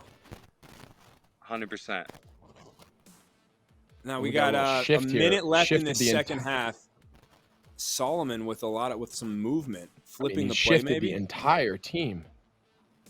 Oh, that's a pick. Right to Jimmy Ward. Got to get those. Man. Tips and overthrows. Got to get those. You got to get those. Now, Juice, Juice has become a great buddy of mine. Obviously, has been a perennial all-pro player, which they don't have for the fullbacks, which makes me so mad. But if there were, he'd be first-team all-pro every single year. He's been a Pro Bowler, I think, every year he's been in the league. He's been in the league 150 years. Been a Pro Bowler every single year he has.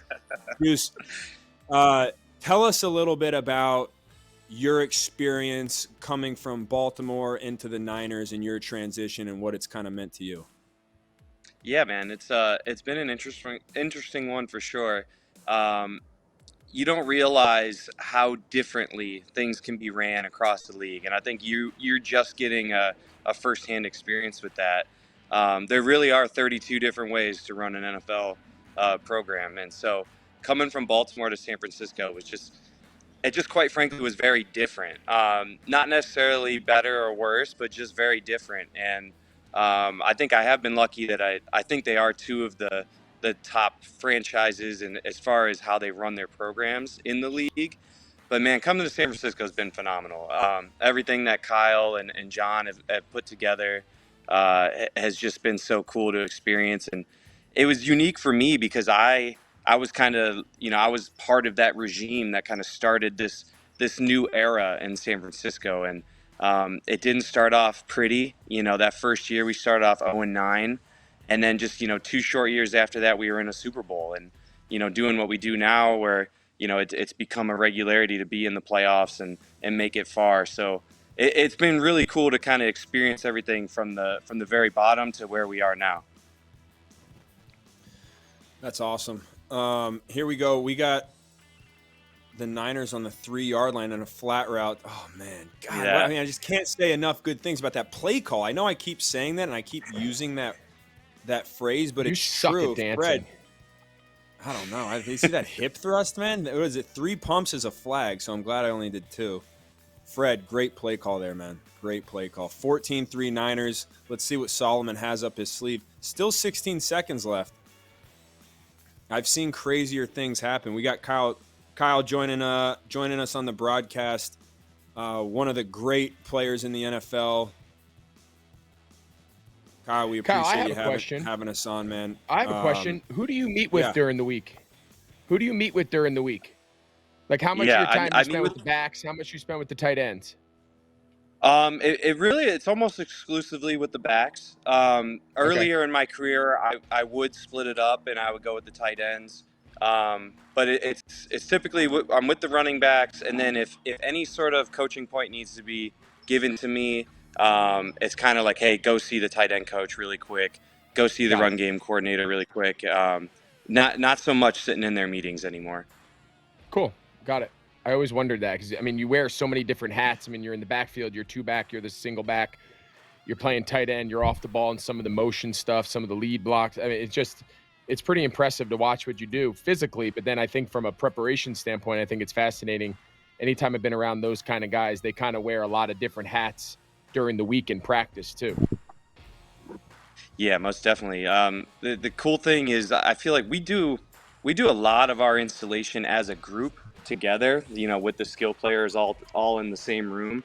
And so, Christian will attest to it. He has to learn, he's learning everything that the receivers are doing now. So we're all kind of in that same room. And then if there are more coaching points, same thing. I think we were in the lunchroom the other day and the receiver coach is talking Christian's ear off. to giving them all these little tips and whatnot. So everybody finds their way to communicate.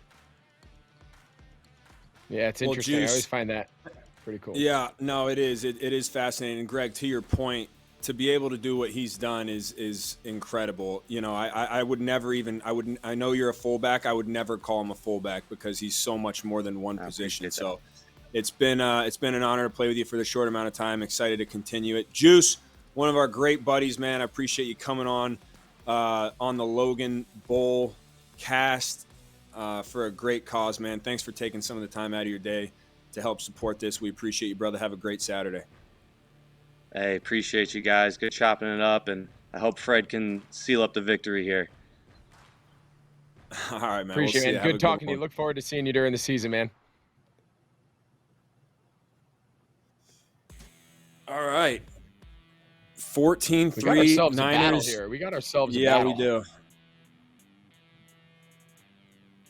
Oh, Solomon. We got ourselves a battle. Drops back, had a couple guys open. I'd love to see what Solomon does. He still has time to run a complete offense. You do not have to be pass heavy quite yet.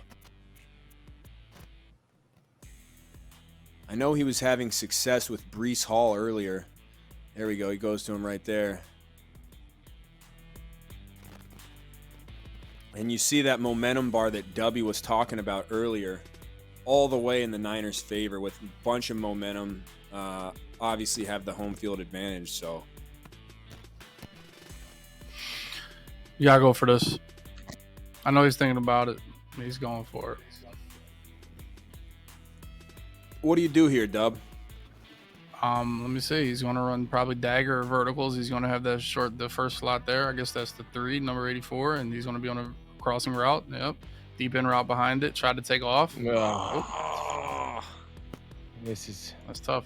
Not a game can get away from you really quick, but that's the downside of going for fourth downs all the time. But you can hold him to 3 here. Now, there is something we do in Madden.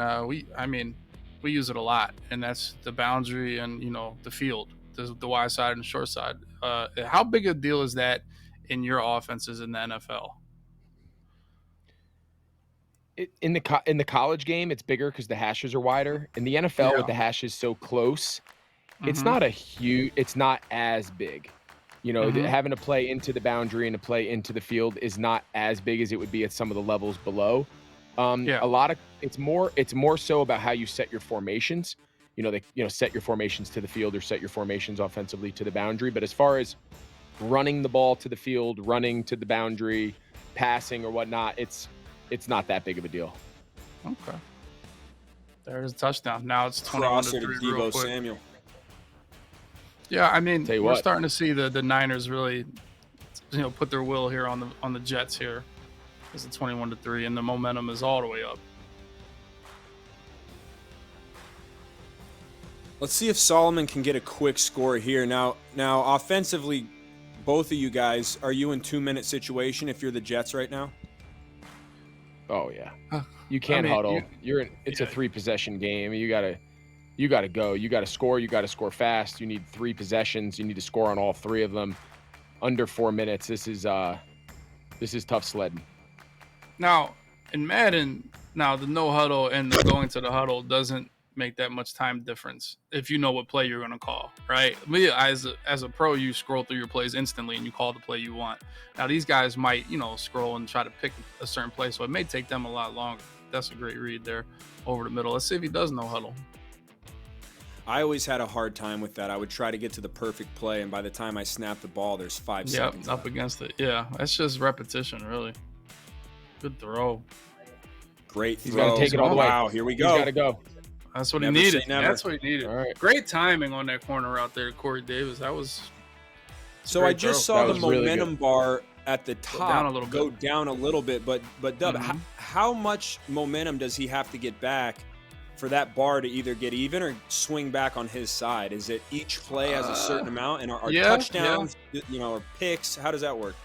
Honestly, I should know a little bit more, but I would assume to say he gets a pick 6 here, I would assume it would get green. Put it that way. If he gets a 3 and out and a punt, maybe it'll cut halfway down. We'll see. But each you see as he crosses those thresholds, they get different different abilities for the team. Like I said, more strength. Maybe sometimes you can call plays faster, or you can do your hot routes faster, and things like that. So he definitely has a slight advantage. If it goes all the way up like it was, that could be a pick. There. Oh my goodness, his linebacker did nothing. Mosley right there. Put your hand up. For those at home keeping track at home, in today's new world of analytics and all that, he should have gone for 2 there, Solomon, because he's going to have to go for 2 at some point. And the idea is you want to know now whether or not how many possessions the game takes. So with that touch, it might not matter, but assuming he had gotten the ball back, he would have had to go for 2, and now it pretty much doesn't matter. So I always think the opposite. I'm on the opposite train of that. No, because the idea is you don't want your last possession. You want to know, right? It's back what we said before. If you're down by 8, so he was down by, right? So before that touchdown, he was down by 11. Mm-hmm. You'd rather be down by 10 and know it's a touchdown and a field goal. Being down by 11, it's a field goal, a touchdown, and a 2-point conversion. So the next time you score a touchdown, you need a 2-point conversion. If you fail, it's no longer a 2-possession game. It's now a 3-possession game. So I want to know how many possessions there are left in this game before, as I make decisions. In a real football game, it takes longer, but 2 minutes to go in the third quarter, the fourth quarter, these games go fast. You only get so many possessions. So you want to know, being down 11, is that a 3-possession game, or is being down 11 a 2-possession game? Is being down 10? That's the idea behind it. I mean, the biggest example would be the 15-point deficit, right? 15, and you score a touchdown. I always kick an extra point and make sure I'm down 8. That's what I do. So you say you would go for 2 there. It depends. Are we talking Madden time, or are we talking real football time? Right, because real football time, I'm halfway through the third quarter. I'm kicking the field. I'm kicking an extra point to go 8. Like 5 minutes in the fourth quarter here, like say in real football, 5 minutes in the fourth, something like that. Yeah. So if in a traditional NFL football game, under 4 or 5 minutes to go in the fourth quarter, and you're down 15 and you score, you got to go for 2, because you need to know. You need to know how many possessions. Yeah. No, because the idea is you kick it, you're down 8. And that guy gets the ball with 4 minutes or so, and he runs it down to 2 minutes. It's not a 1-possession game half the time, right? So you get the ball with 2 minutes. I'd rather know how fast do I need to play? Do I need to get a score plus an onside kick? All of a sudden you score with 30 seconds left, down 8, and you don't get it? The game's over. Your whole game is dependent upon that 2-point conversion. See, and I think the game's over if you don't get your 2-point conversion. Because I can use you're down 2. No, because I can use my timeouts. I use my timeouts to extend. I can use my timeouts, 2-minute warnings, to extend how many possessions. I can create possessions later in the game by what I do earlier. Yeah, you watch it this year. If a team's down in that situation this year, you're going to see. I mean, you'll see teams go for 2 if they're down 14. Teams will be down 14 in the fourth quarter. They'll score. Yeah, that makes sense. And they'll score, they'll go, and they'll try to make the game 6.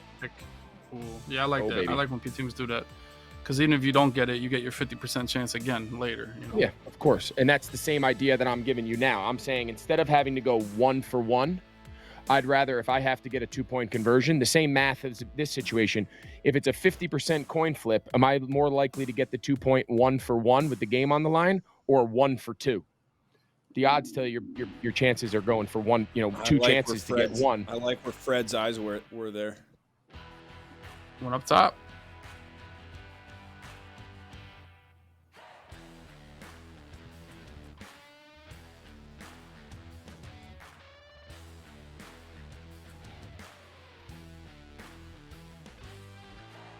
No, this game is pretty cooked.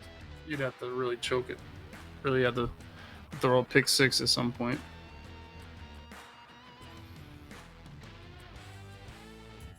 Greg, why don't you tell us what are some of your favorite memories playing football and all the different places you played? Played in Chicago, played in Carolina, played in Seattle. What are some of your favorite memories? I think each place has, different memories. I mean, starting my career in Chicago, young player, didn't know anything. You go to a big market, a big team. Had the opportunity my last year there before I got traded to play in the NFC Championship. Came up a little short. We hosted Green Bay, but you have all your firsts, right? You have your first game, you have your first start, you have your first touchdown, you have your first playoff game, right? So it's an experience of firsts, playing, those early first couple of years of your career. And then obviously getting traded to Carolina, that's where the vast majority of my memories were made, just because obviously that was where the bulk of my career and the bulk of our success was there in Carolina. Again, got another chance at the NFC Championship, and this time we won it. And then, obviously came up short in the Super Bowl. Had some unbelievable, playoff wins. Got to play in the playoffs, 4 out of 5 years at one point. So got a lot of playoff games, a lot of really big time moments. So it was, and then obviously the guys, right? The times in the locker rooms, the guys, the friendships that you make, and, guys that you played with 10 years ago that you're still buddies with, and guys that call you up to host a Madden tournament. The first thing you say is yes. That's the cool part about this game, is the people that you meet and the buddies and the friendships that you form. And, those are the things that you take with you. You remember the wins and the losses, and they get, as time goes on, they get a little blurrier. You don't quite remember the score like you used to. You don't remember how many yards you had, but you remember the guys you played with. You remember who was in the huddle with you. You remember how the game ended. So it's, that's the stuff that makes it so fun. Yeah, I think that's so true. And I think, obviously I'm still playing, and guys like Fred get to play with guys like Fred, guys like Juice and Kittle and Debo and Ayuk, all these guys. You're exactly right. I still look back to times in Carolina with you and Kuechly, and for us, we were young. I was young when I came in the league, and you guys were you were older and had been established and had been elite players already. But you're exactly right. I mean, the people are always what makes it count, and that's why it's cool to do things like this, and all the stuff that you've done in philanthropy and stuff with Levine's Children's Hospital and the Hardest Yard. And I'm going to ask you later to give us a little bit more information on how you can donate or help out or anything going on there too. But you did it the right way, man. You showed us all young guys the way, and anyone who came into that Carolina locker room with, you and Kuechly and Cam and TD, all these different guys, and Pep, we got lucky, man, with some great vets. So I appreciate that. But that's the stuff why it's so cool to be able to do things like this with your buddies. I texted Buda Baker just the other day, hey man, you want to do this Madden tournament? And he was kind enough to just say yes and have some fun with it. So football definitely goes beyond the grass. So I'm thankful to, all of the guys who came out and helped out, Fred and Solomon. And now, we've been going now for a few hours, and we've raised a bunch of money, and people are still tuned in, and it's just cool to be a part of something like this. So thank you guys for doing this. I know it's, it's a Saturday. You guys got a lot of stuff going on, so I appreciate it. But here we are, fourth quarter, 3 minutes left. This one's away from us. The Niners win the Super Bowl, which, man, I got to say, if I were to pick, this is how I would have wanted it to end. In a dominating fashion, with Fred Warner winning the finals and Solomon Thomas getting an opportunity. A guy that I played with at Stanford, who was one of my buddies. Wow, a nice touchdown there. In the finals, but the Niners ultimately taking the win. So this has been fun. Garrett Wilson, that's who we're reaching out to next year for the Logan Bowl. Garrett Wilson, he's a big Madden player, big Madden guy. Oh, they needed that. If they had any hope left, they needed that. Yeah. Now, talk to me, boys, about the game's over, right? You're getting blown out, and you're on offense. What's your, do you ever want to just kneel it out and go home? What's your philosophy in that? Because I always said, playing Madden, from the Madden spent, if I'm getting blown out, I'm going to keep fighting. I don't care. I'm down 20, and it's 2 minutes left. I'm going to keep throwing Hail Mary. Until I was in that situation and I was getting blown out in a big game everybody was watching, I just wanted to get out of there. What's going through your mind now if you're the Jets? Yeah, I think in real ball, the idea is get out healthy, right? This is the Super Bowl. I'm just saying a traditional regular season game. You chalk that one up as a loss, get out healthy, You'd never concede the game until it's just clearly out of reach, right? You never concede the game just because you're down big and it's still the third quarter. Like there's no, hey, let's pull our guys, it's over. It would have to be at this stage in the game, right? There's 2 minutes left in the fourth quarter and you call it a day. Get out healthy. And then the biggest thing is you got to regroup and just be like, all right, what caused this to go down this way? And what do we do between now and next weekend to hopefully have a different result? And I think that's the challenge when you're in the moment, right? Because in the moment, it just feels so daunting. It feels awful. It feels like you're never going to win a game again. Typically, it takes a couple days. You regroup and, circle the wagons a little bit and regroup. Oh my God, Kittle's taking this all the way. Oh, he's dancing. This is going to score. He's dancing. Oh, my no. God. Oh, he fumbled. He fumbled. Wow. Run it back. There's no way. Uh-oh. Oh my God. Use check. How much game does he have? DJ Reed. Oh my God. Is there any chance that the Jets can still win this? I mean, they have to score. He needed that 2-point conversion. They're still down by 18. He needed a 2-point conversion. He needed the 2. It's still a 3-possession game. This math, and especially he said that onside kicks are virtually impossible. So the fact that they'd have to get 2 of them seems pretty out of reach. Yeah, from my perspective, Dubby, to your question, it really depends. I mean, I think you're really never out of the fight. If you're down early, we've seen look what happened in Minnesota this year when they played the Colts. Oh, I mean, that's a possibility every game.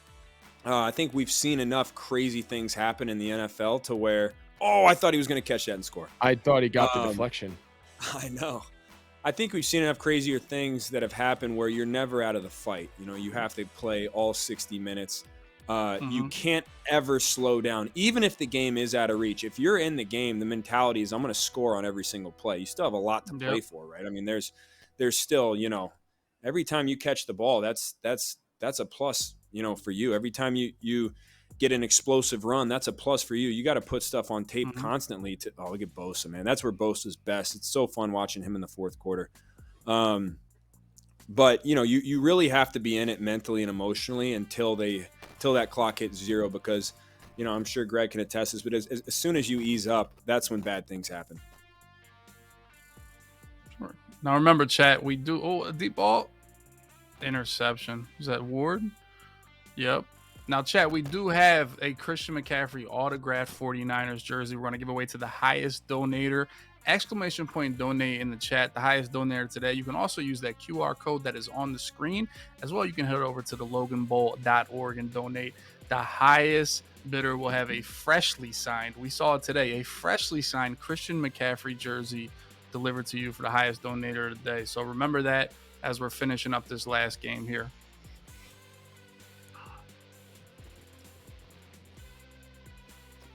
Yeah, and as it closes, once again, I mean, the number, the amount raised just through the chat, guys, has been almost $13,000. That's so cool. So thank you to everyone who's donated. We've also had some other donations come in to the foundation, and we've raised over $100,000. And to say that is really special, man. To everybody who has been generous with their efforts and their money and their time, thank you so much for making this work. This has been so fun. And look, I know it's my event, but to have the Niners come out with the win has been, this is just fun to watch. Although there's a pick right there, it doesn't matter, but this has been fun to watch. I can't imagine it go better than this. They have made this ending 17 possessions in the last minute. Yeah, sometimes you got to kneel on the ball. Is this scripted? Is this like the NFL? Was this whole thing scripted? We had Derwin James bail, who's supposedly the best Madden player in the NFL. We had him bail. Yep. That was part of the script. Then Fred gets a first-round bye, no chance of losing, and then ends up winning. What a script. Some would say rigged, but, we'll go with script. There we go. The inaugural Logan Bowl champion. Oh, untimed down. How is oh my gosh. This was Stop. Stop the bleeding. Oh, Fred. Oh, he got to catch that Fred pick. was He going to threw end right it. at him. If he would have No, ended that's a real- with a pick. Fred would have picked that in real life. If he would have picked that, Oh, that would have been a true scripted moment. Correct. That was great. Well, Fred Warner, the winner of the first ever Logan Bowl. Congratulations to Fred. We thank you so much for joining us and coming out with the win with a Niners Super Bowl. Guys, Olsen, Dubby, you guys have been unbelievable. Thank you so much for spending some time doing this. We appreciate it. Here we got the final bracket results. Bam. Fred Warner, first winner of the Logan Bowl. What a day, guys. We had so many great players come in here and play. Some great Madden players, some questionable Madden players, but overall, just a fun day. To all of the people still on, all the Twitch people, thank you so much for joining and watching and being a part of something that's going to change a lot of kids' lives and hopefully make a massive impact on kids and their struggles going through cancer. So thank you guys for joining. Look at this. Dude, this was awesome, dude. Thank you for doing this, bud. This is awesome. The people, man. Give us a little something after that big one. Oh, man. All right. Well, first off, I want to thank God. I want to thank my family. This was a huge win for me. I think we start the inaugural Christian McCaffrey Madden Tournament trophy and just put my name right on the middle of it. And then next year I'll come back and I'll put my name on it again. Hey, How's that sound? I would love to see a Niners back-to-back Fred Warner championship. Couldn't hear me. A back-to-back Fred Warner San Francisco 49ers championship. 2-time. That would be unbelievable. So we can't wait to see you next year. You know, hopefully next year. There's never been a 2-time champion. I mean, hopefully next year Derwin doesn't drop out, dodging me. Obviously, he was a little scared. Fair. So, Derwin, if you see this, we'll see you next year. Awesome. Fred Warner himself in the flesh after the big victory. Thanks, buddy. He'll be able to hoist the trophy soon. Good seeing you. Great connection on the DAP, by the way, Olsen. Did you see that? That was big time. Yeah. Well, I appreciate you, buddy. I'm back off to my second dose of 11-year-old baseball for the day. So I had a morning session. Now I got to rush back and get to my afternoon. But I can't thank you guys enough. The work that you guys are doing, asking me to be a part of this, hanging out with you guys. This was a blast, a treat. Count me in for next year, man. This was awesome. Appreciate you, buddy. Hey, good luck to you, man. Good luck to the kids. Tell them all hi. Give them a big hug. We love you, brother. Thanks for being a part of this. Appreciate you guys. Yeah, for sure. Dubby, take care, man. Thank you, Greg. We definitely need to thank the chat, everybody that donated. There's still time to donate, and we will be taking donations after the show, after everything. It will still be live. ! Donate in the chat. You guys can head over to that link. Also head over to the loganbowl.org to follow that up. And we also want to shout out another one of our special sponsors of the program, and that's Kevin Johnson. Christian, can you talk about Kevin Johnson and what he's done for the Logan Project? Yeah, Kevin Johnson has become another, buddy of mine in the Bay Area here who sponsored one of the teams. Unbelievable guy, a guy who's, once again, I mean, these guys who have been so successful in their own right in business ventures and, he's obviously been extremely successful as a lawyer, but also has two of the better restaurants I've ever been to here in Northern California, the Village Pub, and a guy who, once again, just is taking his time and taking his money and using it for a better cause and helping me out. So, Kevin, we appreciate you, brother. Thank you so much for being a part of this. Yeah, definitely, man. And like I said, shout out everybody in the chat. We will have a winner of the Christian McCaffrey jersey. We've given away tons of cards today. And we also have to shout out our partner in Visa here for supporting this amazing fundraiser. Remember that with the dream and the power of Visa, anybody can change the game. If you'd like to make a donation, like I said, loganbowl.org. Head over there, get it done. Top donator today will receive that jersey from Christian. Please feel free to supply gaming consoles to the kids in the hospital with the Logan Project. The Christian McCaffrey Foundation prefers Visa. So I appreciate you guys. Christian, I mean, dude, this has been awesome. I could do Madden and football talk all day. So this is a pleasure for mine. I appreciate you having me on here. Thank you, man. I mean, this doesn't happen without you, so thank you for all the time you spend. I know you got a lot going on as well and have been such a massive influence in the gaming community. So for myself and Olsen and all these NFL guys to kind of step into your world and hear some insight from you and making this work. I really appreciate it. We do have the winner of the jersey, the top donation, Danny Ramirez, who's the owner of the best Mexican restaurant that I've ever had in my life, donated the top donator of today with $3,000. Danny Ramirez, Nice. runs Los Dos Patrios in Colorado. If you've ever been there, you know it's the best. If you haven't, multiple locations in Colorado. I'm praying that Los Dos Patrios comes to Northern California. I was praying that it went to Charlotte when I was living there, but thank you so much, Danny, for everything that you've done. You've always supported me and the foundations and all this stuff. So thank you, brother. I can't wait to see you soon. And thank you for the donation. And anyone who donated, like I said before, whether it was $1, whether it was $5 or $3,000, we helped kids today. And I think that's what this is all about, man. And I think when you look to what Logan wanted and what Logan's done, this is the start of something that's going to go on forever. So for those of you still in the chat, thank you so much. We're going to make this better and better and better every single year. Hopefully Dubby can be a part of this in the future, and guys like Olsen can be a part of this in the future. And we can just continue to grow this and let Logan's name live on forever. So there's going to be a bunch of information. I know Dubby already explained how to donate. But guys, thank you so much for being a part of this. We love you. We thank you. Have an awesome rest of the weekend. And thanks for supporting the Logan Bowl. There it is.